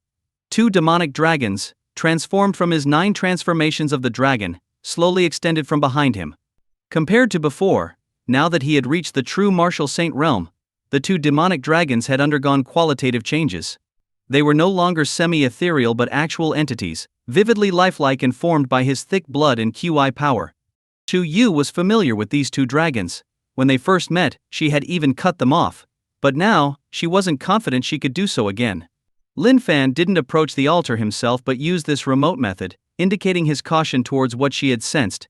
The 2 dragons, lifelike and obedient, moved towards the small altar at Lin Fan's gesture. Crack!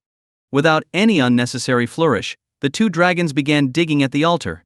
The multicolored soil was soft, seemingly ordinary 7-colored earth. But as they dug deeper, a suppressive aura began to spread. Lin Fan had sensed this kind of aura before. It was the same he felt when he dug up the unknown blood guided by the 10,000 poison insect emperor. The oppressive aura, now perceived again, made his gaze turn solemn. The martial emperor had been affected by this, becoming a puppet-like existence. Now, something connected to this aura was drawing his wife. How could he be careless? "Stand behind me," Lin Fan instructed, placing himself in front of Xu Yu, who was responding to the pull. Xu Yu didn't resist, obediently standing behind Lin Fan.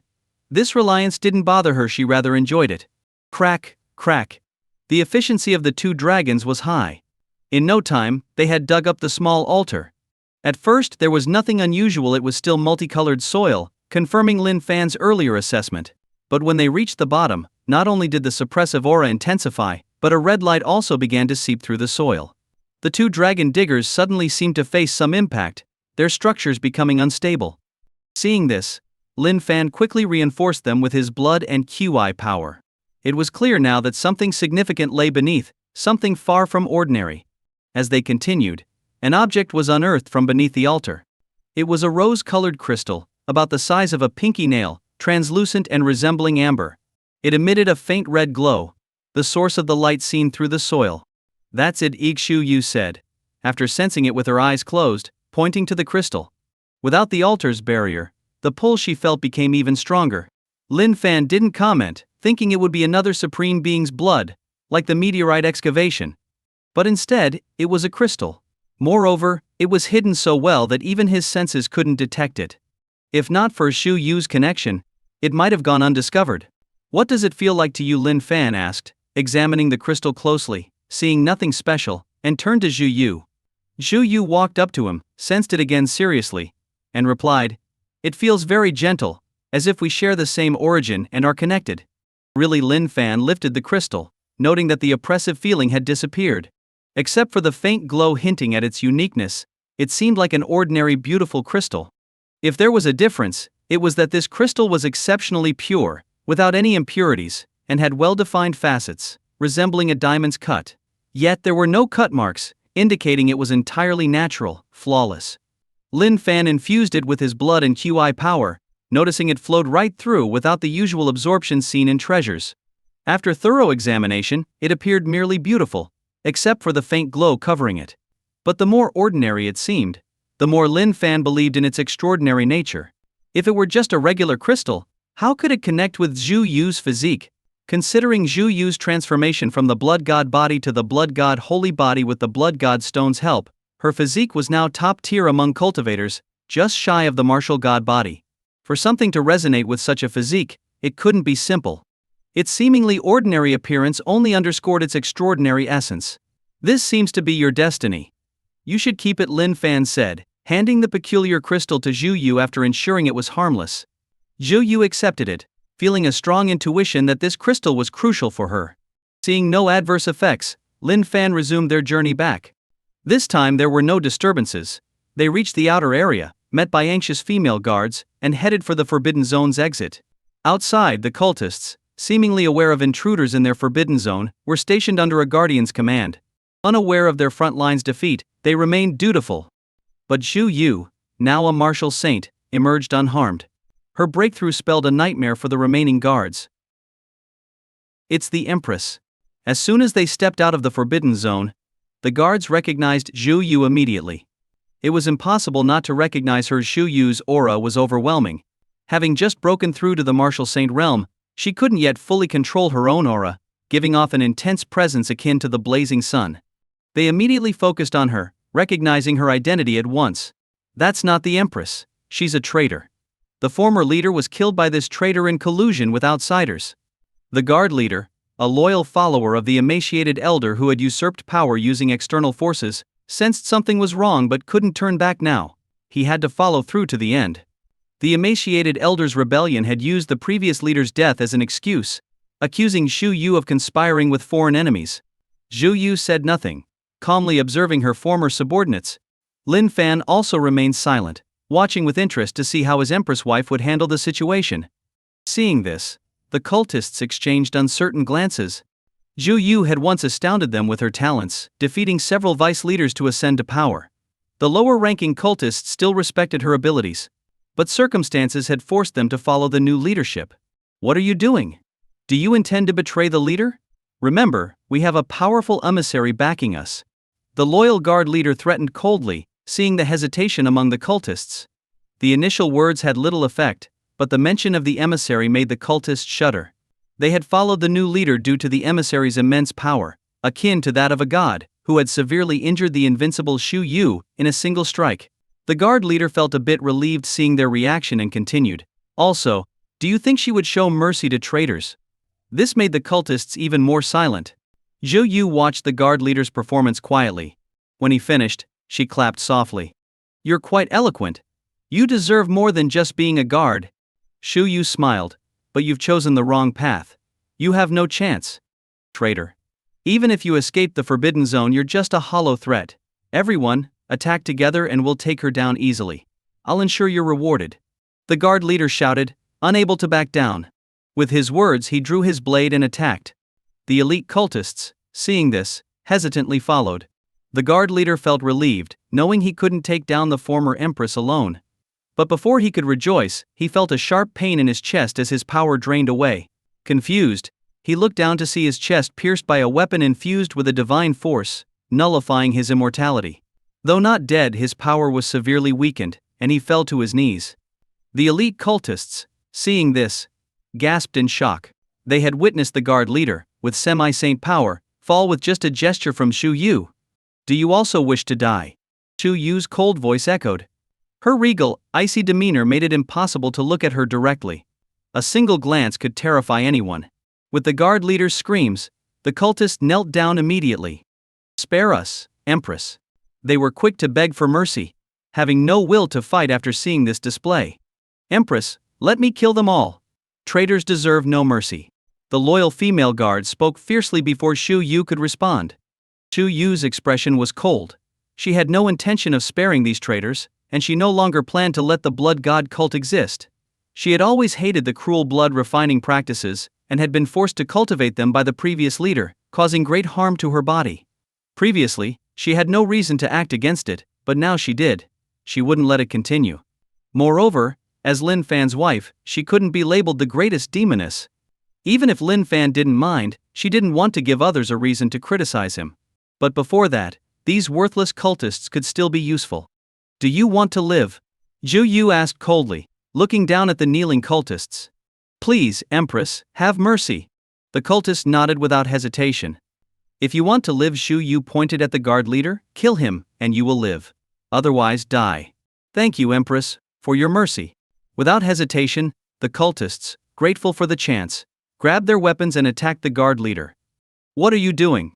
The guard leader screamed frantically. "Using your life as an offering." The cultists replied madly, chopping him into pieces amidst his screams. "Empress, we have carried out your order."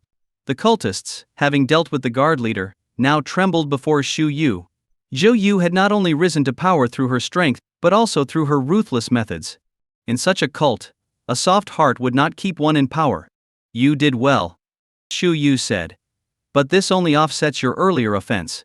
To truly live, you must do one more thing. Please instruct us, Empress."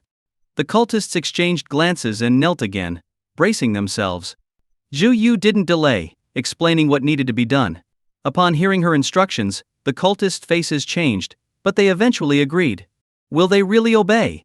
As the cultists left, Lin Fan raised an eyebrow and asked. Unable to resist Shu Yu's power, they might flee. In such a vast world, there were many places to hide. Zhu Yu smiled. The blood god cult is known as an evil cult for a reason. It's not easy to enter or leave. Do you think it's simple to escape? Lin Fan understood there were control measures in place. Husband, what do you think of the territories controlled by our cult? Zhu Yu asked, smiling softly, showing a gentler side to Lin Fan. They're vast. Lin Fan replied thoughtfully. Zhu Yu's smile grew. I want to give all these territories to you as my dowry. What do you think? Using a country as dowry? And it's not just one country. Even Lin Fan, who had seen a lot in his time, was stunned by this. Marrying a wife with 3 gold bars is common. Marrying a wife with 30 gold bars is rare. But not even 30 gold bars can compare to having a wife who gives him countries. And it's not just one country. The blood god cult controls 9 countries. While individually they are not as large as the Great Long Dynasty, together they are several times its size. Such a dowry is beyond any measurable value. Are you sincere about this? Zhu Yu asked playfully, looking at Lin Fan with genuine affection. Very sincere. Lin Fan pulled her into an embrace. Shu Yu laughed. Her personality didn't let her trust easily, but once she did, she was unwavering. The female guard beside them was initially stunned, then quickly looked down. This scene was not something she should be watching. With the Empress Zhu Yu's command, things quickly became simpler. There were still some stubborn individuals, but under the suppression of the Iron Legion, their strongholds became history. Are we really going to let this happen? The blood god cult had many followers with influence in various aspects of the controlled countries. Many cultists were reluctant to give up their power. After all, what would their future hold if they surrendered? But before these thoughts could take root, the high command of the blood god cult quickly taught them a lesson. This is the Empress's order. Anyone who defies it will have their entire family executed. The high command was absolute, leaving no room for negotiation. There had never been such a state before. Even if they were brainwashed and fanatical, disputes over interest still occurred. But now, everything was solely about enforcing the Empress's orders. Anyone who dared to cause trouble would face severe punishment. The high command demonstrated unprecedented loyalty, suppressing any cultist with rebellious thoughts. Faced with this situation, the cultists in charge of various regions dared not refuse. They could only comply and hand over their control. Shu Yu's decision to keep the high command alive was a brilliant strategy. Often, the highest leader struggles to control local areas, but the real managers can. Zhu Yu understood this well, so she spared the lives of the high command. This move was exceptionally clever. Lin Fan didn't have to pay any price, he could simply send his people to take control. The group smoothly returned to the border, where Tang Xiaolong was already waiting. Is that the martial emperor? When Lin Fan returned to the base camp, Tang Xiaolong was shocked. Tang Xiaolong, as his nephew, was very familiar with the martial emperor's appearance. After all, he was his closest uncle. That's right. Lin Fan nodded slightly, confirming the emperor's identity. How was this possible? Wasn't the martial emperor announced dead? Even Tang Xiaolong, usually unperturbed, was stunned at this moment. The emperor, who had been declared dead to the world, was now alive. It was unimaginable for anyone. Even though his condition was strange, there was still undeniable vitality. Lin Fan didn't explain. There was nothing to explain in this situation. Where is that important person? Lin Fan looked around and asked Tang Xiaolong. Commander Su has set up a special dungeon and is interrogating that important person. Oh. Lin Fan was interested. Have they gotten any information? No. Tang Xiaolong gritted his teeth. Not only is that guy tight-lipped, but he's also very arrogant, constantly insulting us. He refuses to answer any questions, saying we're ants unworthy of speaking to him. Is that so? So. Lin Fan's interest grew. He enjoyed dealing with tough characters. Having mastered high-level medical skills for so long, he hadn't had the chance to use them for interrogation. Now, facing such a tough opponent, he was intrigued. Exactly. Tang Xiaolong nodded fiercely, but then glanced at the people beside Lin Fan. Besides the weakened martial emperor, there was also Shu Yu, the empress. Her presence, like a bright moon, was impossible to ignore. Brother-in-law, who is this? Tang Xiaolong asked, sensing a significant threat from her, making him uneasy. This is your cousin's new sister. You can call her Sister Yu. Lin Fan smiled. My cousin's new sister.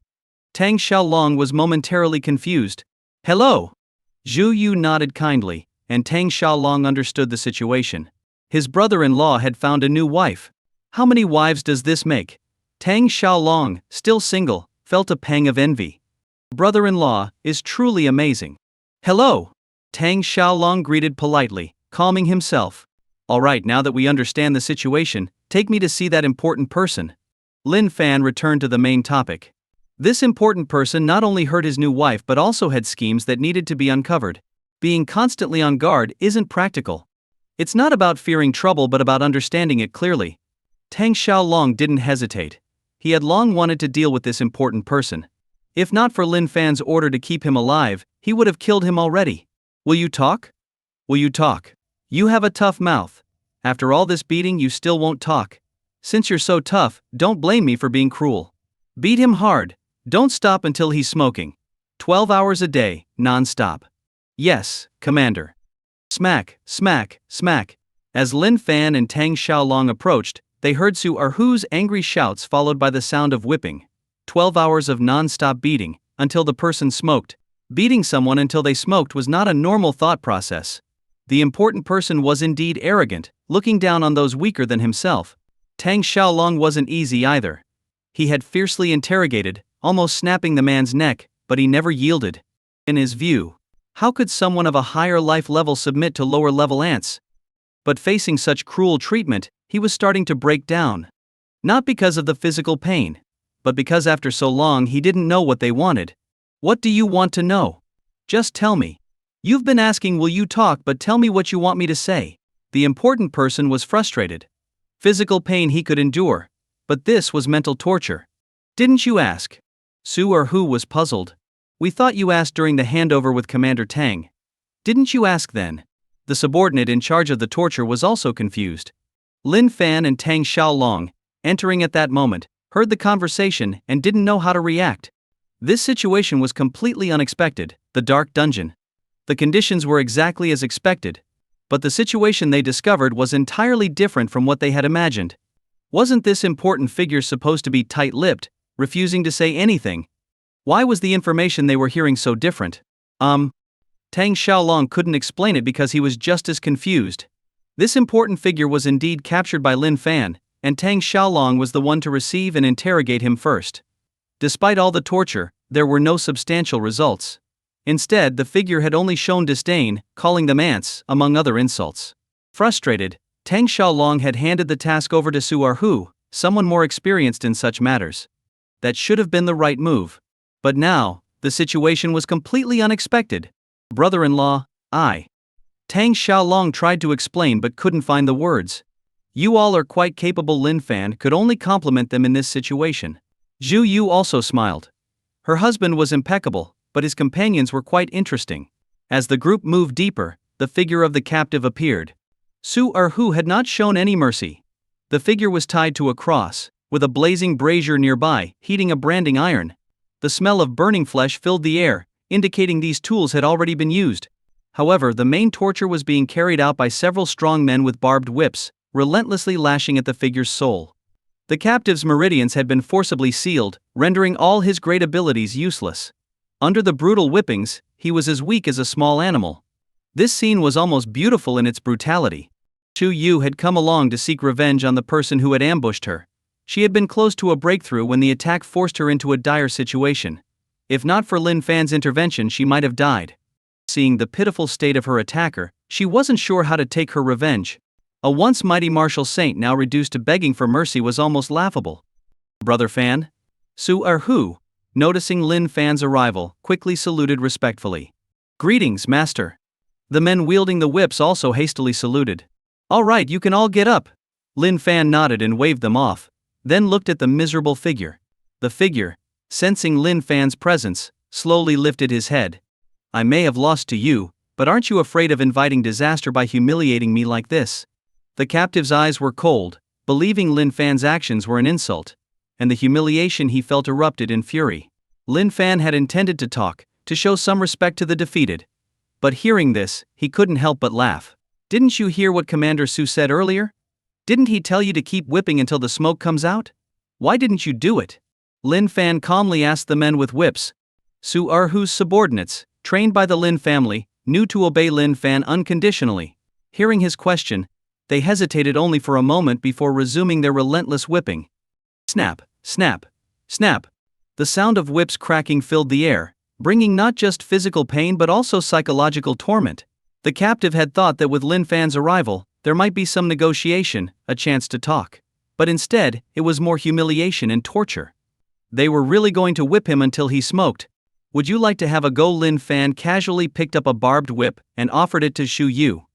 Zhu Yu had held a grudge against the person who had severely injured her, but seeing his current state, she lost interest. This trash wasn't worth dirtying her hands. Forget it. She looked at him coldly and shook her head. A warrior can be killed but not humiliated. You've gone too far. And you, while powerful, are just a second-stage martial saint. You can't handle the consequences of provoking our poison sect. The captive raged, the unprecedented humiliation driving him mad. You're from the poison sect. Lin Fan's attention returned to him. That's right. The captive said. From your tone you seem to have heard of our poison sect's reputation. Are you sure you want to make such an enemy? He spoke with pride, his sect's prestige giving him confidence. I've heard of it. Lin Fan nodded, smiling. Your sect is indeed powerful, which is why we can't let you live. You. The captive was stunned, not expecting this response. Think carefully. He tried one last threat. Our poison sect has third-stage martial saints. You may be a second-stage martial saint, able to suppress me, but against a third-stage martial saint, you have no chance. Third-stage martial saints. Lin Fan raised an eyebrow. You don't know. The captive was surprised but continued, of course you don't. Someone from a small place like you wouldn't know about the true powers. Regaining a sense of superiority, he resumed his arrogant demeanor. Continue whipping until he smokes. Lin Fan dismissed his arrogance and instructed the men to keep whipping. Snap. Snap. The sound of whips cracking echoed again.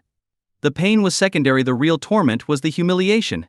Every strike landed on his face, with no regard for dignity. A once great figure was left completely humiliated. Without needing further interrogation, the captive revealed information about the martial saint stages. Martial saints have 9 stages, each vastly different in power. Each second stage martial saint can easily suppress a first stage. So, a third stage martial saint is indeed powerful, the captive concluded, confident in his Sect's strength. Lin Fan, pondering this information, realized that according to this hierarchy, facing a third stage martial saint would indeed be challenging. But he was eager to test his strength, to see if his dragon blood pill and martial saint pill had been wasted. Having nearly flattened this small place, it was time to explore the broader world. And it was time to collect the debt owed by Mo Qianqian. The Qian Empire awaited. This was the real stage. The sacred land of the Buddhist sect stands in the far south, with its beautiful, serene environment, towering temples, and magnificent golden splendor exuding a sacred aura. Although the Buddhist sect has fallen on hard times, it still retains significant power, supported by several earthly Buddhist kingdoms. Every day, countless devotees come to pay their respects, showcasing the sect's enduring majesty. However, the sacred land was now shrouded in a green haze, marring its sanctity. On closer inspection, one could see numerous figures in green robes, their presence emanating cold killing intent. These were members of the Poison Sect. After the previous conflict, the real powerhouses of the Poison Sect had arrived. Without attempting any communication, they set up a terrifying killing array. Facing this unforeseen disaster, the Buddhists wanted to avoid confrontation, but they were given no opportunity. Kill them all. Smash every egg in this nest. Today, I want no trace of the Buddhist sect left. The second protector of the Poison Sect, who had been forced to flee in disgrace earlier, was now back, fiercer than ever. His hatred for the Buddhists was evident in his orders to leave no one alive. Next to him stood a tall middle-aged man, who, despite his youthful appearance, had eyes full of experience, creating a stark contrast. This man was the second protector's father, the deputy leader of the Poison Sect. In a sect filled with experts, he was among the top ranks. He doted on his only son immensely, pushing him to semi-saint status at a young age despite his mediocre talents. When his beloved son was nearly killed by the Buddhists, he personally came to settle the score. This time, the Poison Sect's contingent consisted of at least semi-saint level experts, who would usually not follow the second protector's commands. But with his father present, they obediently complied. Kill! The shouts of battle echoed continuously. The Buddhist sect had many experts and had produced numerous high monks over the years. Each head of the subsects was a semi-saint level monk. However, facing the full-scale assault of the Poison Sect, they struggled to hold their ground. In the past, innate level experts were considered very powerful, but now they had to form combined arrays just to protect themselves. As for the lower-ranked monks, those brave enough to charge out didn't need to face the Poison Sect's experts. The poisonous fog alone could kill them instantly. Called monks of the Buddhist sect, this is the price of provoking me. The second protector laughed excitedly, seeing the chaos. The earlier humiliation had made him furious, but now, revenge was sweet. His father, the deputy leader, stood with his hands behind his back, emotionless as he watched the scene. A defeated enemy was of no consequence to him, but since he was here, he wouldn't waste the trip. The relics of the Buddhist sect make excellent ingredients for our poisons. Collect them all. The deputy leader's voice was hoarse and commanding. Yes. Several subordinates near him bowed and swiftly moved to carry out his orders. The Buddhist sect, although still strong, was like an autumn cicada. Had they not provoked the Poison Sect, they might have survived a bit longer. Now, there was no chance. The subordinates felt no pressure in executing these orders. Any word from Elder Chen? The deputy leader asked another subordinate. Yes, deputy leader. Elder Chen has reported back. He has supported the blood god cult as a puppet, mobilizing an army of 1 million. Once we eliminate the Buddhist sect, this abandoned land will become our sect's backyard. Elder Chen recently broke through to the martial saint realm, even if only the first stage. In this small place, that's enough. Tell him that once we finish here, I will personally visit to see his achievements. Satisfied with the report, the deputy leader smiled. Yes, deputy leader. The subordinate quickly left to relay the message. Watching his subordinate depart, the deputy leader turned to his son, who was eagerly directing the attack. His son was unreliable, but he had given the poison sect a reason to annex this abandoned land. Compared to other powerful factions, this land had little of value, but for the poison sect, it was perfect for training their disciples and testing new poisons. This place lacked many things, but it had plenty of people, ideal for their experiments. This abundant supply of test subjects was a fertile ground for the sect's growth. This achievement would greatly aid his future bid for the sect leader position. With this in mind, he delegated full control of the operation to his excited son. Today, the Buddhist sect would be destroyed. Next to the second protector was a fellow protector, Lu Guang, who had infiltrated the enemy ranks. His previous act of self-sacrifice had won the second protector's trust, making them inseparable even in their escapades. This closeness allowed Lu Guang to gather crucial information, which he quickly relayed to his true master. At the southern border city, Lin Fan faced the important figure's threats without fear, feeling only anticipation. Repeated doses of dragon blood pills had strengthened him immensely, to the point where his body alone could shatter space. Moreover, he had taken a martial saint pill, gaining the power of a martial saint. With perfect martial will and his own martial saint level strength, he was a formidable force. He could easily crush a first-stage martial saint, and even the talented Xu Yu could not stand against him. This fact had been thoroughly tested. Having extracted the necessary information, Lin Fan considered eliminating the important figure. Martial saints, despite their strength, couldn't be turned into puppets due to their elevated life level and perfect martial will. Thus, there was no point in keeping him alive. Before he could give the order, an urgent report arrived from a dark guard. "Master, urgent news." The guard handed over a letter. It was from Lu Guang, detailing the Buddhist sect's plight and the identity of the important figure. Upon reading it, Lin Fan had a bold idea. "Husband, what's wrong?" Seeing the change in Lin Fan's expression, Xu Yu couldn't help but ask. They were now a team, and she was willing to share any burden with him. Having grown up in a demonic cult, Xu Yu's emotional experiences were quite limited, but her loyalty was unwavering. Once she accepted Lin Fan, she was devoted entirely to him. "Take a look at this." Lin Fan smiled and handed the letter to Xu Yu. As she read the contents, Xu Yu's eyes narrowed slightly. The blood god cult, like the fallen Buddhist sect, also originated from a powerful land. They were familiar with the major forces from that land, and their sect's records detailed them clearly. The Poison Sect, a colossal power from the Big Land, was filled with countless experts. Initially, they thought the person before them was merely a lone expert from the Poison Sect, something manageable. But the letter revealed otherwise. The actions of the person before them were premeditated and part of a larger group. The letter stated that while others were currently occupied dealing with the Buddhist sect, they had dispatched significant forces that the Buddhist sect couldn't possibly withstand. According to their plan, once they dealt with the Buddhist sect, they would come to join the person in front of them. At that point, the pressure would be on Lin Fan and his group. Unless they were willing to be enslaved, a conflict was inevitable. Husband. Xu Yu wasn't one to shy away from trouble, but the Poison Sect was indeed formidable. "Don't worry, I have a plan. When the time comes, we'll give them a big surprise." Lin Fan smiled. He wasn't one to fear trouble either. The Poison Sect was powerful, but he wasn't weak.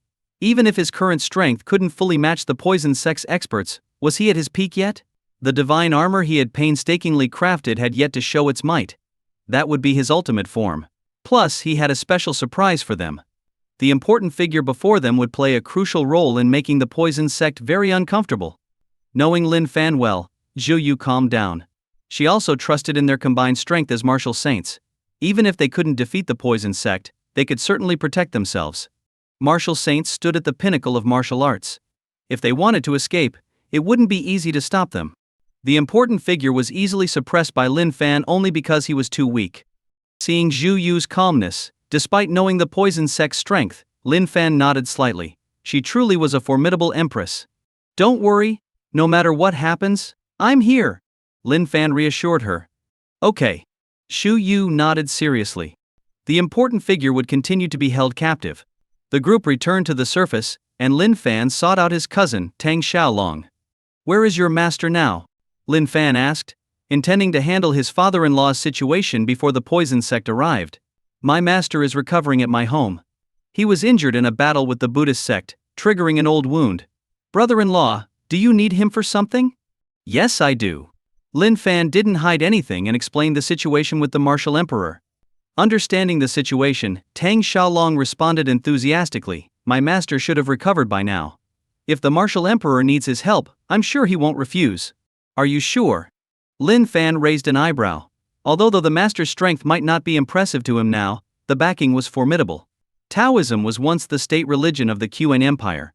Although his master was an outcast, someone like him must still have connections within the sect, or he wouldn't have been able to leave so freely. Such a person was typically very proud, making it difficult to leverage power against them.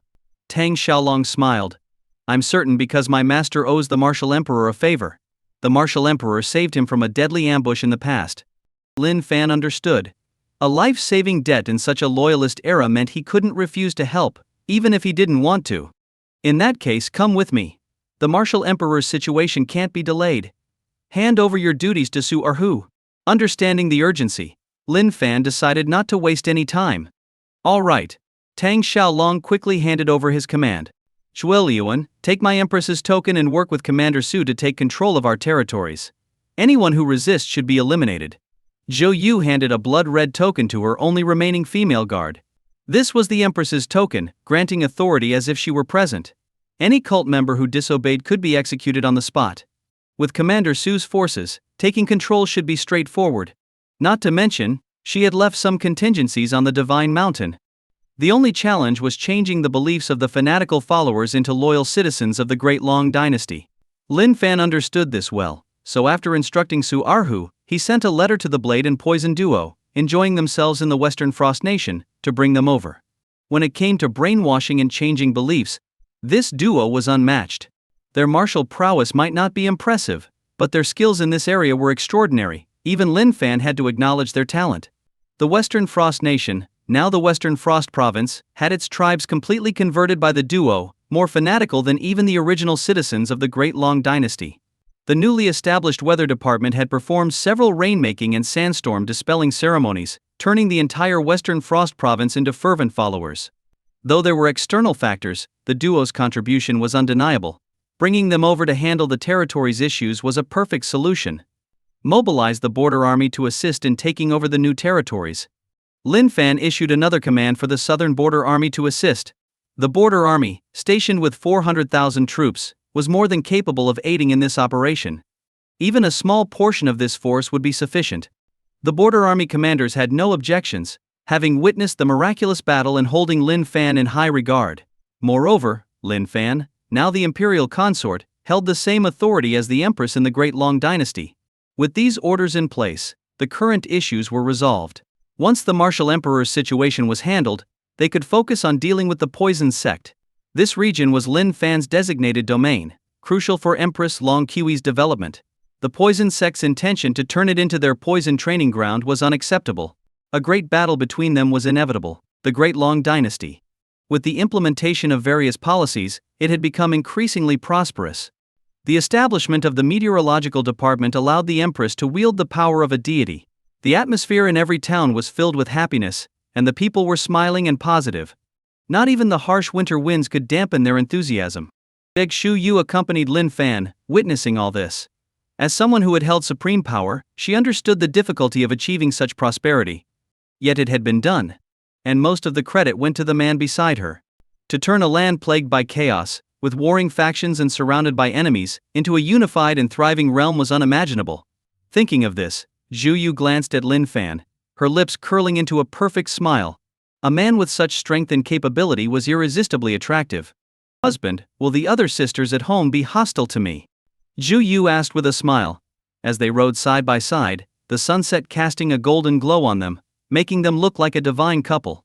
Tang Xiaolong, driving the carriage carrying the martial emperor and the dark guards, kept a respectful distance, not wanting to intrude. "Don't worry."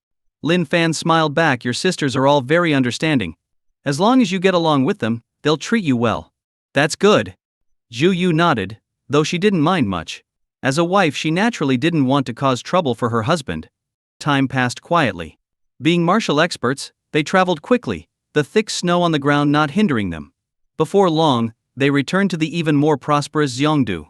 The dark guards had gone ahead to notify the family, and Lin Fan's wives were waiting outside the city. Seeing Lin Fan, his wives couldn't help but rush forward. Seeing his wives, Lin Fan laughed heartily, dismounted, and opened his arms to embrace them. Despite his broad chest, he couldn't hug them all at once. Lin Fan thought to himself that having too many wives was a bit troublesome, but he enjoyed it. Hugging two at a time, he kissed them all, savoring the different sensations and tastes. This was the life a man should have. Daddy. That's embarrassing. Little Lin Shi also arrived. Seeing her father hugging and kissing her mother and aunts, she shyly covered her face. His wives blushed slightly at their daughter's words. Haha. Lin Fan laughed heartily, letting go of his wives to pick up Lin Shi, ruffling her hair. Daddy, you're annoying. Lin Shi struggled but soon laughed along. Did you miss Daddy? Lin Fan took out a pill. It was not only good for health but also delicious, like modern QQ candy, perfect for children. Lin Shi, knowing its taste, quickly took it and popped it into her mouth. I miss Daddy, she answered while chewing, her face beaming with a sweet smile, making Lin Fan laugh again. Where's Hao-er? Lin Fan asked, looking around. Hao-er caught a cold and is resting at home. Xiao Qing and Shu Yar are taking care of him. Lu Woyan, his mother, answered, worry on her face. Little Lin Hao was born weak and often fell ill due to past harm from the demonic cult. Don't worry, I'll soon find a solution for Hao-er's condition. Lin Fan reassured her. The Qin Empire had abundant resources, and with the right materials, he could reshape Lin Hao's constitution. Okay. Lu Woyan nodded, putting away her worry, and looked at Shu Yu on the horse. The other wives also turned their attention to Shu Yu. Zhu Yu, aware of her new sister's identities, gracefully dismounted and approached them. Lin Fan introduced her. This is your new sister, Zhu Yu. You can call her Yu-er. He then introduced his wives to Shu Yu. Greetings, sisters. Zhu Yu smiled and greeted them, looking like a playful maiden, far from her usual imposing demeanor as the empress. However, the blood mark on her forehead and her aura made it clear she was a powerful figure. But none of the wives worried. Anyone in their husband's hands, even a divine maiden, would behave. Yu-er, no need for formalities. We're all family. We need your help to expand the Lin family. Ye Xiaoru, the eldest sister, welcomed her, noting Zhu Yu's appearance as a good sign for childbearing. The other wives also welcomed her warmly. Even Lu Woyan, usually jealous, didn't show any signs of it, having grown used to such situations. Seeing his wives getting along, Lin Fan felt great. Feudal times had their flaws, but some aspects were wonderful. This scene before him was what a man should strive for. Little Lin Shi, this is your Aunt Yu. Say hello. Ye Xiaoru encouraged. Aunt Yu. Little Lin Shi greeted sweetly. Seeing the adorable girl, Shu Yu took out a gift, a blood jade pendant, a sacred relic that nurtured the body and enhanced QI and blood. Shu Yu had greatly benefited from it, reaching the martial saint realm at a young age. Giving it to Lin Shi showed how much she liked her. Thank you, Aunt Yu. Lin Shi felt warm wearing it, not feeling the cold at all, and thanked her sweetly. Ye Xiaoru and the others, understanding the value of the gift, looked at Shu Yu with even more kindness. Husband, the Dark Guards reported that my father is still alive. Is it true? Once they had become familiar, Long Qi couldn't hold back her excitement and asked. Lin Fan nodded, signaling to Tang Xiaolong and the others. The martial emperor, bound and unconscious, was carried out by two dragons. Despite his distorted features, Long Qi recognized him immediately. Seeing his life signs, her eyes welled up with tears. Everyone else was shocked too. The martial emperor was really alive. The martial emperor being alive was earth-shattering news, enough to shock the entire world. However, his current condition was beyond the capabilities of even the most skilled physicians. My father, what happened to him? Long Qi quickly noticed something was wrong and looked to Lin Fan for an explanation. Lin Fan didn't hide anything and explained the martial emperor's condition. Learning about her father's state, Long Qi's excitement turned to despair. He had lost his consciousness and soul. Such an issue was nearly impossible to treat, even if someone wanted to try. Don't worry, Qi. In this world, nothing is absolute. If this problem exists, there must be a way to solve it. We just need the right treatment. Lin Fan comforted her. Is it really possible? Long Qi became hopeful again. If anyone else had said this, she might have doubted it, but she trusted her husband completely. Of course. Lin Fan smiled and confidently explained his plan for treatment. Upon hearing his plan, Long Qi said eagerly, I've heard my father speak of Taoism. Let's quickly go ask that elder for help. Yes, on the way back I already had Xiaolong send a letter to the Taoist elder. He should have received it by now. Let's settle your father at home first. Lin Fan nodded. Long Qi agreed, and the group headed to the estate. The Lin family estate was just outside Zhongdu, but for semi-saint level experts, the distance was insignificant. Tang Xiaolong had not lied, the martial emperor had indeed saved the Taoist elder's life. Upon receiving Tang Xiaolong's letter, the Taoist elder immediately rushed to the estate. When they arrived and settled, the martial emperor, the Taoist elder, Chen Daozi, arrived with Tang Xiaoying. Greetings, Marquis Lin and your majesty. Chen Daozi was quickly summoned. Seeing Lin Fan, he respectfully bowed. Regardless of his past powerful backers, facing a genuine martial saint, he dared not show any disrespect. In the martial world, strength commanded respect. Even Long Qi, the empress, had to step aside at this moment. No need for formalities, elder. Lin Fan replied courteously, not only because he needed the elder's help but also because the elder had previously assisted against the Buddhist sect, helping Tang Xiaolong and his brother. Lin Fan never forgot those who helped him. After some polite conversation, they got to the main topic. The martial emperor's condition seems to be caused by a powerful lingering will. If it were just damage to his consciousness, it would be easier to treat. But if his soul has been completely erased, even a deity couldn't save him. Chen Daozi said gravely after hearing the details. As expected from a Taoist expert, he immediately identified the crux of the issue. Indeed, the martial emperor was struck by a powerful lingering will.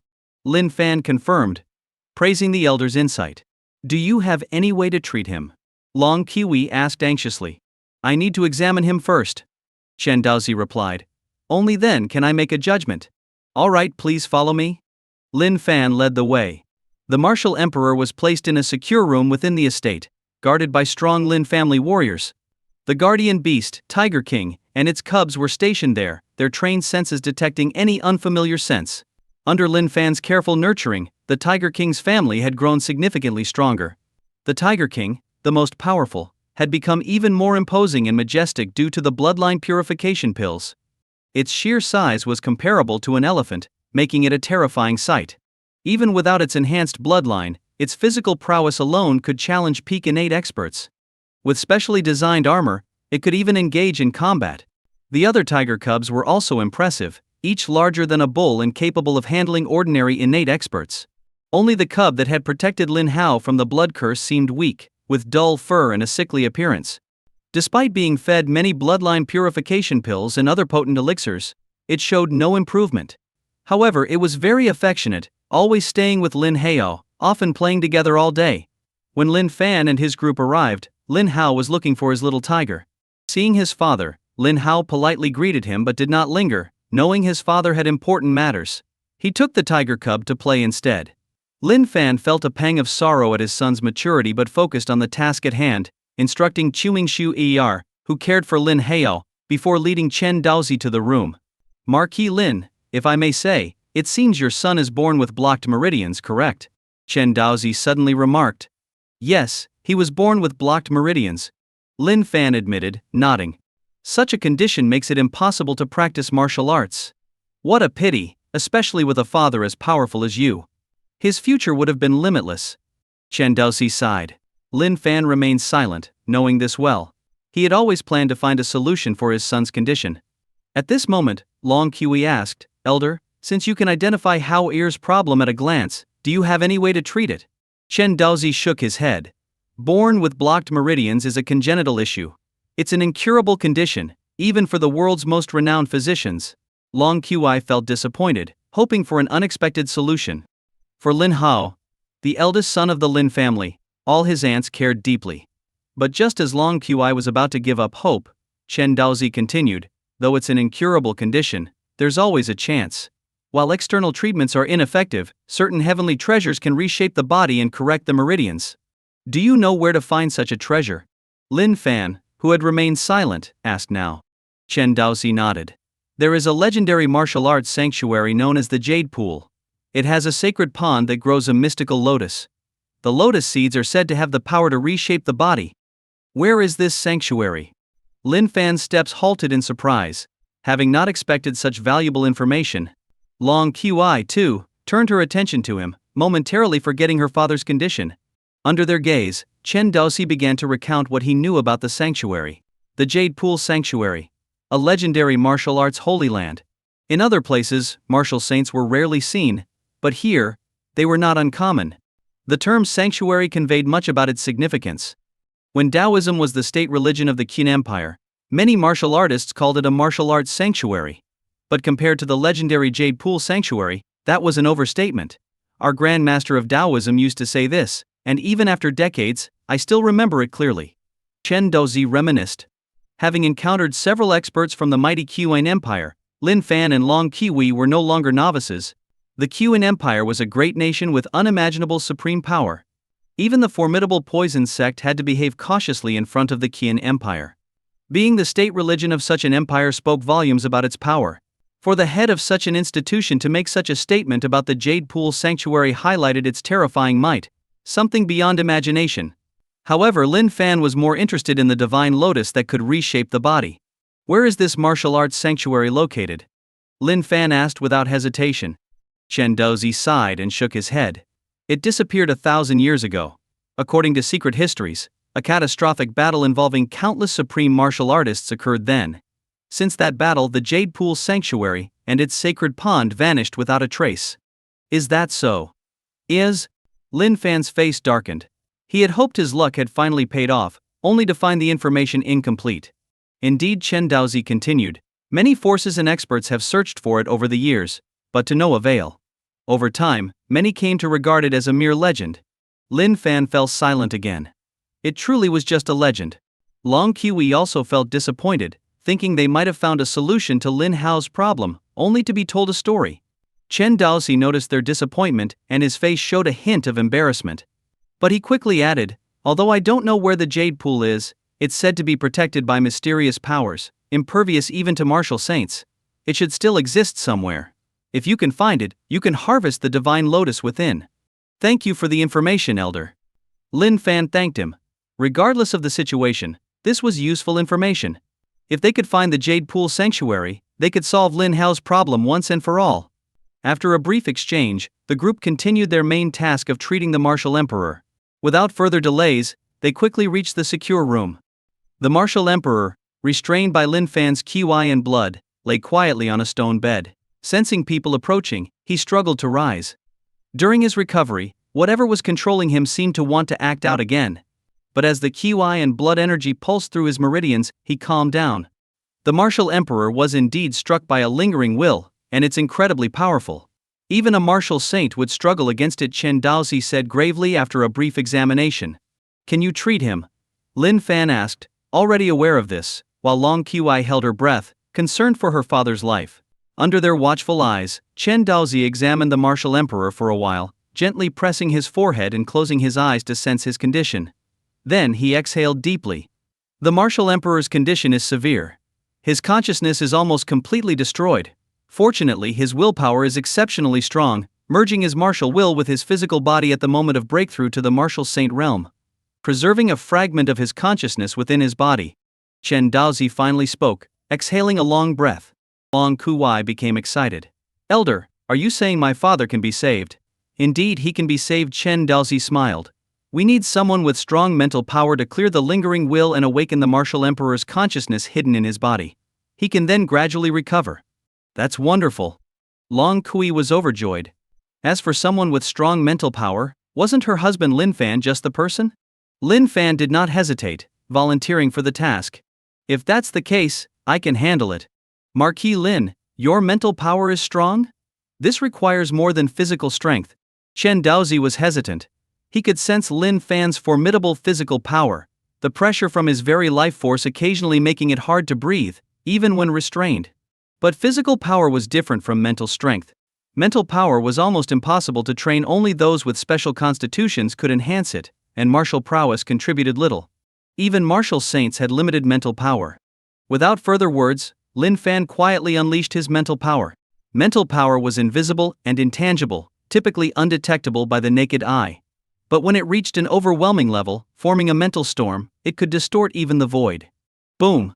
A silent, invisible mental storm raged through the room. Chen Daozi, caught within it, felt like a tiny boat in a vast ocean, at risk of being overwhelmed at any moment.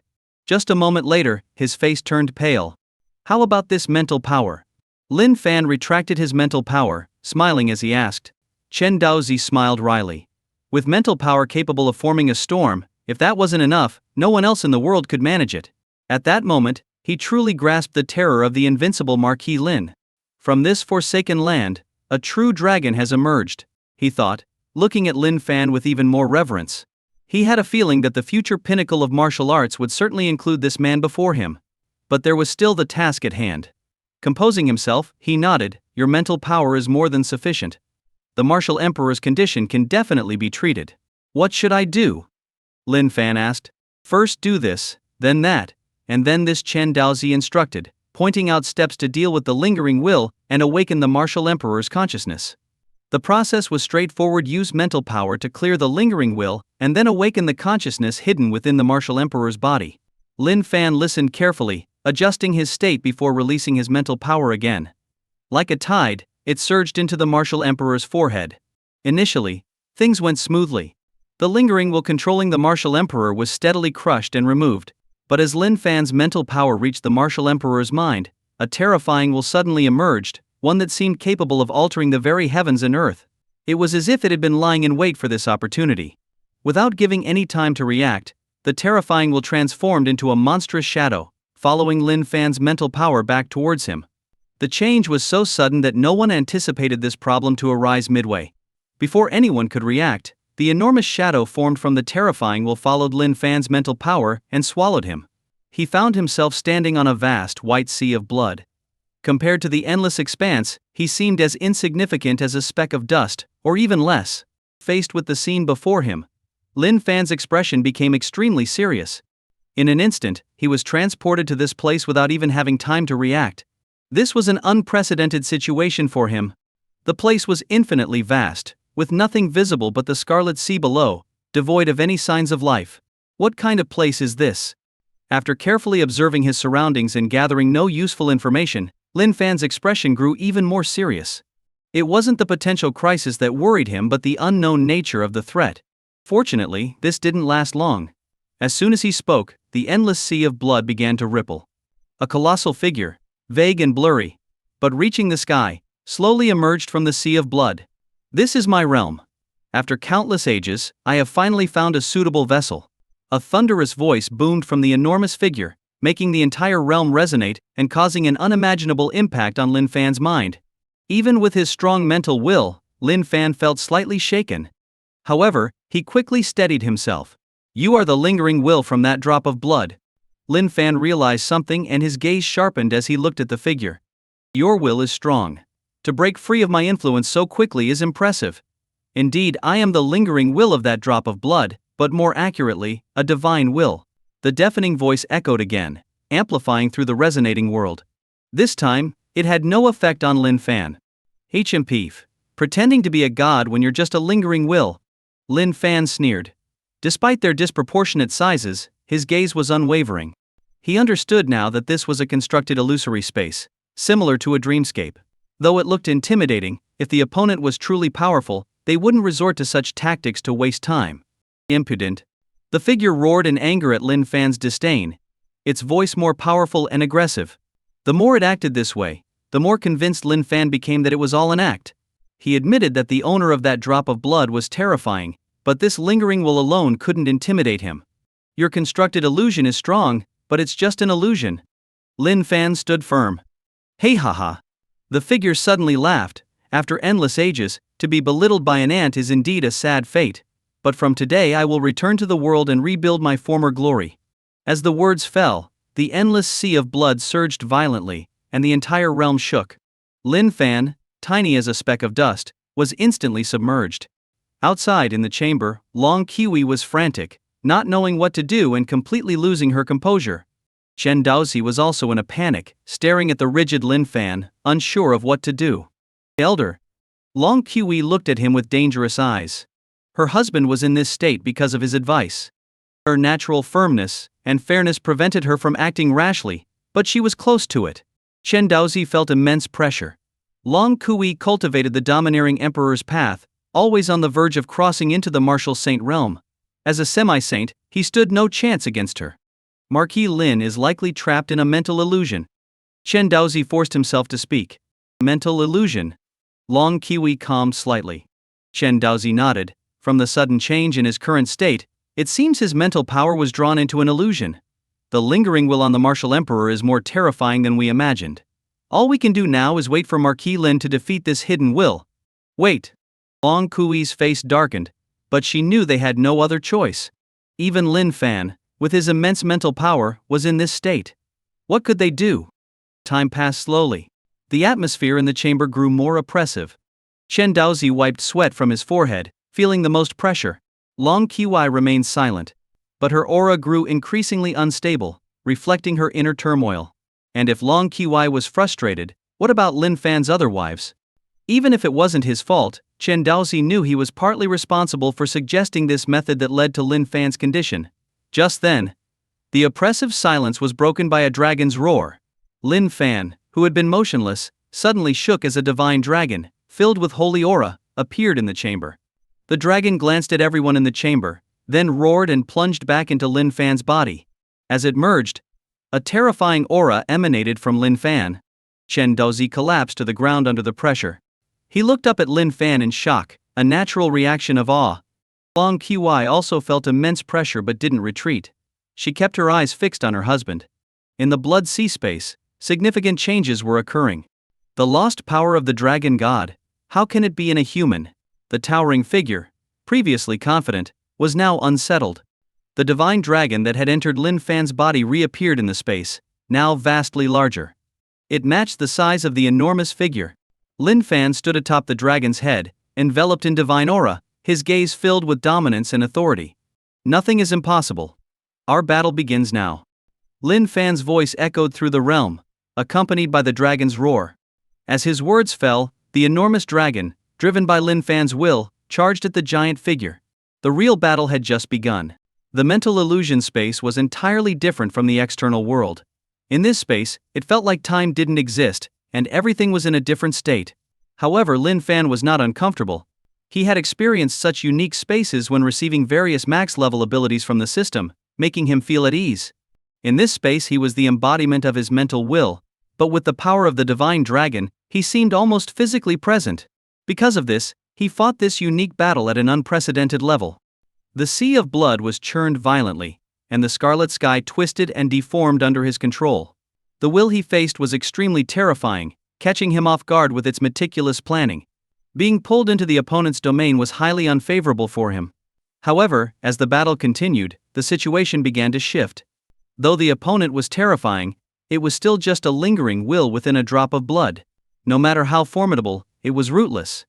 Once its initial strength was countered, it would gradually weaken and fade over time. This was indeed the case. As time passed in the space, the opponent began to lose strength. The once solid, enormous figure started to become ghostly.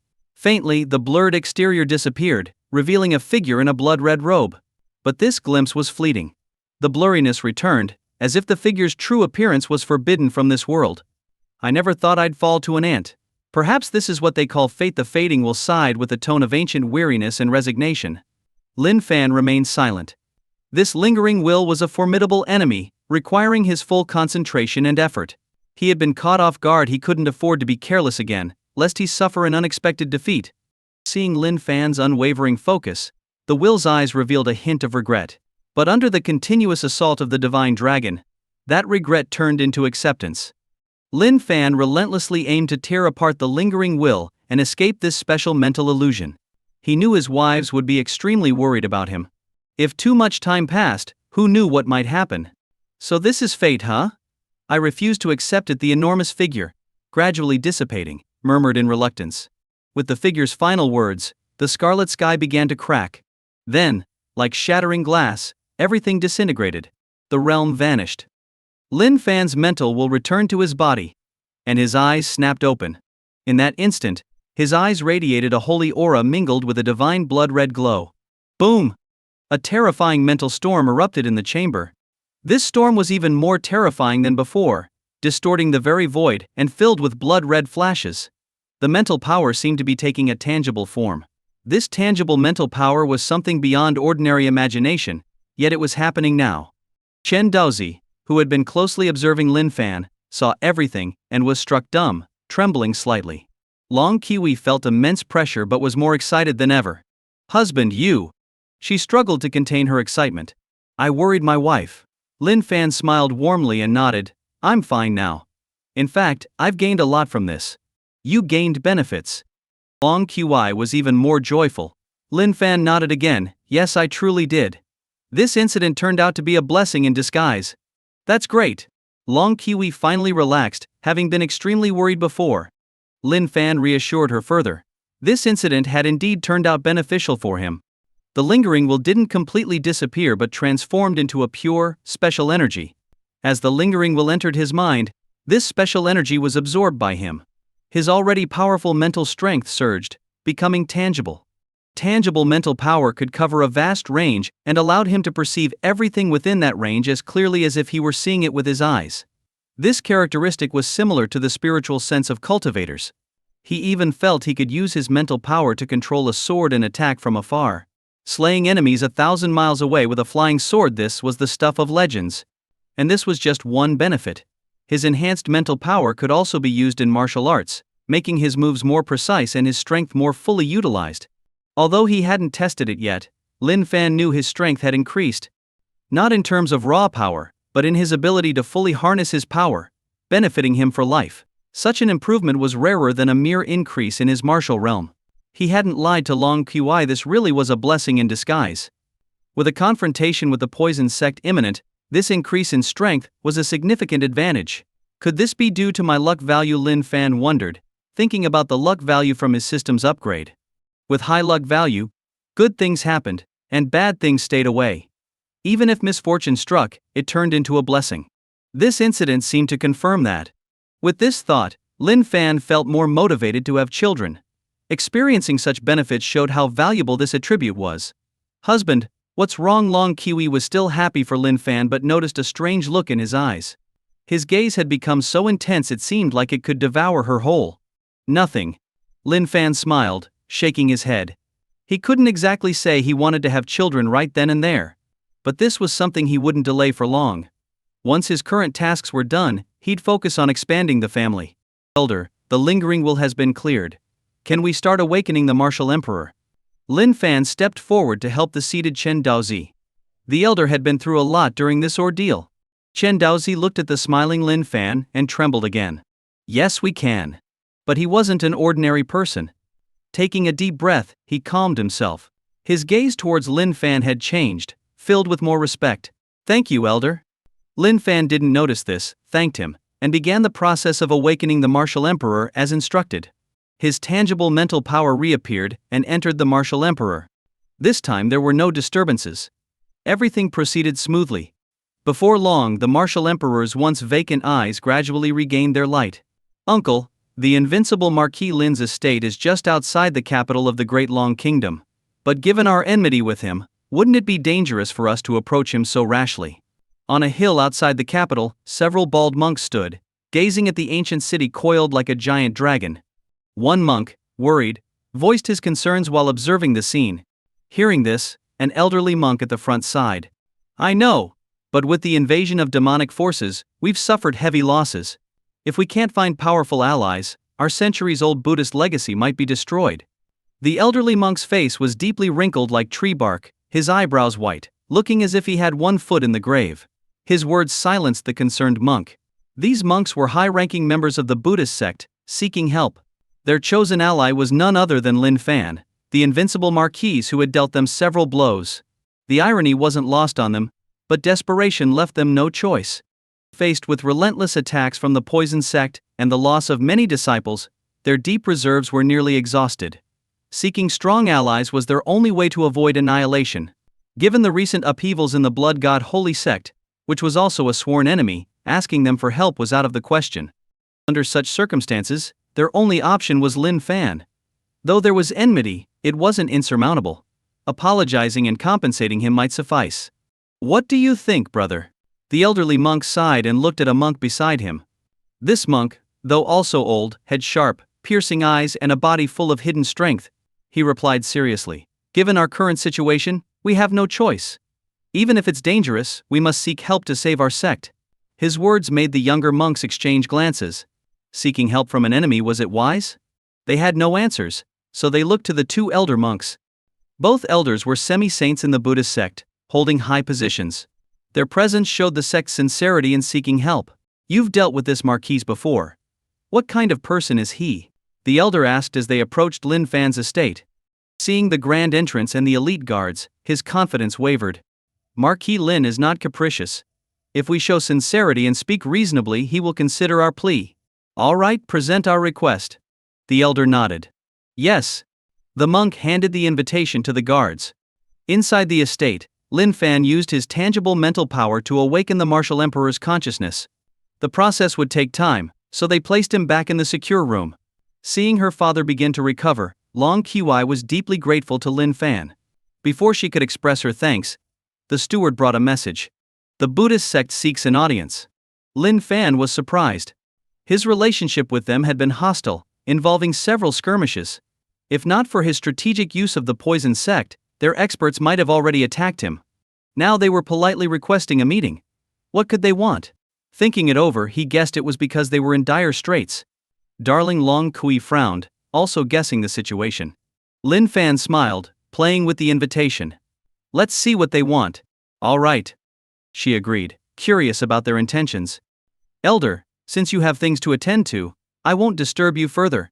If you need anything, just let us know." Chen Daozi, the elder who had helped them, respectfully bowed. Lin Fan replied, "Elder, don't rush off. You've helped us greatly. Let me host a dinner in your honor and discuss some matters with you. Then I shall accept your hospitality." Chen Daozi originally intended to decline but was intrigued by what Lin Fan might ask. "Xiao, arrange a place for the elder to rest and meet any of his needs." Lin Fan instructed his trusted aide. Yes. Xiao, now much changed from his days as a herdsman, took the task seriously. His skin had darkened, and his robes were fitting, exuding competence. He managed external affairs for Lin Fan, holding a significant position of trust alongside Su Erhu, the guard captain. Xiao's grandfather had been right. Following the right person could change one's destiny. With Chen Daozi settled, Lin Fan and Long Qi headed to the reception hall. In the hall, the Buddhist monks waited anxiously. Lin Fan's reputation was formidable, having defeated several semi-saints. Facing such a powerful figure, and needing his help, they couldn't remain calm. Even the leading semi-saints, though outwardly composed, clenched their hands inside their robes. "The Buddhist sect visiting me, now that's a rare sight." As they waited, Lin Fan's teasing voice reached them. He entered with Long Qi, his presence imposing despite his restrained aura. Faced with Lin Fan's presence, the monks felt an overwhelming pressure but also hope. Such a powerful ally could turn the tide in their favor. The elder monk, after a deep breath, took out an exquisite box, a symbol of their sincerity and the sect's most precious treasure. "Honorable Marquis, there have been many misunderstandings between our Buddhist sect and you in the past. I have come here on behalf of our sect to resolve these misunderstandings. This is a rare 9,000-year-old purple gold ginseng king. Even if consumed directly, it can enhance one's power for a full 60 years, and has miraculous effects on breaking through the extraordinary to the saintly realm. This is our token of sincerity in resolving our differences, and I hope you will accept it." The elderly monk presented a delicate brocade box and sincerely addressed Lin Fan. Upon closer inspection, one could see the pain in his slightly cloudy eyes. A 9,000-year-old purple gold ginseng king was a top-tier medicinal treasure that was hard to find anywhere. Even in the Qin Empire, many powerful factions would fight over it. Such a precious herb, called the King of Medicines, had the added benefit of increasing one's power for 60 years. But its true value lay in helping martial artists break through to the saintly realm. Achieving an extraordinary physique was a significant barrier for martial artists and a prerequisite for becoming a martial saint. Breaking the human body's natural limits was an extraordinary feat. The Buddhist sect, once a supreme religion, possessed only this one herb. They intended to use it to cultivate an invincible warrior. In the past, no one would have even seen it, let alone received it as a gift. Such a priceless treasure, the sect's greatest asset, naturally caused the old monk great heartache. The other monks also couldn't take their eyes off it, knowing that consuming it could change their destinies. But whether the sect could survive this crisis depended on this supreme asset. Even if they were reluctant, they had to give it up. 9,000-year-old purple gold ginseng King Lin Fan, initially indifferent, was intrigued by the sincerity shown. He thought perhaps helping the Buddhist sect wasn't out of the question after all. "Yes. It is indeed the 9,000-year-old purple gold ginseng king. If you doubt it, you can have an apothecary examine it, the old monk confirmed, hoping to foster cooperation. Seeing the monk's sincerity, Lin Fan touched his chin, contemplating. The herb's direct consumption would be wasteful. As a master apothecary, he could refine it into a sacred pill, maximizing its effects. Direct consumption only gave a chance to break through to the saintly realm, but his skills could ensure it. The extraordinary physique was the most challenging condition for becoming a martial saint, especially for women like his wife Ye Xiaoru, whose natural physiques were weaker. This herb was precisely what Lin Fan needed, as finding such a treasure was rarer than finding divine gold. The Buddhist sect's offering showed genuine intent. "I believe in your sincerity," Lin Fan said, accepting the brocade box. His spiritual sense confirmed the herb's authenticity, making further verification unnecessary. The old monk, seeing Lin Fan's acceptance, was overjoyed. Though it pained them to give up their greatest asset, achieving their goal made it bearable. "I accept your sincerity and will overlook past misunderstandings as long as your sect doesn't cause more trouble," Lin Fan declared, sipping tea. "Thank you for your generosity, Marquise," the old monk flattered. Lin Fan responded with a light laugh. Nearby, Long Kui silently accompanied him, knowing the Buddhist sect would soon regret this. The old monk, unaware, proceeded with his mission, depicting the poison sect as demonic invaders and urging unity against them. He passionately described the danger, hoping to sway Lin Fan. However, Lin Fan knew the true situation, as he had orchestrated it. The poison sect's ambition is evident. If we don't cooperate, they will defeat us one by one. This is not an exaggeration, the old monk insisted, though partly to manipulate Lin Fan. Lin Fan, unperturbed, replied, "If you've finished, you may leave. I have my own plans regarding the invaders." "How can you do this? You accepted our gift," a young monk protested. Lin Fan's calm gaze silenced him. The old monk reprimanded the young monk for his outburst, but Lin Fan noted the performance's skill. "Marquis, we sincerely wish to cooperate against this great threat. Will you reconsider?" the old monk pleaded. Lin Fan smiled. "Cooperation is possible, but your sincerity isn't enough." The old monk, now cautious, feared displeasing Lin Fan further. "Marquis, please tell us what more you require, and our sect will not hesitate to provide it. I've heard your sect's high monks leave behind relics upon passing, especially those of martial saints. I've always wanted to study them. Can your sect fulfill this wish?" The old monk hesitated, knowing the importance of these relics.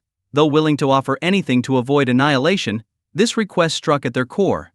These relics, especially those of martial saints, were their foundation. The Buddhist sect had few left after numerous calamities. Giving them up was too harsh a demand. The Buddhist monks were in tears. Losing the purple gold ginseng king, their most prized possession, was already causing them immense pain. And now they were being asked to give up their very lifeblood, the core of their essence.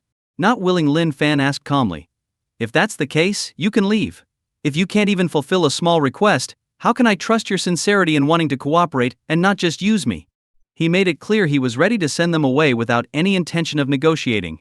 Faced with this situation, the elderly monk wanted to turn and leave. He had never felt such humiliation, but could he leave? The abbot had given him strict orders to secure this alliance at any cost. The poison sect's threat was too great, and any treasures left would only be taken by them if the Buddhist sect was destroyed. Understanding this, the elderly monk suppressed his urge to leave, gritting his teeth. "Marquise, we genuinely wish to befriend you. Since you are a friend, fulfilling this small request is something we will do." Lin Fan was surprised. He expected some resistance, but the monk agreed quickly. This showed how desperate the Buddhist sect's situation had become. "Marquise, we will provide you with the relic of our saintly monk. However, our sacred land is currently besieged by the external demons. We need to work together to break through," the elderly monk said, aligning his needs with Lin Fan's request. Lin Fan smiled. "Since the Buddhist sect shows such sincerity, cooperation is no problem. But we need to discuss how to do it. We can't just charge in." "Indeed, we need to discuss the details," the elderly monk agreed eagerly. After half an hour, the monks left satisfied, finding an inn in the city to await further news. "Are you really planning to cooperate with these monks?" "The poison sect isn't good, but neither are they," Long Kui asked after they left. "Don't worry," Lin Fan reassured her. "I know what both sides are like. We won't truly cooperate. But the Buddhist sect can still be useful. Letting them stay alive and fight gives us more room to maneuver and gain more benefits." "I see. I was thinking too simply," Long Kui said, embarrassed. Lin Fan chuckled, ruffling her hair. "You know I always have a plan." Long Kui giggled, enjoying his affection. In moments like these, she was just a girl enjoying her husband's company, not the fierce empress she usually was. Let's go. The banquet should be ready. It's time for the family to relax, Lin Fan said. They shared a smile and left the reception hall hand in hand. The banquet, officially a thank you to Chen Daozi for his help, was also a family gathering for the Lin family to strengthen their bonds. All 11 of Lin Fan's wives were present, each uniquely beautiful, making Lin Fan the envy of any man. Their children, Xiao Lingxi and Xiao Linhao, were also there, adding to the lively atmosphere. Chen Daozi, sitting as a guest, was flanked by the Tang brothers, Tang Xiaolong and Tang Xiaoying. Master, don't be shy. My brother-in-law is very easygoing. Just eat and drink as you like, Tang Xiaolong said, stuffing his mouth with food, knowing well the benefits of Lin Fan's culinary skills. Even Tang Xiaoying, usually more refined, was indulging himself. Watching his disciples, Chen Daozi couldn't help but smile wryly. He wanted to relax, but the memories of Lin Fan's formidable power made it hard. Relax, master. Treat this like home, Lin Fan said kindly. Yes, please make yourself at home, his wives echoed warmly. Gradually, Chen Daozi began to relax and enjoy the food. The first bite hooked him, making him understand why his disciples were overeating. The dishes were not only delicious but also beneficial, even for someone with his cultivation level. Come, master, let me toast you, Lin Fan said, raising his glass. Thank you, Marquis, Chen Daozi responded, toasting back. The wine, even more potent than the food, left him red-faced and invigorated, improving his long-standing health issues. Thank you for your generosity, Marquis Chen Daozi exclaimed, standing to bow in gratitude. No need for formalities, master. You helped my father-in-law, this is just a small gift, Lin Fan replied, waving off the thanks. But to Chen Daozi, this was no small gift. He looked at Lin Fan with deep gratitude and respect. Lin Fan, seeing his goal achieved, then asked about the Qin Empire, his next destination. Chen Daozi, as a former high disciple of the national religion, had valuable insights. Through their conversation, Lin Fan began to understand the vast Qin Empire better, preparing for his future journey. The Qin Empire. Its vast territory stretches endlessly. If an ordinary person were to ride a horse non-stop, it would take 10 years to travel from the eastern border to the western border. If they were on foot, they might never cross the entire empire in a lifetime. Such an expansive territory naturally nurtures countless invincible warriors and innumerable ancient, powerful factions. The strongest among them, of course, is the imperial family that rules the entire empire. As the founders of the Qin Empire, the imperial family holds absolute power. A single decree from the emperor is obeyed throughout the land.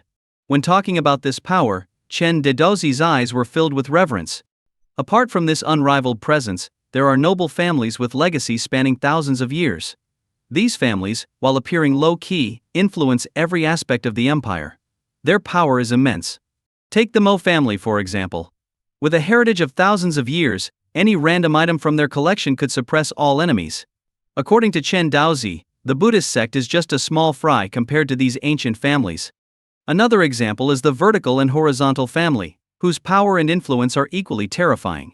Their ability to forge alliances and connections with various factions makes them formidable. Their current head is a favorite of the emperor and controls crucial state institutions. Apart from these ancient families, there are powerful martial sects like the Poison Sect. Although their influence in the court is minimal, their singular focus on martial arts makes them just as formidable as the ancient families. The Taoist sect, representing these martial sects, was once appointed as the national religion by the former Qin emperor, only to be removed by the current emperor. Their past favor shows their significant influence. No wonder it's called a great land, it truly outshines our small region, Lin Fan remarked after learning about the distant Qin Empire. Their region, compared to the Qin Empire, was indeed a backwater, a tiny, insignificant place. Marquis, you shouldn't underestimate yourself. Though small, even here, true dragons have emerged. You, for instance, will surely astonish the great figures there once you arrive, Chen Daozi said. 100 years ago, Taiyizu of Dalong left this place, defeating major sects and families, teaching them a lesson. There was also a swordsman whose swordsmanship was unrivaled, feared by many. Chen Daozi grew more excited as he spoke. Initially he was flattering Lin Fan, but gradually he became genuinely enthusiastic, his eyes full of admiration. Who wouldn't want to be such an invincible hero? Lin Fan's interest was piqued. He had heard of Taizu of Dalong before. Was Taizu of Dalong truly that strong? Lin Fan asked, partly for his wife Long Kui's sake. Very strong. He was born for battle. Even the simplest techniques in his hands had earth-shattering power. His martial will was unparalleled. Ordinary strongmen were suppressed just by facing him. Except for a draw with the young Qian emperor, he never lost, Chen Daozi affirmed. Long Kui smiled excitedly. Learning about her ancestors' prowess filled her with pride and ambition. She, too, had the battle dragon physique and aspired to achieve her ancestors' feats. Could you tell us more about that swordsman Jian Ling, who had been silently accompanying Lin Fan? Suddenly asked, her eyes filled with curiosity. Of course, Chen Daozi nodded. This swordsman appeared alongside Taizu of Dalong and seemed to be his friend. He was very low-key, revealing little about himself. Few who fought him spoke of it, only that his swordsmanship was divine. His name was Jian Shasan. Boom! Jian Ling's mind shook upon hearing this. Lin Fan's eyes narrowed. He was very familiar with this name. When he first met Jian Ling, she had taken the name Jian Shisi, aspiring to follow her ancestor Jian Shisan as the next sword god of Shenjian Villa. Everything fit close to Taizu of Dalong, from their small region, and unparalleled swordsmanship. With such fame, they must be well known in the Qian Empire now, Lin Fan said, holding Jian Ling's hand gently. They are renowned, but their legacy was tarnished due to their challenges to many powerful factions. After their disappearance, traces of them were deliberately erased. Only the older generation remembers, Chen Daozi explained. How did they disappear? Long Kui and Jian Ling asked simultaneously, eager to learn more about their ancestors. I don't know the details. They vanished at their peak. My master hinted that it might have something to do with the vertical and horizontal family, Chen Daozi said. The vertical and horizontal family. Lin Fan's eyes narrowed further. It was them again. The banquet lasted until late at night, and overall, it was a very enjoyable event. Chen Daozi left with his two disciples, all of them quite satisfied with their gains. Tang Xiaolong, the foodie, was reluctant to leave and had to be dragged away by his brother. Although Long Kui and Jian Ling were somewhat affected by the information about their ancestors, they didn't dwell on it for too long, deciding to investigate further when the opportunity arose. Wives, it's getting late. We should also get some rest, Lin Fan said, smiling at his wives. As good as the wine was, it couldn't compare to the charm of his beautiful wives.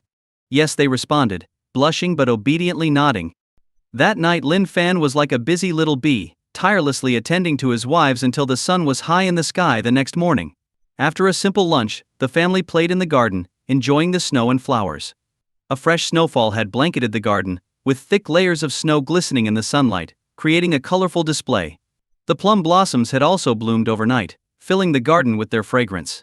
The former royal garden was elegantly designed, providing a beautiful and serene environment.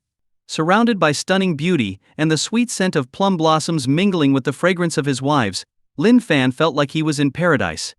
No wonder kings often neglected their morning duties. Living in such an environment could easily erode one's willpower. But Lin Fan didn't mind. He welcomed the distraction. Unlike others who might be corrupted by having many women, Lin Fan thrived on it, gaining more power and rewards with each wife. Husband, how do you plan to cooperate with the Buddhist sect? One of his wives asked as they rested in a pavilion, concerned about the potential dangers. Lin Fan didn't need to answer. Long Kui smiled and replied, Sisters, don't worry. Our husband never suffers losses. Since he's chosen to cooperate with them, he has a plan. It's the Buddhist sect that should be worried. The wives nodded in agreement. Even Shuyu, who had spent the least time with Lin Fan, understood that he was not one to be taken advantage of. Master, someone outside wishes to see you. Carrying your identification token, an undercover guard reported. Lin Fan raised an eyebrow and smiled. Let him in. Yes. The guard quickly followed the order. Husband, who is it? His wives asked curiously. You'll find out soon, Lin Fan replied with a smile, piquing their curiosity further. Soon.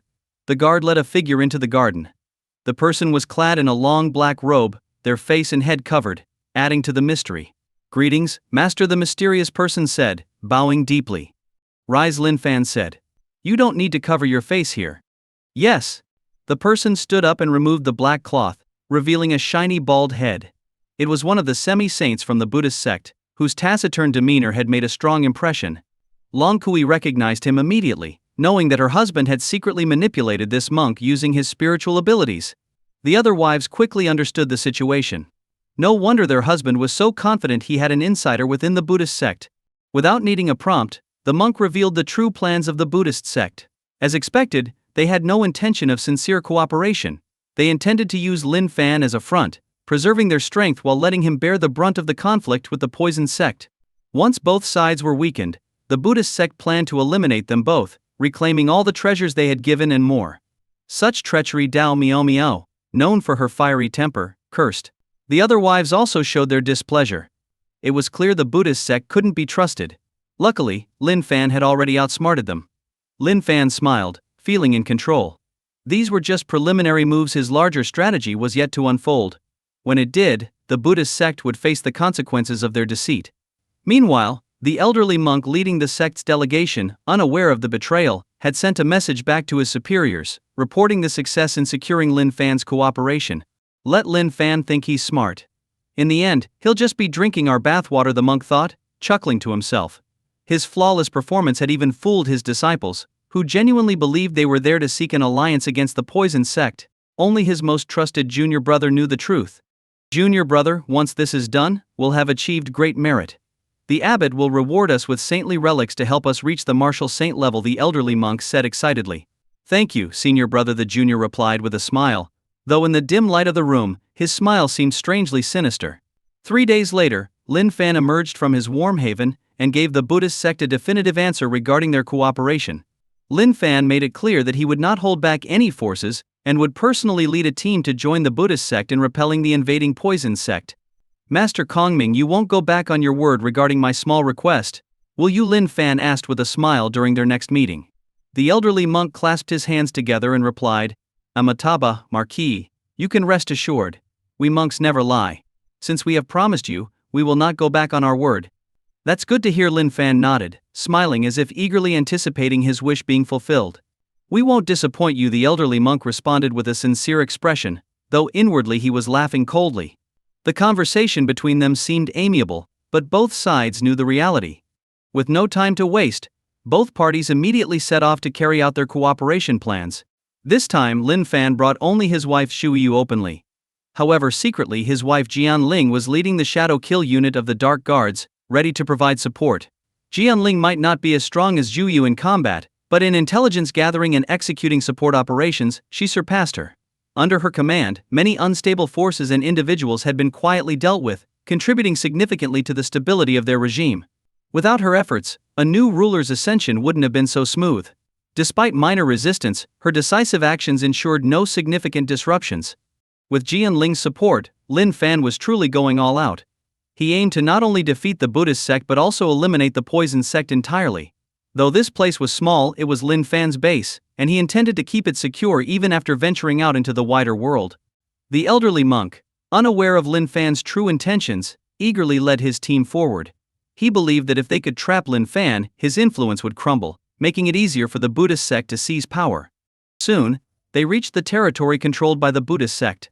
Unlike other regions, their land was thoroughly brainwashed. The Buddhist kingdom was not just a name, even the youngest children were fanatical believers. Every household had a Buddha statue, and every village had a temple. People would rather starve than miss a donation to the temple. In some places, newlywed couples were required to visit the temple on their wedding night for blessings from the monks. Those who resisted were branded as heretics and publicly burned under the guise of purification. Learning this, Lin Fan smirked coldly. Such monks deserve to be eradicated. Marquis, the demons have surrounded our holy land. We need to find a way to break through, the elderly monk said earnestly as they reached the outskirts of the Buddhist holy land, barely able to contain his urgency. Just charge in directly? Lin Fan asked, glancing sideways at the monk. Yes, these demons don't know about you. We can use the element of surprise to break their encirclement. Once we regroup, you can help us hold off their top fighters, allowing us to launch a major counterattack, the monk explained. Lin Fan shook his head. Your plan is good, but I refuse. The monk was stunned. He had prepared for Lin Fan's reluctance and had responses ready, but he didn't expect such a blunt refusal. Why, he asked, unable to hide his shock. You tell me, Lin Fan replied calmly. The monk was at a loss. Everything had seemed fine up until now. Why the sudden change? Is it because our sincerity isn't enough? If so, you can ask for more, the monk said desperately, realizing they were so close to success. It's not about sincerity. I, Lin Fan, am a man of my word, Lin Fan said, shaking his head. Then what is it? The monk asked cautiously. It's simple. My husband's strength has been shown to your sect, but your sect hasn't shown anything comparable. Cooperation must be on equal terms. If you can't even break through their encirclement, how can you claim to defeat them? My husband can't do it alone, Zhuyi interjected, her gaze cold. The monk didn't recognize Zhuyu as the former empress but knew she spoke for Lin Fan. What do you want us to demonstrate? Asked the junior monk, usually silent but now speaking up. Prove your strength by breaking through the enemy's encirclement and welcoming us in. If you can't manage that, how can you expect to defeat the demons? We can't rely solely on my husband, Zhu said, smiling slightly. The monk was speechless, knowing Zhuyu was right. If they couldn't break through, how could they hope to win? Is that all? The junior monk asked again, looking at Shu Yu. Yes, Shu Yu nodded. This will suffice. Very well, we agree, the junior monk said, not giving the elder monk a chance to object. Brother, you, the elder monk began, knowing breaking through would be costly and against their plan to use Lin Fan as a decoy. But seeing his brother's determined look, he realized it was necessary. If they refused, Lin Fan might suspect something. Our brother's decision is mine as well. We won't disappoint you, Marquise, the elder monk finally agreed. I look forward to it, Lin Fan said, smiling. The monks left to prepare. Lin Fan, smiling, summoned a hidden guard. If the monks wanted to break through, they'd need his permission. Lin Fan had placed an insider within the poison sect, who had gained significant influence, ready to be used effectively. Ever since Lu Guang became an informant, his life had been much more comfortable. Initially, under Lin Fan's arrangement, he had saved the life of a second-generation guardian. With the help of insiders in the Buddhist sect, he intercepted a lot of valuable information, repeatedly achieving success in his missions. Because of this, he gained the second-generation guardian's trust, who often referred to him as a brother, and even caught the eye of the deputy sect leader. The elixirs that had once been out of his reach were now regularly bestowed upon him. All of this was thanks to Lin Fan, his master, and Lu Guang felt deeply moved whenever he thought about it. This latest assignment from Lin Fan was another opportunity to prove himself. If he managed the situation well, they could wipe out the Buddhist sect's experts trying to break through. If successful, Lu Guang knew he would gain even more recognition. Report back to Master. Lu Guang will not fail him, Lu Guang confidently told the secret guard who had come to deliver the message. The guard nodded slightly and disappeared into the darkness like a ghost. Lu Guang wasn't concerned. He was determined to deliver satisfactory results. Guardian Lu, busy as always, the second-generation guardian approached Lu Guang just then. Hearing the familiar voice, Lu Guang smiled. It was a perfect coincidence as he was about to seek him out. The Buddhist sect dares to scheme against Master, they deserve to be exterminated, he muttered coldly, then greeted the second-generation guardian with a warm smile. Meanwhile, the Buddhist sect was unaware of these developments. Upon receiving the elderly monk's message, the sect's leaders were excited. They believed they had successfully lured Lin Fan, and if their plan succeeded, the disaster facing the sect would not only be averted but they would profit greatly. They saw themselves as hunters ready to benefit from the clash between two tigers. However, the abbot frowned slightly. He couldn't shake a feeling that something was off. Abbot, what's troubling you? Asked a senior monk, noticing his reaction. The abbot sighed. I don't know why, but I feel uneasy. Why? Everything is proceeding as planned, the senior monk said, puzzled. The abbot shook his head. It's precisely because everything is going according to plan that it feels wrong. It's almost as if someone is deliberately cooperating with us. The senior monks were baffled. Wasn't it good that things were going smoothly? Did they need setbacks and heavy losses to feel right? Seeing their reactions, the abbot didn't argue further. It was just his personal intuition. Abbot, the Marquis is strong, but he's just someone who got lucky. Such people are often arrogant, thinking they're invincible but are actually fools. How could he see through our well-laid plans? Said one semi-saint. A significant figure in the sect, quickly gaining agreement from others. Another semi-saint added, indeed, we've encountered such lucky strongmen before. They have some strength but are generally brainless fools. More leaders echoed these sentiments. Seeing this, the abbot's frown relaxed. Given their current situation, they had no better options. The poison sect's attack was fierce, and their toxic arts were deadly. Delays meant more losses. Even if there were issues, they had no choice but to proceed. Amitabha. Since everyone agrees, we'll proceed with the plan. Let's discuss who will lead the breakthrough to lure the Marquis, and the abbot said solemnly. The elderly monk soon received confirmation from his sect, and smiled even more broadly. Meanwhile, Lin Fan also smiled. The Buddhist sect thinks they're clever. But they're just clowns, Zhuyu remarked, watching her husband's performance with admiration.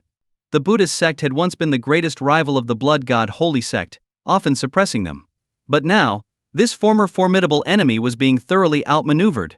Recalling their first encounter when she managed to gain the upper hand over Lin Fan, Shu Yu couldn't help but smile. Her beauty was so radiant that it seemed to brighten the room. "What's making you so happy?" Lin Fan asked, pulling her into his arms. "I'm not telling you," Shu Yu giggled, enjoying her little secret. "Oh, keeping secrets from me now? Let's see how I unlock your heart," Lin Fan teased, playfully tickling her. Their room was filled with laughter and warmth, a stark contrast to the turmoil outside. The elderly monk was initially happy after conveying the sect's response to Lin Fan, but his joy didn't last long. Their breakthrough team had accidentally run into the main force of the poison sect. In the ensuing fierce battle, the 3 leading semi-saints were killed, and many of the Buddhist sect's experts were also lost, with only a few escaping. Although the Buddhist sect had a deep foundation and many core members, semi-saint experts were limited. Losing 3 was a severe blow, akin to having their bones broken and marrow extracted. And this was only the beginning. No matter what the Buddhist sect tried next, the poison sect anticipated their moves, causing greater losses. Despite calling for external help, their situation only worsened. What went wrong? The elderly monk wondered, completely baffled. Where did things go wrong? Not only was the elderly monk bewildered, but everyone in the Buddhist sect was also at a loss. Though the poison sect was powerful, their strength was mostly in brute force. In other aspects they had weaknesses, being outsiders. Yet, no matter what the Buddhist sect attempted, the poison sect seemed to anticipate their every move. Secret breakouts were repeatedly intercepted by the enemy's main forces. Once or twice could be a coincidence, but every single time, that was suspicious. The abbot frowned deeply, his sense of foreboding growing stronger. "Stop all breakouts. Something is definitely wrong here," the abbot announced, drawing the attention of all the senior monks. "Abbot, do you mean our plans have been leaked?" one semi-saint asked. The other leaders were equally concerned. If true, it would be a major issue. The abbot exhaled slowly and nodded grimly. "We underestimated our enemy.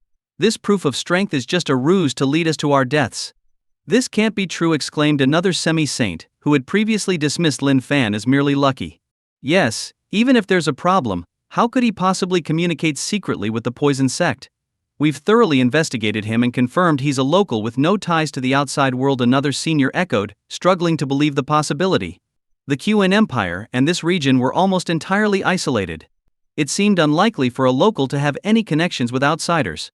"That's precisely why he's so dangerous. He's been playing us like fools. He might even be laughing at us now, watching us dance like clowns," the abbot said bitterly, looking at his once confident peers, now appearing utterly humiliated. The senior monks' faces turned grim. As much as they didn't want to accept it, the current situation pointed to this grim reality. Have we really been duped? The previously dismissive semi-saint was now furious, feeling deeply insulted. He had thought Lin Fan was a fool who got lucky, only to find out he was the fool himself. "Abbot, what should we do now?" a more composed senior monk asked, looking to the abbot for guidance. The abbot took a deep breath, his eyes sharp with determination. "We have no choice but to fight with all our might. The poison sect is strong, but our Buddhist sect is not weak either." Clad in his multicolored kasaya, the abbot's aura intensified, with a Buddha's image faintly appearing behind him. His resolve inspired the others, boosting their morale. "Konichi, take my decree to the Sutra Pavilion and summon the hidden guardians. Today we will show the poison sect that our Buddhist sect is not to be trifled with. Those who dare mock us will pay the price and cleanse our sect of shame." The abbot handed a decree to the most battle-hardened semi-saint. "Understood." Abbot the semi-saint accepted the decree and quickly headed to the Sutra Pavilion. The Sutra Pavilion housed all of the Buddhist sect's legacies, including supreme martial arts and sacred texts. As long as it remained intact, the sect's heritage would endure, allowing them to rise again. The guardians stationed there were incredibly powerful, mobilized only in times of existential threat. "Master? The abbot of the Buddhist sect has seen through your plan," Lin Fan was informed by his spy. So quickly, Lin Fan smiled. "It seems the abbot is quite capable. What's their next move?" "The abbot has summoned the hidden guardians and plans to go all out. At dawn, they will launch a massive counterattack on the poison sect. They also intend to send experts to join us and ensure you are permanently dealt with," the spy reported. "They want to deal with me too. The abbot has quite the appetite," Lin Fan chuckled. "Are the hidden guardians from the Sutra Pavilion, by any chance?" "Master, how did you know?" the spy asked, shocked. The existence of the hidden guardians was a closely guarded secret, known only to a few top figures within the sect. Lin Fan smiled, unfazed. "Nothing escapes my sight. Master? Your power is truly immense. The spy prostrated himself before Lin Fan in awe. Lin Fan gave a slight smile. To maintain unwavering loyalty and dedication from those he controlled, deepening their reverence was essential. Rise. You've done well. For now, just ensure your own safety, Lin Fan instructed, dismissing the spy. Yes. Master, the spy replied respectfully and left. Lin Fan watched him go, rubbing his chin in thought. With the Buddhist sect preparing for a serious fight, he needed to be ready as well. Master Jianling arrived, bringing detailed maps of the surrounding 50-mile area. Surveillance birds were also deployed, ensuring no blind spots. Well done, Lin Fan praised, ruffling his wife's hair. With these measures, nothing would escape his notice. After tonight, this small, abandoned region would only have one voice. Young Master, reliable sources indicate that the Buddhist sect will launch a counterattack tonight at dawn. The poison sect naturally got wind of the Buddhist sect's plan. How bold! They're almost defeated, yet they dare to counterattack? They're courting death. The young master, a second-generation guardian of the poison sect, laughed angrily upon hearing the news. To him, the Buddhist sect was like meat on a chopping board. Instead of accepting their fate, they dared to fight back, showing utter disregard for his status as the deputy sect leader's son. Young master, we mustn't be careless. Although the Buddhist sect has declined, it was once a giant. Their accumulated strength is still formidable, especially their hidden guardians, who are far stronger than they appear, Lu Guang reminded him. To ensure both sides suffered heavy losses, they needed a direct confrontation. If the poison sect underestimated their enemy, it could lead to unexpected setbacks. HMP, Lu, you're too cautious.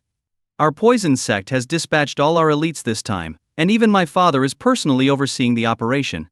No matter how strong the Buddhist sect's guardians are, what can they do against us? The second-generation guardian snorted dismissively. His previous narrow escape had fueled his hatred for the Buddhist sect, and he had mobilized all his resources for this revenge, even enlisting his father, a peak second-turn martial saint. Lu Guang thought for a moment and decided to remain silent. Underestimating the enemy might not be a bad thing, as it could lead to significant losses for the poison sect. You're right, young master. I'm just being overly cautious, Lu Guang said with a flattering smile. The second-generation guardian laughed heartily. Lu, your caution saved me from the Buddhist sect's trap last time. But with my father here, we can crush them head-on and avenge our humiliation. Indeed, young master, Lu Guang agreed, playing along. After the guardian left, Lu Guang quickly wrote and sent another report. Both the Buddhist sect and the poison sect were under constant surveillance. Time passed quietly. The Buddhist Holy Land, although vast, had lost much of its territory in recent days. Only the core area remained under the Buddhist sect's control, thanks to special defenses and mechanisms. But even these were on the verge of collapse under the relentless assault of the poison sect's deadly formations, prompting the Buddhist sect to launch a desperate counterattack upon realizing their plans had been exposed. Late at night, the abbot personally gathered all remaining Buddhist elites. This was their last stand. Even the kitchen monks were armed for battle. The semi-saints lined up, over a dozen in total, their auras blazing like columns of fire in the night. Countless innate realm experts filled the square, showcasing the terrifying depth of the Buddhist sect's reserves. However, the most eye-catching were three old monks in gray robes, standing apart from the others. Their presence commanded respect, even from the abbot. These three were the hidden guardians of this generation, their life force so overwhelming that even ordinary semi-saints couldn't face them directly. This is a fight for our survival. If we retreat any further, our legacy will be lost. Tonight we defend our heritage. Victory or death, the abbot declared, his words met with a thunderous response. Victory or death. As the fighting spirits soared, the counterattack began. Caught off guard, the poison sect initially suffered significant losses. However, being composed of seasoned warriors, they quickly regrouped and engaged in fierce combat with the Buddhist forces. Semi-saints on both sides unleashed their terrifying power, causing massive destruction. Seeing the quick response of the poison sect, the abbot's face darkened. He took a deep breath and addressed the three gray-robed monks. Masters, the poison sect is formidable. We need your strength. Amitabha, the monks intoned, stepping towards the battlefield.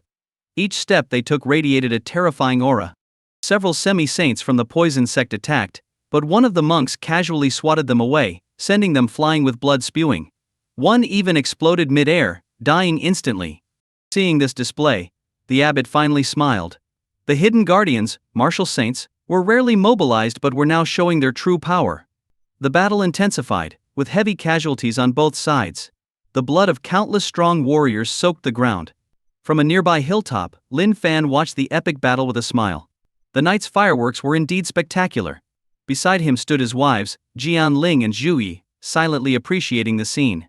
While chaos reigned in the battlefield below, they enjoyed a moment of serene observation, a stark contrast to the turmoil ahead.